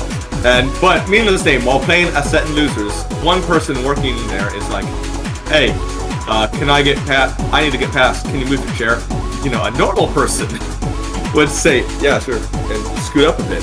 He goes, no. I mean, it was like mid-game, I think. It wasn't even like mid-game. It was like, it was at a point where he could have easily done it. It's like, oh, excuse me. And meaningless name doesn't say like, he doesn't say, oh, it was like mid-game or whatever. He goes like, no, I'm comfortable where I am. I'm just like, bro, huh? What? What the fuck? So, you know, that went over terribly. Yeah. He eventually moves his chair, and I'm like, that's kind of dickish, but no, whatever. Then he just gets a DM on Discord there, he's like, you're banned! And that was the end of you and I farming Padascala colors. I wouldn't even call it farming, we went there once. Well, it would have been the start of a glorious farm. We had the first non-international bank of Padascala. Yeah, exactly. We would have had our crops, our livestock, reaping in the harvest. Instead, no, nothing. Pools. We're into the Abyss, which is section 5. And here's where, like, you know, okay. it really tests your knowledge of Columbus. Oh yeah. Like, some of the stuff actually could be potentially like a bit higher, but like, you know, a lot of it's like hard. Pools.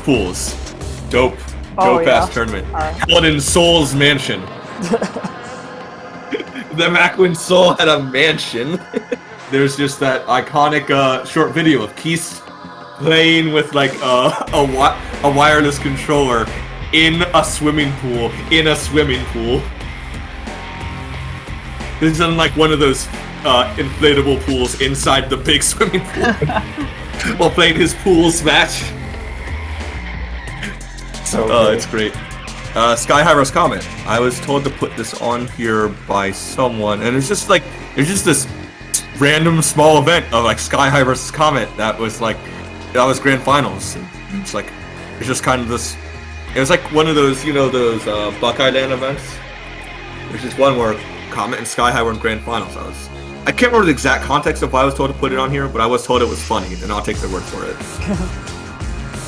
QO in colors $2 for like 3 years. Shoutouts to QO in colors $2. It was from that first monthly. Oh yeah, so I'll tell the story behind that. So, Q is like good friends with Zane at this time because, you know, fuck boys.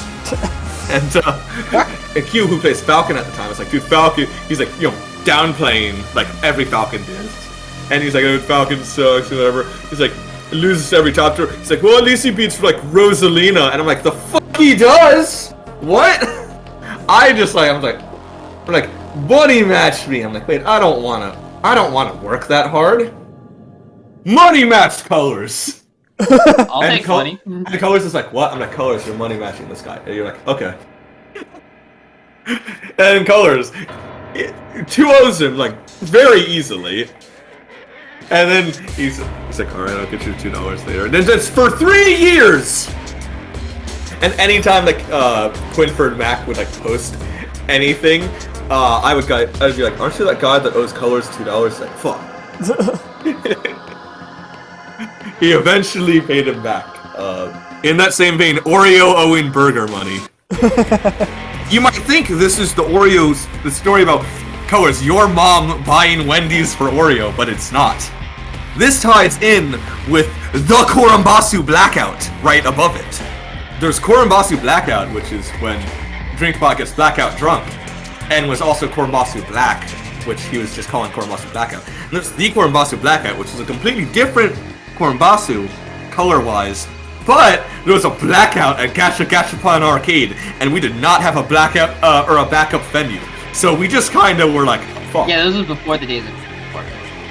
Yeah, so we were just like, oh fuck, what do we do?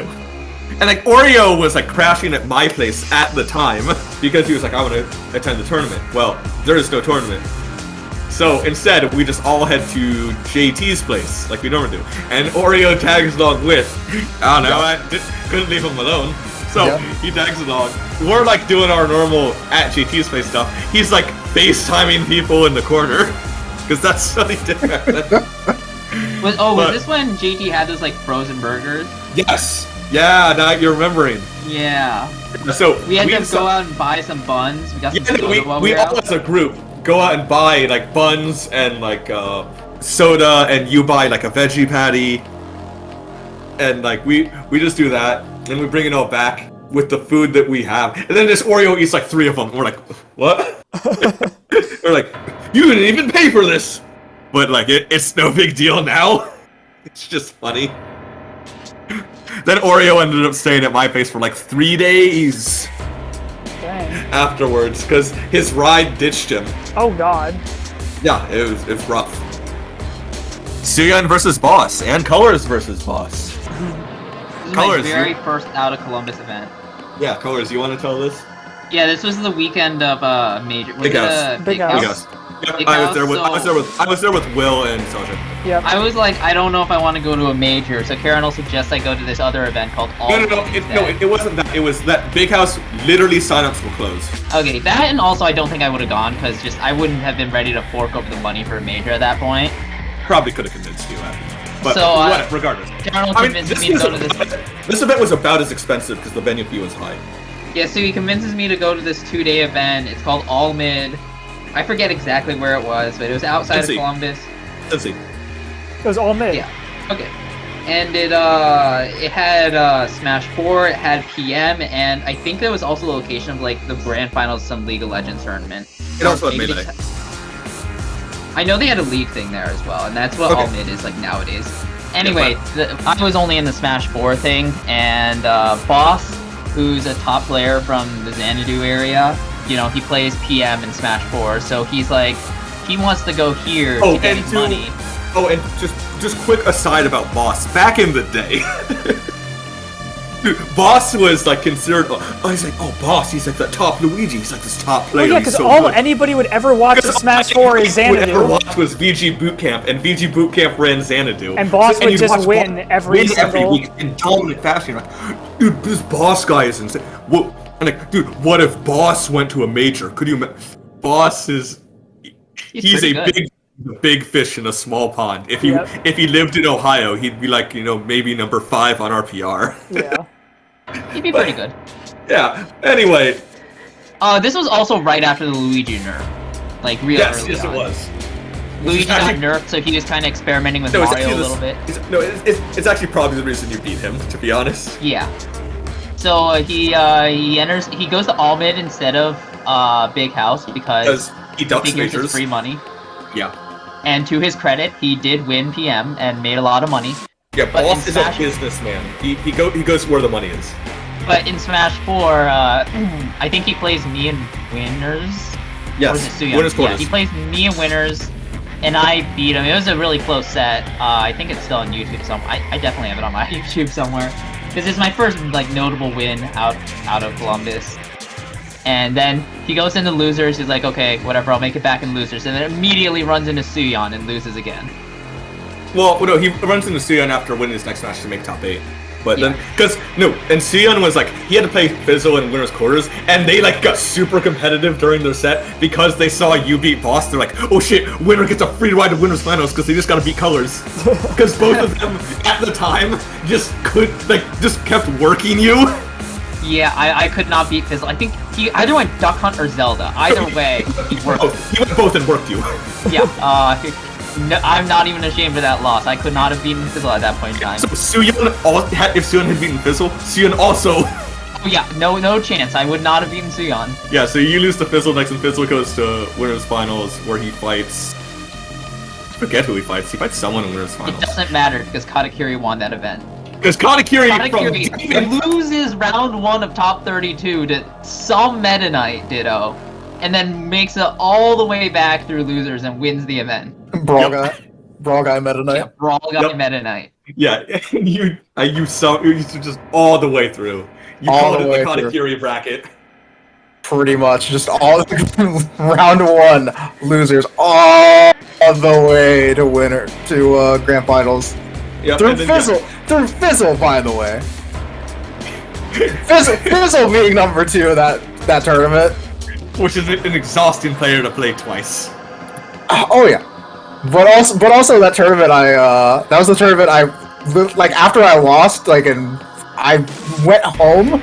I drove from Cincy back to Circleville to get a good night's sleep instead of like sleeping on the venue floor or at Apple's place or whatever. It was a 2-day event, so like yeah, the venue was like in an auditorium or something, but there was like a room above the auditorium that they just let us crash in. So yeah. It wasn't that bad, but definitely. I wanted to be refreshed, and I came back like, refreshed. 100% understand. Yeah, and it was the right decision. You won the whole thing. Absolutely. All right. Also, just a quick aside about the TO Timbo. Will, you know who Timbo is. Yeah, I know who Timbo is. Katakuri colors. You guys are slightly. You guys don't know him as well, but Timbo was pretty casual back then. Like, his friends were like, "Oh, there's a Smash event Almond." He's like, "Oh, I'll go to that." So he goes to that.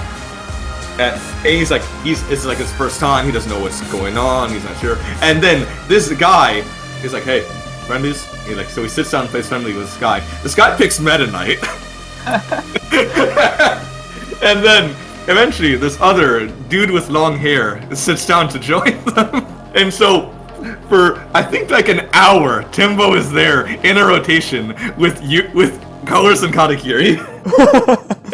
Just getting destroyed. Oh god. And it's like, is this just what like the people who play competitive tournaments are like? Like, are they just all this good? Do I suck this much? And like after an hour of playing you guys in a rotation, he like gets up. He's like, "Alright, GG's." He's like kind of like he walks like a few feet, and like he looks at another monitor, and he's like boss like 0 to deathing some guy. He's like, "I gotta get out of here." he just leaves and goes home. Oh no. And that's the story of Timbo's first Smash event. Oh no. Unfortunate. I can't say I remember it because you really say you remember every friendly set, but... No, but sure. No, he just ended up getting destroyed in friendlies and didn't seem like the top 8 seeds playing. It was literally, like, is this everyone? Yeah, it was literally like, "Those of you with weak constitutions may want to leave the stadium. I gotta get out of here!" Exactly. Let's see. The BVGC documentary. Oh yeah, that was Meaningless Names. Yeah, Meaningless Name, like making like spoof documentaries of all these obscure weeklies. Yep. Jesus Grinding Falcon. There's just this fantastic image of a dude dressed as Jesus in training mode at Game Arena with So Captain good. Falcon. So good. Oh, it's so good. Let's see. Keep skimming from the top. Alpha Collusion. Whoa. Alpha Collision sure is. I'm sorry about this, Alfred. Your events were dog shit. Sorry, man. But God. Hang on a second. Alpha Collusion. What? Deep let me lore. finish I've this. only been to one, and I don't think man, it'll it be- I don't was. think- I It don't was think- before my time. We're recording. It was, and dude, I remember this was still during the 2-stock, 3-stock debate. Anyone with a brain was like 3 stocks. Oh yeah. Come on. And however, Alfred was like, "Well, I don't want things to run on time, so we're doing 2 stocks." But then he changed it from 2 stocks to 3 stocks mid-tournament. When did he do that? I don't know if you were at that one actually. That was the one that I went to. I went to. It was like your first tournament was like an Alpha Collision. Yeah, my first tournament was the Alpha Collision with Cbus. Oh, just a quick aside. When we were talking about making Donatos a weekly, like before I came to Columbus, like you guys would have pack rats on the weeks that you didn't have Donatos. We're getting to pack rats is around here. Oh, is it? Well, my point is that you had an event every week. Yeah, no, basically we had pack rats. Okay, actually, let's just talk about pack rats right now. Oh yeah, here it is, 18 plus pack rats. Basically, Pack Rats was this local at this shitty card shop called Pack Rats. And, Katakiri, as you described it, it was a room with outlets. Damn right, and that's all, room with outlets and tables, and that's all we needed. Tables for Suyon to smash his glasses on in rage. Not rage at Pack Rats, but, so at Pack Rats, it's where Wood Rage started. And Pack Rats is, it's a fine local. It's alright. Well, it's alright. We have it every 2 weeks to coincide with Donatos. And it's really nice when, we had that. But then, Pack Rats was like, no minors. No one under 18. We're like, what? But we can't. I don't know if we can just, they're like, alright, no event. What? But can we talk about, no event! That was it? Yeah. No, that's not how it went down. Oh yeah, how did it go down? Okay, so they told us no minors without parental supervision because we did have a lot of people that just kind of dropped off their kids and entered the tournament. Darnell. Yeah, and so Alfred was basically just like, okay, well, we don't want to actually exclude people from this tournament, so it was his decision to just not run Pack Rats at that point. All right, fair enough, I guess. Yeah. Yeah, because it wasn't like it would have hurt the numbers by a lot, because it was also a PM Smash 4 split, so there are a lot of older dudes there as well. Yeah. But yeah. But my point is, since that stopped happening, that's what you guys had for basically a weekly before I joined the scene. So after a year or so, I'm like, this bi-weekly Donatos, it's nice. I really like Donatos, but I want an event every week. Yeah. So you and I take the place of that. Yeah, so you and I started running our own with blackjack and hookers. Yeah. And E-card. Oh, and E-card. Hell yeah. Alright. Kakuto Gemu. Dope event. Just dope. Yeah. This is a Keith's tournament series where he runs a bunch of fighting games. Then they all have a Japanese number. It's so the first one's E Kakuto Gemu, the second one's E Kakuto, then San Kakuto Gemu, Yon Go Roku. My first one of those was Nana Kakuto Gemu. And Hachi Kakuto Gemu. And when we say different fighting games, you mean at least 10 different games? Oh yeah, there's 10 events. There's the latest BlazBlue game. There's Guilty Gear. There's Street Fighter. Arms. There's Marvel. I don't know if he ran ARMS. No, I mean John Dog ran ARMS at one of them. Yeah, he did because John Dog was big on ARMS. And there's also Dropkick. No, but then also he would have some extremely obscure game as a secret event. Yep. God, Keist events are amazing. Or sorry, Divekick. I don't know. Yeah, and he ran Kyu Kakuto Gemu, and then for his 10th one, he called it something else. I forget what it was. It was a nice event, I just can't remember what it was. It was great, there was Brawl there. What happened to me in Brawl wasn't great, but...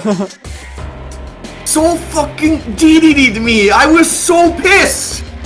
Oh, it's not hard, you're Ike. You got boing, boing, boing, boing.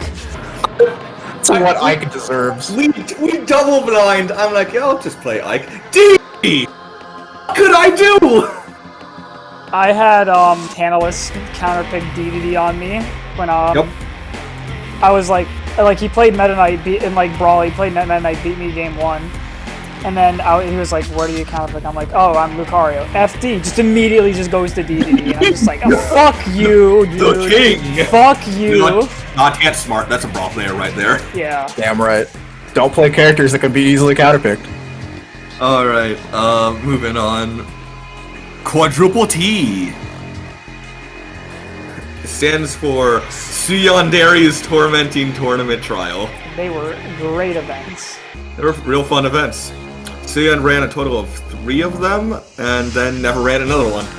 Yeah. Because he just couldn't get the room from ESI. Because it sure is hard to get university rooms for anything. An empty room. Any empty room. Any empty room. Nope. OSU's like, nah. In this economy? They're like, hey, can we use this classroom that literally no one's using on this day? No. Could you at least ask OSU if we could? No. Basically, no. They would ask OSU, and no, I'm saying OSU would go. Oh yeah, nah. OSU would be No. like, No. They're like, but why? No. Hungry Hippos finals. Keith just ran an event where the finals was Hungry Hippos. That was great. It was dope. Darby. So before GB Paul was GB Paul, he shows up to his first Smash event, and I'm like, and I always ask everyone when I'm taking registration, I'm like, oh, what's your tag? Paul. Like, Paul? What kind of tag is that? Like, it's my name. I'm like, Paul.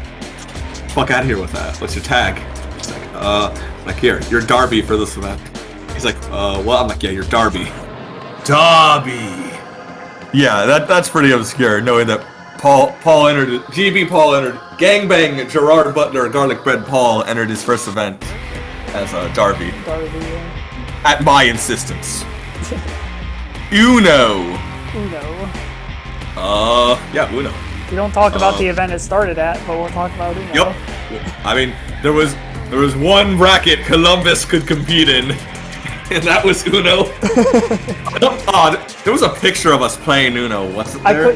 We couldn't find it though. We could not find it though. We spent so long. Yeah, that was also Warhound's caption.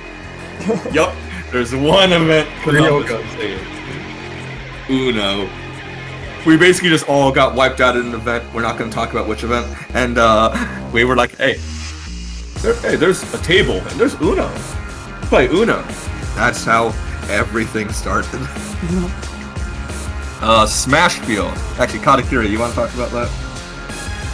Oh, sure. That probably shouldn't even be on this list, but it's here on your insistence. Insistence. I mentioned it, but you were like, no, bro, Smashfield's gotta be here. I definitely never said that. Whatever. Explain it. Like, because it's more Dayton than Columbus, but anyway, Smashfield is basically the brawl grind grounds of Central Ohio, I guess. Like, it's just there were a lot of tournaments there and a lot of Smashers there. It was where everyone would go. Dope's house tournaments. All right, That was also like during the era that Mewtwo King would just show up. Oh right. Because he lived up in Neo at the time, so he would just show up. Back when Mewtwo King lived in Ohio Back when Mewtwo King was Brawl Mewtwo King, the #1 Brawl player. Yep. But he still attended locals. He sure attended locals, picked up his paychecks, slept on the couch half the time. Yep. That's Mewtwo King. And the Clan. I remember the Clan. I wasn't a part of it, but it was funny. So Keist, whose tag is the Keist, there were just a bunch of players who had like the in their name, like the Rabid Chipmunk, the Terrific Tracy. Who else was a part of it? Colors. Who was part of the Clan? Did you mention the Rabid Chipmunk? Yeah, Rabid Chipmunk and Tracy and Keist. Who else was there? I think those are the major ones. I can't. Sure. I know, but I feel like I'm missing someone. But like, yeah, basically anyone whose tag started with the other mango. Oh yeah, the other mango. Yeah, of course. Yeah, anyone whose name started with the, they were in it. All right, back to the other side. Collusion.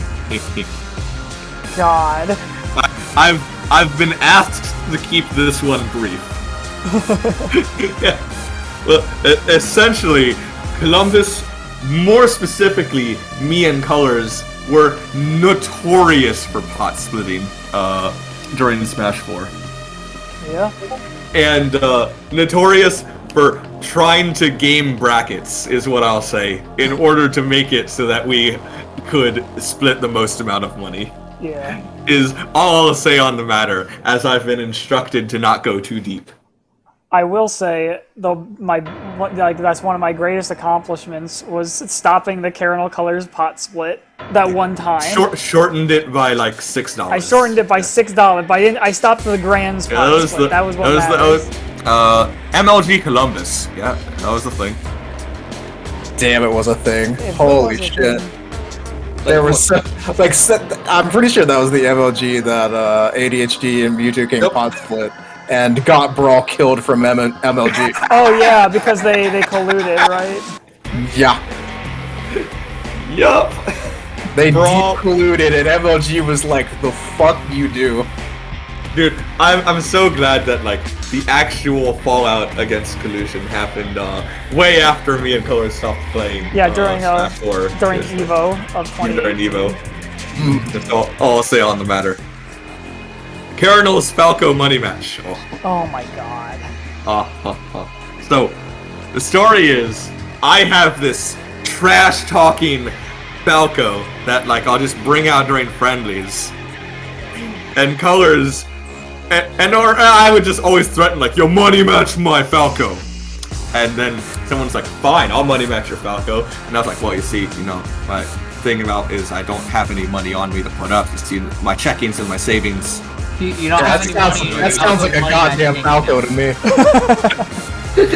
Yeah, and I would do that. But then Colors was like, "Alright, I'll put up the money to money match it myself." I'm like, literally free real estate. So Colors puts down $1 to money match my Falco for $1. Colors wins because like I'm playing fucking Falco. This is before the buffs even.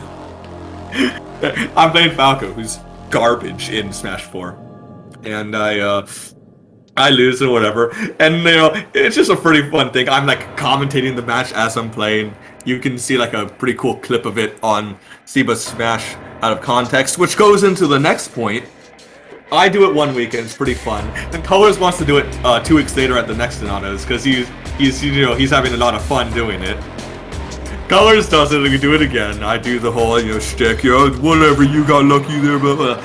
The whole, Brando Falco shtick. Yeah. Then, Will here comes up, he's like, "Hey, I want to money match your Falco," and I attempts to, like the good Samaritan I am, attempts to warn Bugcatcher Will. I should have listened. I say, "Will, you are not good enough to money match my Falco." I try to inform him that there is a inherent difference in our abilities, and that he would end up just throwing money away. I sure did throw $2 away. And as a college student, he does not have much money. I'm trying to help him, but he is insisting. He's like, "I can do it. I can beat your Falco." And so I'm like, all right, well, I attempted to warn him. So this match is all on YouTube, by the way. Just type in Cardinals Falco into YouTube. Yeah, it's all. You can see me working Will with the Falco. See, the breaking point wasn't Cardinal. It was just that Colors was being the fucking peanut gallery the whole fucking match. This is still year one Colors, who is the worst. No offense, but like you were. Like Colors just couldn't stop being the peanut gallery. While I was just getting utterly making like annoying comments. Which like didn't have the charm that my comments did. Yeah, because like yours I could laugh it off, even though I was getting schmixed. Colors was just. You were just like, well, I just feel bad now. Yeah. But however, there came a point in the match where just like I was completely inside your head. Oh, absolutely. There was a time where you did like double standing laser to like keep me in shield and then grab, and you were just like, oh, you see the mix up. No. The time I was completely in your head was I did jab 1, roll behind you. Oh, yeah. Jab 1, roll behind you. Yeah. Jab 1, roll behind you. You spot dodge. I charge a forward smash. I remember. God, that was like. I was like, I've never been in someone's head so hard. The amount, like, I don't usually get like mind gamed that much, like out by other, like usually it's just like my own head that I get. It's usually like I psych myself out. But when it was that match and like anytime I fight Chase, I just, like that. It was those like outside of like that, I just fell fucking apart. And the worst part about it was how I think it was Meaningless Name and Soul were commentating it or something like that. And then Soul put... I was also commentating it. Yeah, you were also commentating. And then Soul put up, like, a picture of, like, a PNG of, like, a Falco, but he was, like, modded to do the DK shrug. Yep. Oh, it was great. Great time. I can't forget if you or I came up with that colors, or, like, if you asked to do it first. I was definitely, it was definitely you were saying, like, your Falco was so good and whatever.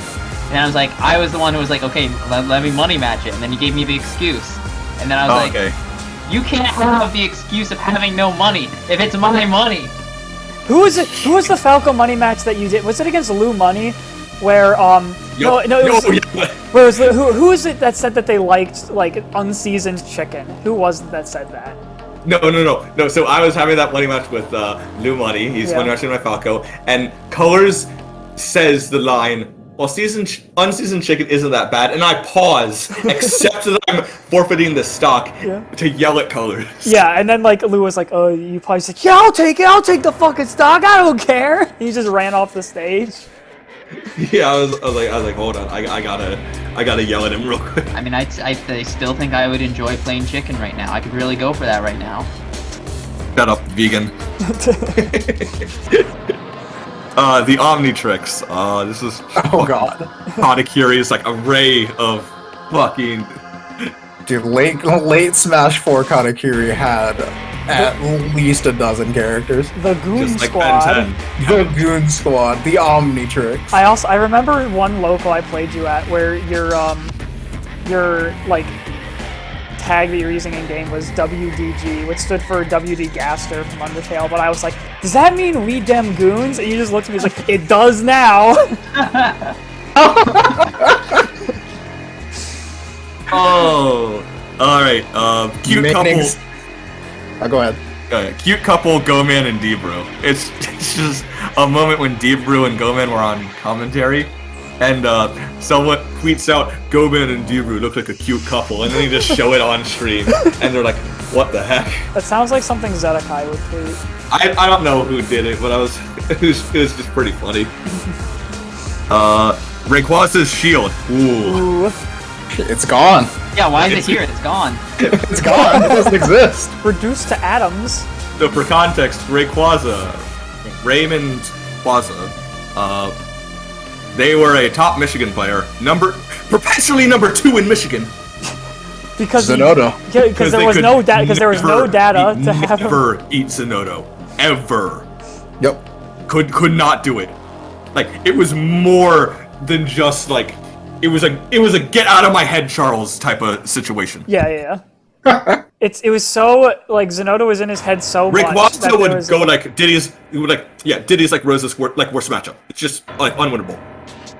He's like, okay, Rayquaza, what the fuck is wrong? Rayquaza also had like the worst in-UI logic, because he'd be like, oh no, I'll get to that. So yeah, we'll get to it. So Rayquaza, Katakuri has been talking about for months. He's like, I want to fucking kill Rayquaza. He just wants to beat a top Rosalina. He really just wants to beat a top Rosalina, really, because he's like, guys, no one believes me when I tell them that Meta Knight is good, and that when I tell them that Meta Knight versus Rosalina is the most lopsided matchup in the game. Pretty bad. Pretty bad. Yeah, this is pre-patch Meta Knight. Yeah, pre-patch Meta Knight. And then Katakuri has beaten you and I multiple times at this point. Like, we're just like, yeah, no, we lose. Katakuri has wanted to beat Rayquaza because Rayquaza is the other top Rosalina at the time because he got top 5 at Big House, strangely enough. And Rayquaza, he talks himself up pretty high. He was like, yeah, I'm a top 10 player. We're like, whoa, top 8 in one event, man, chill out. But this was right after Big House too. Yeah, it was right after. Yeah, it was like maybe 2 months after, because like. I should be over Zenodo because I outplaced him at Big House. Exactly, he would do that kind of shit, even though he could never beat Zenodo. And basically at the end of every tournament, like Zenodo would be in first place and he would be in second, so the seeding should reflect that. Yeah. But anyway, Rayquaza had Katakiri kept going to Michigan a lot at this point in time, but he would always end up on the opposite side of the bracket from Rayquaza. And Every time I ran to like K7 with low one. No, the problem was you could beat K7. I mean, I could beat K7 like 50% of the time. We traded sets a lot. Sure. However, the issue was it was always low one. Yeah, I mean, alright. Luigi Meta Knight blows. Always has. Having to get close to Luigi sucks. And you also could just not beat Sonoto, which was a different problem. But most of the time you just ran into low one. Yeah. But like, this time, low one already in losers. Yep. Yeah, because you lost to Yoshi Kirishima, because I beat Yoshi K in pools. Yep. So also, Yoshi Rayquaza, your side of the bracket. The stars were aligning. You were shuffling around the venue going, it's time. Yep. It's time. And I recommend anyone go watch the set on YouTube. It's still one of my favorite sets to this day. Katakiri, like, first off, in the first 20 seconds of the match, kills Rayquaza. Just takes his first stock. Yeah. Then stock 2, they plan it, and it ends with him forward smashing his shield. Rayquaza like rolls away. Katakiri forward smashes his shield again. Rayquaza is like rolling around. Katakiri's like, oh, you're done. Dimensional keep. Rayquaza tries to shield it, breaks immediately. Yep. He breaks immediately. You taunt, the crowd cheers, and then you kill him. Luma was dead, so I could taunt. Yeah. Yes.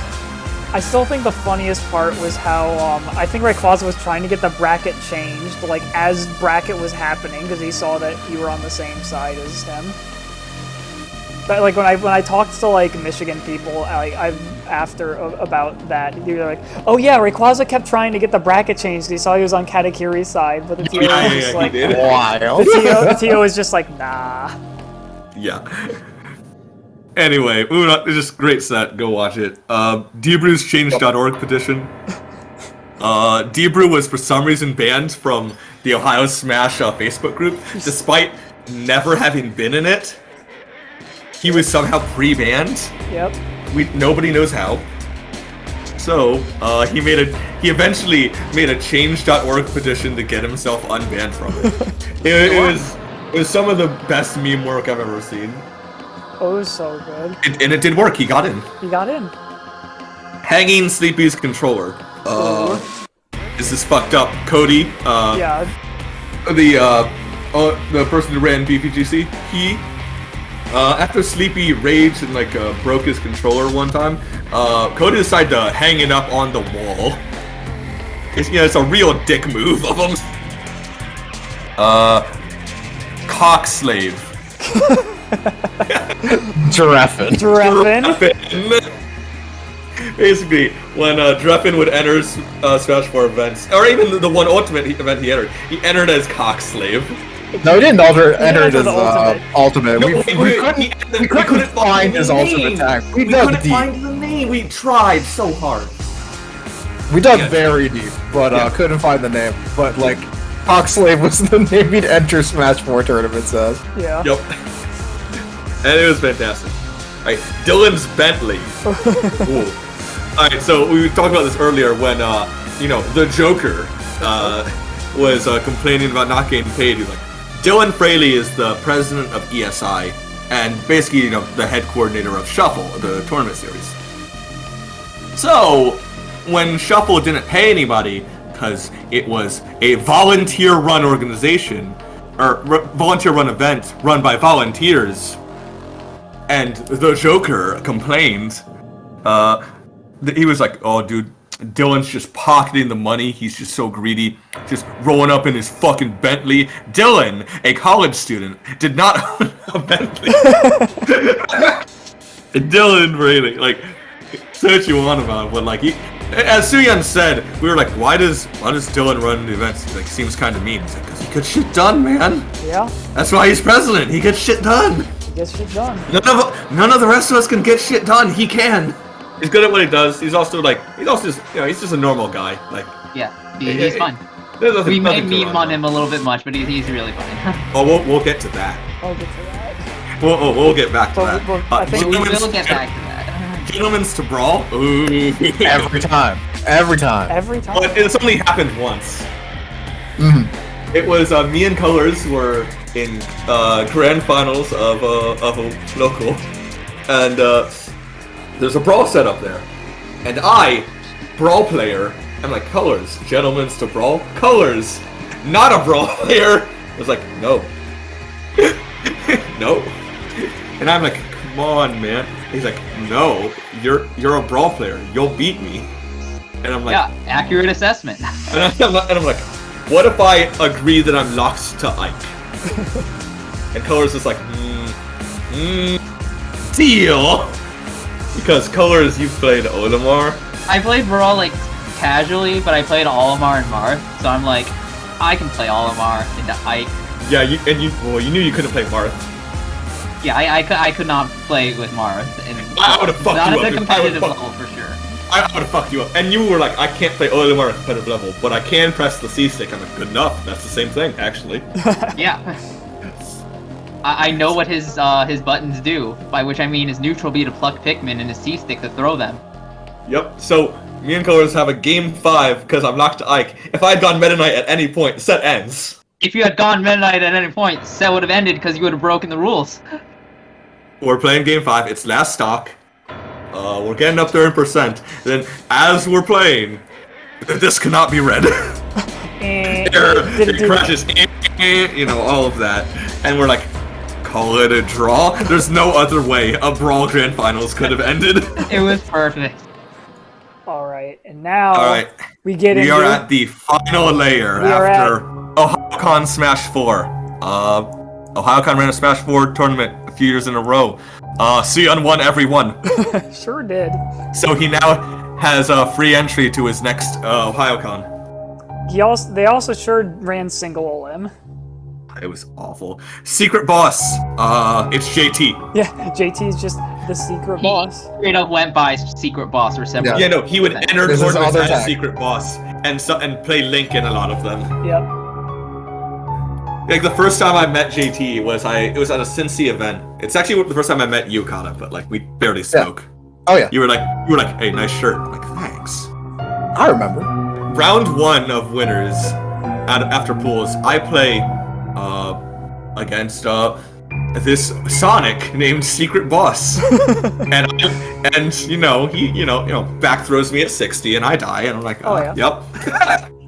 Free pass Sonic. Yep. Holy shit! And I'm like, yep. Point in time, JT is probably like one of the best players in the Midwest, low key. If you were playing Sonic that early on in Smash 4, Yeah. Oh yeah. it's just, what can you do? Good. So so he beats me. I'm like, oh, okay, good games. And I just see him later. Yeah, but that's the origin of JT, secret boss. There's so many layers to JT. How can Q compete? I mean, really. I wasn't even aware that Q was in competition with JT. Yeah, he has his brand. Yeah, he has his brand. His brand's all right. He's the self-proclaimed. His brand's great. But see, it cannot compete. Q's I'm brand. just sorry. No, I'm sorry, but Q's brand is great because it just proves that there's no such thing as bad publicity. Because I've never seen a man just put his ass on fucking Twitter on a daily basis. Like, just metaphorically, of course. Like, just puts a kick me sign on the back. For now. Yeah. Metaphorically for now. For now. Yeah. Just puts a kick me sign just on his back daily, and he gets it, and he I gotta respect it. Alright, join D in 5 supporters today. This is just a random thing that, I forget how this popped up. You can find it on Cbus Smash out of context. D, I think it was D-Brew is the D. Oh, we forgot to put Alex B on here. Who's Alex B again? Colors, you remember at Mad Max? Yeah. Where Chef Dog's reading, who's Alex D? Because we're getting the receipts back. And From our we're like, bill. we don't know whose card is whose. So Chef Dog's like, oh, I'll just read the name on the receipt. Who's Alex D? Our server. Turns out that was our server. He was reading the wrong name off the receipt, and it was D-Brew's receipt. But yeah, join D in 5 supporters. I forget exactly what this was, but like it just said join D in 5 supporters, and I was like, this is deep lore. Gotta put it on here at the bottom. Carlos versus Jaguar Grands. Oh, it's iconic. It's beautiful. It's me and Selja commentating. So Jaguar, we've talked a bit about him before. He was this Olimar Luigi player. He hated me in colors. Well, actually, he was actually pretty cool with us. He hated playing us. Yeah, that's the thing about Jaguar. He never like took anything like personally, but if he hated, he would let you know. Playing against us. He was pretty vocal about how much he hated playing against us. Yeah. Which I understand. We're Rosalina.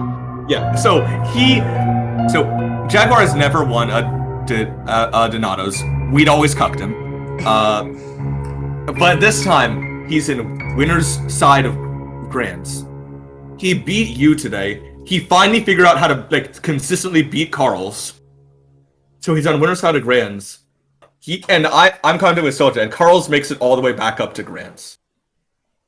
And Carl's, who cannot figure out how to beat him with Fox at this time, because Carl's was a Fox main. And so this is the lore of how Carl's plays Shulk today. Because if it weren't for this set, I think Carl's would still be a Fox main. Yep, I believe that. The Shulk. Because Carl's had the Shulk. It was a meme! It never won any games! Yeah, his Shulk was just a fucking meme that whole, like, up until that set. But then, he picks Shulk against Jaguar's, Olimar. Wins game 1. Jaguar rallies back and wins game 2. Carl's wins the next game pretty cleanly. It looks real bad. Jaguar switches to his trusty Luigi, gets smoked by the Monado. And then, that's the reset. And then, in game 1 of the reset, he goes back to Olimar, gets destroyed by Carl's. There's nothing he can do. He goes shield Monado. None of the Pikmin could kill him. And so, after game 1 of the reset, Jaguar says, there's nothing I can do. Well, and unplugs. You know what the breaking point was that Carl's countered a purple Pikmin smash attack at like 40 and just killed Jaguar, and like I just remember hearing you go like, oh, and then in the background you're like, that's it, I'm done. I'm done. Like, he goes, there's nothing I can do, and I'm just like, he missed. And so Carl's won after winning 1 game of the reset. And it's a legendary grand final, so go give it a watch if you've never seen it before. Yeah, just look up Carl's versus Jaguar. It has like 30 views on YouTube or something. Yeah, the Keyboard Guy redemption arc. Ooh, yeah, this is. So we talked about Keyboard Guy earlier on, but what people don't talk about is that I actually ran into Keyboard Guy maybe a year later. At Popeyes, he was working there behind the counter. He recognized me. He's like, "Hey man, what's up?" I'm like, "Oh shit, it's Keyboard Guy." And he's talking to me. He's saying oh, he's got this new job at Popeyes now. You know, his life's getting better. I'm like, "Oh, this is fantastic." He managed to find employment, and it looks like he's working through everything he was working through. So good for him. No, don't just want to end on a sad, sour note about Keyboard Guy. Looks like the guy's doing pretty all right now.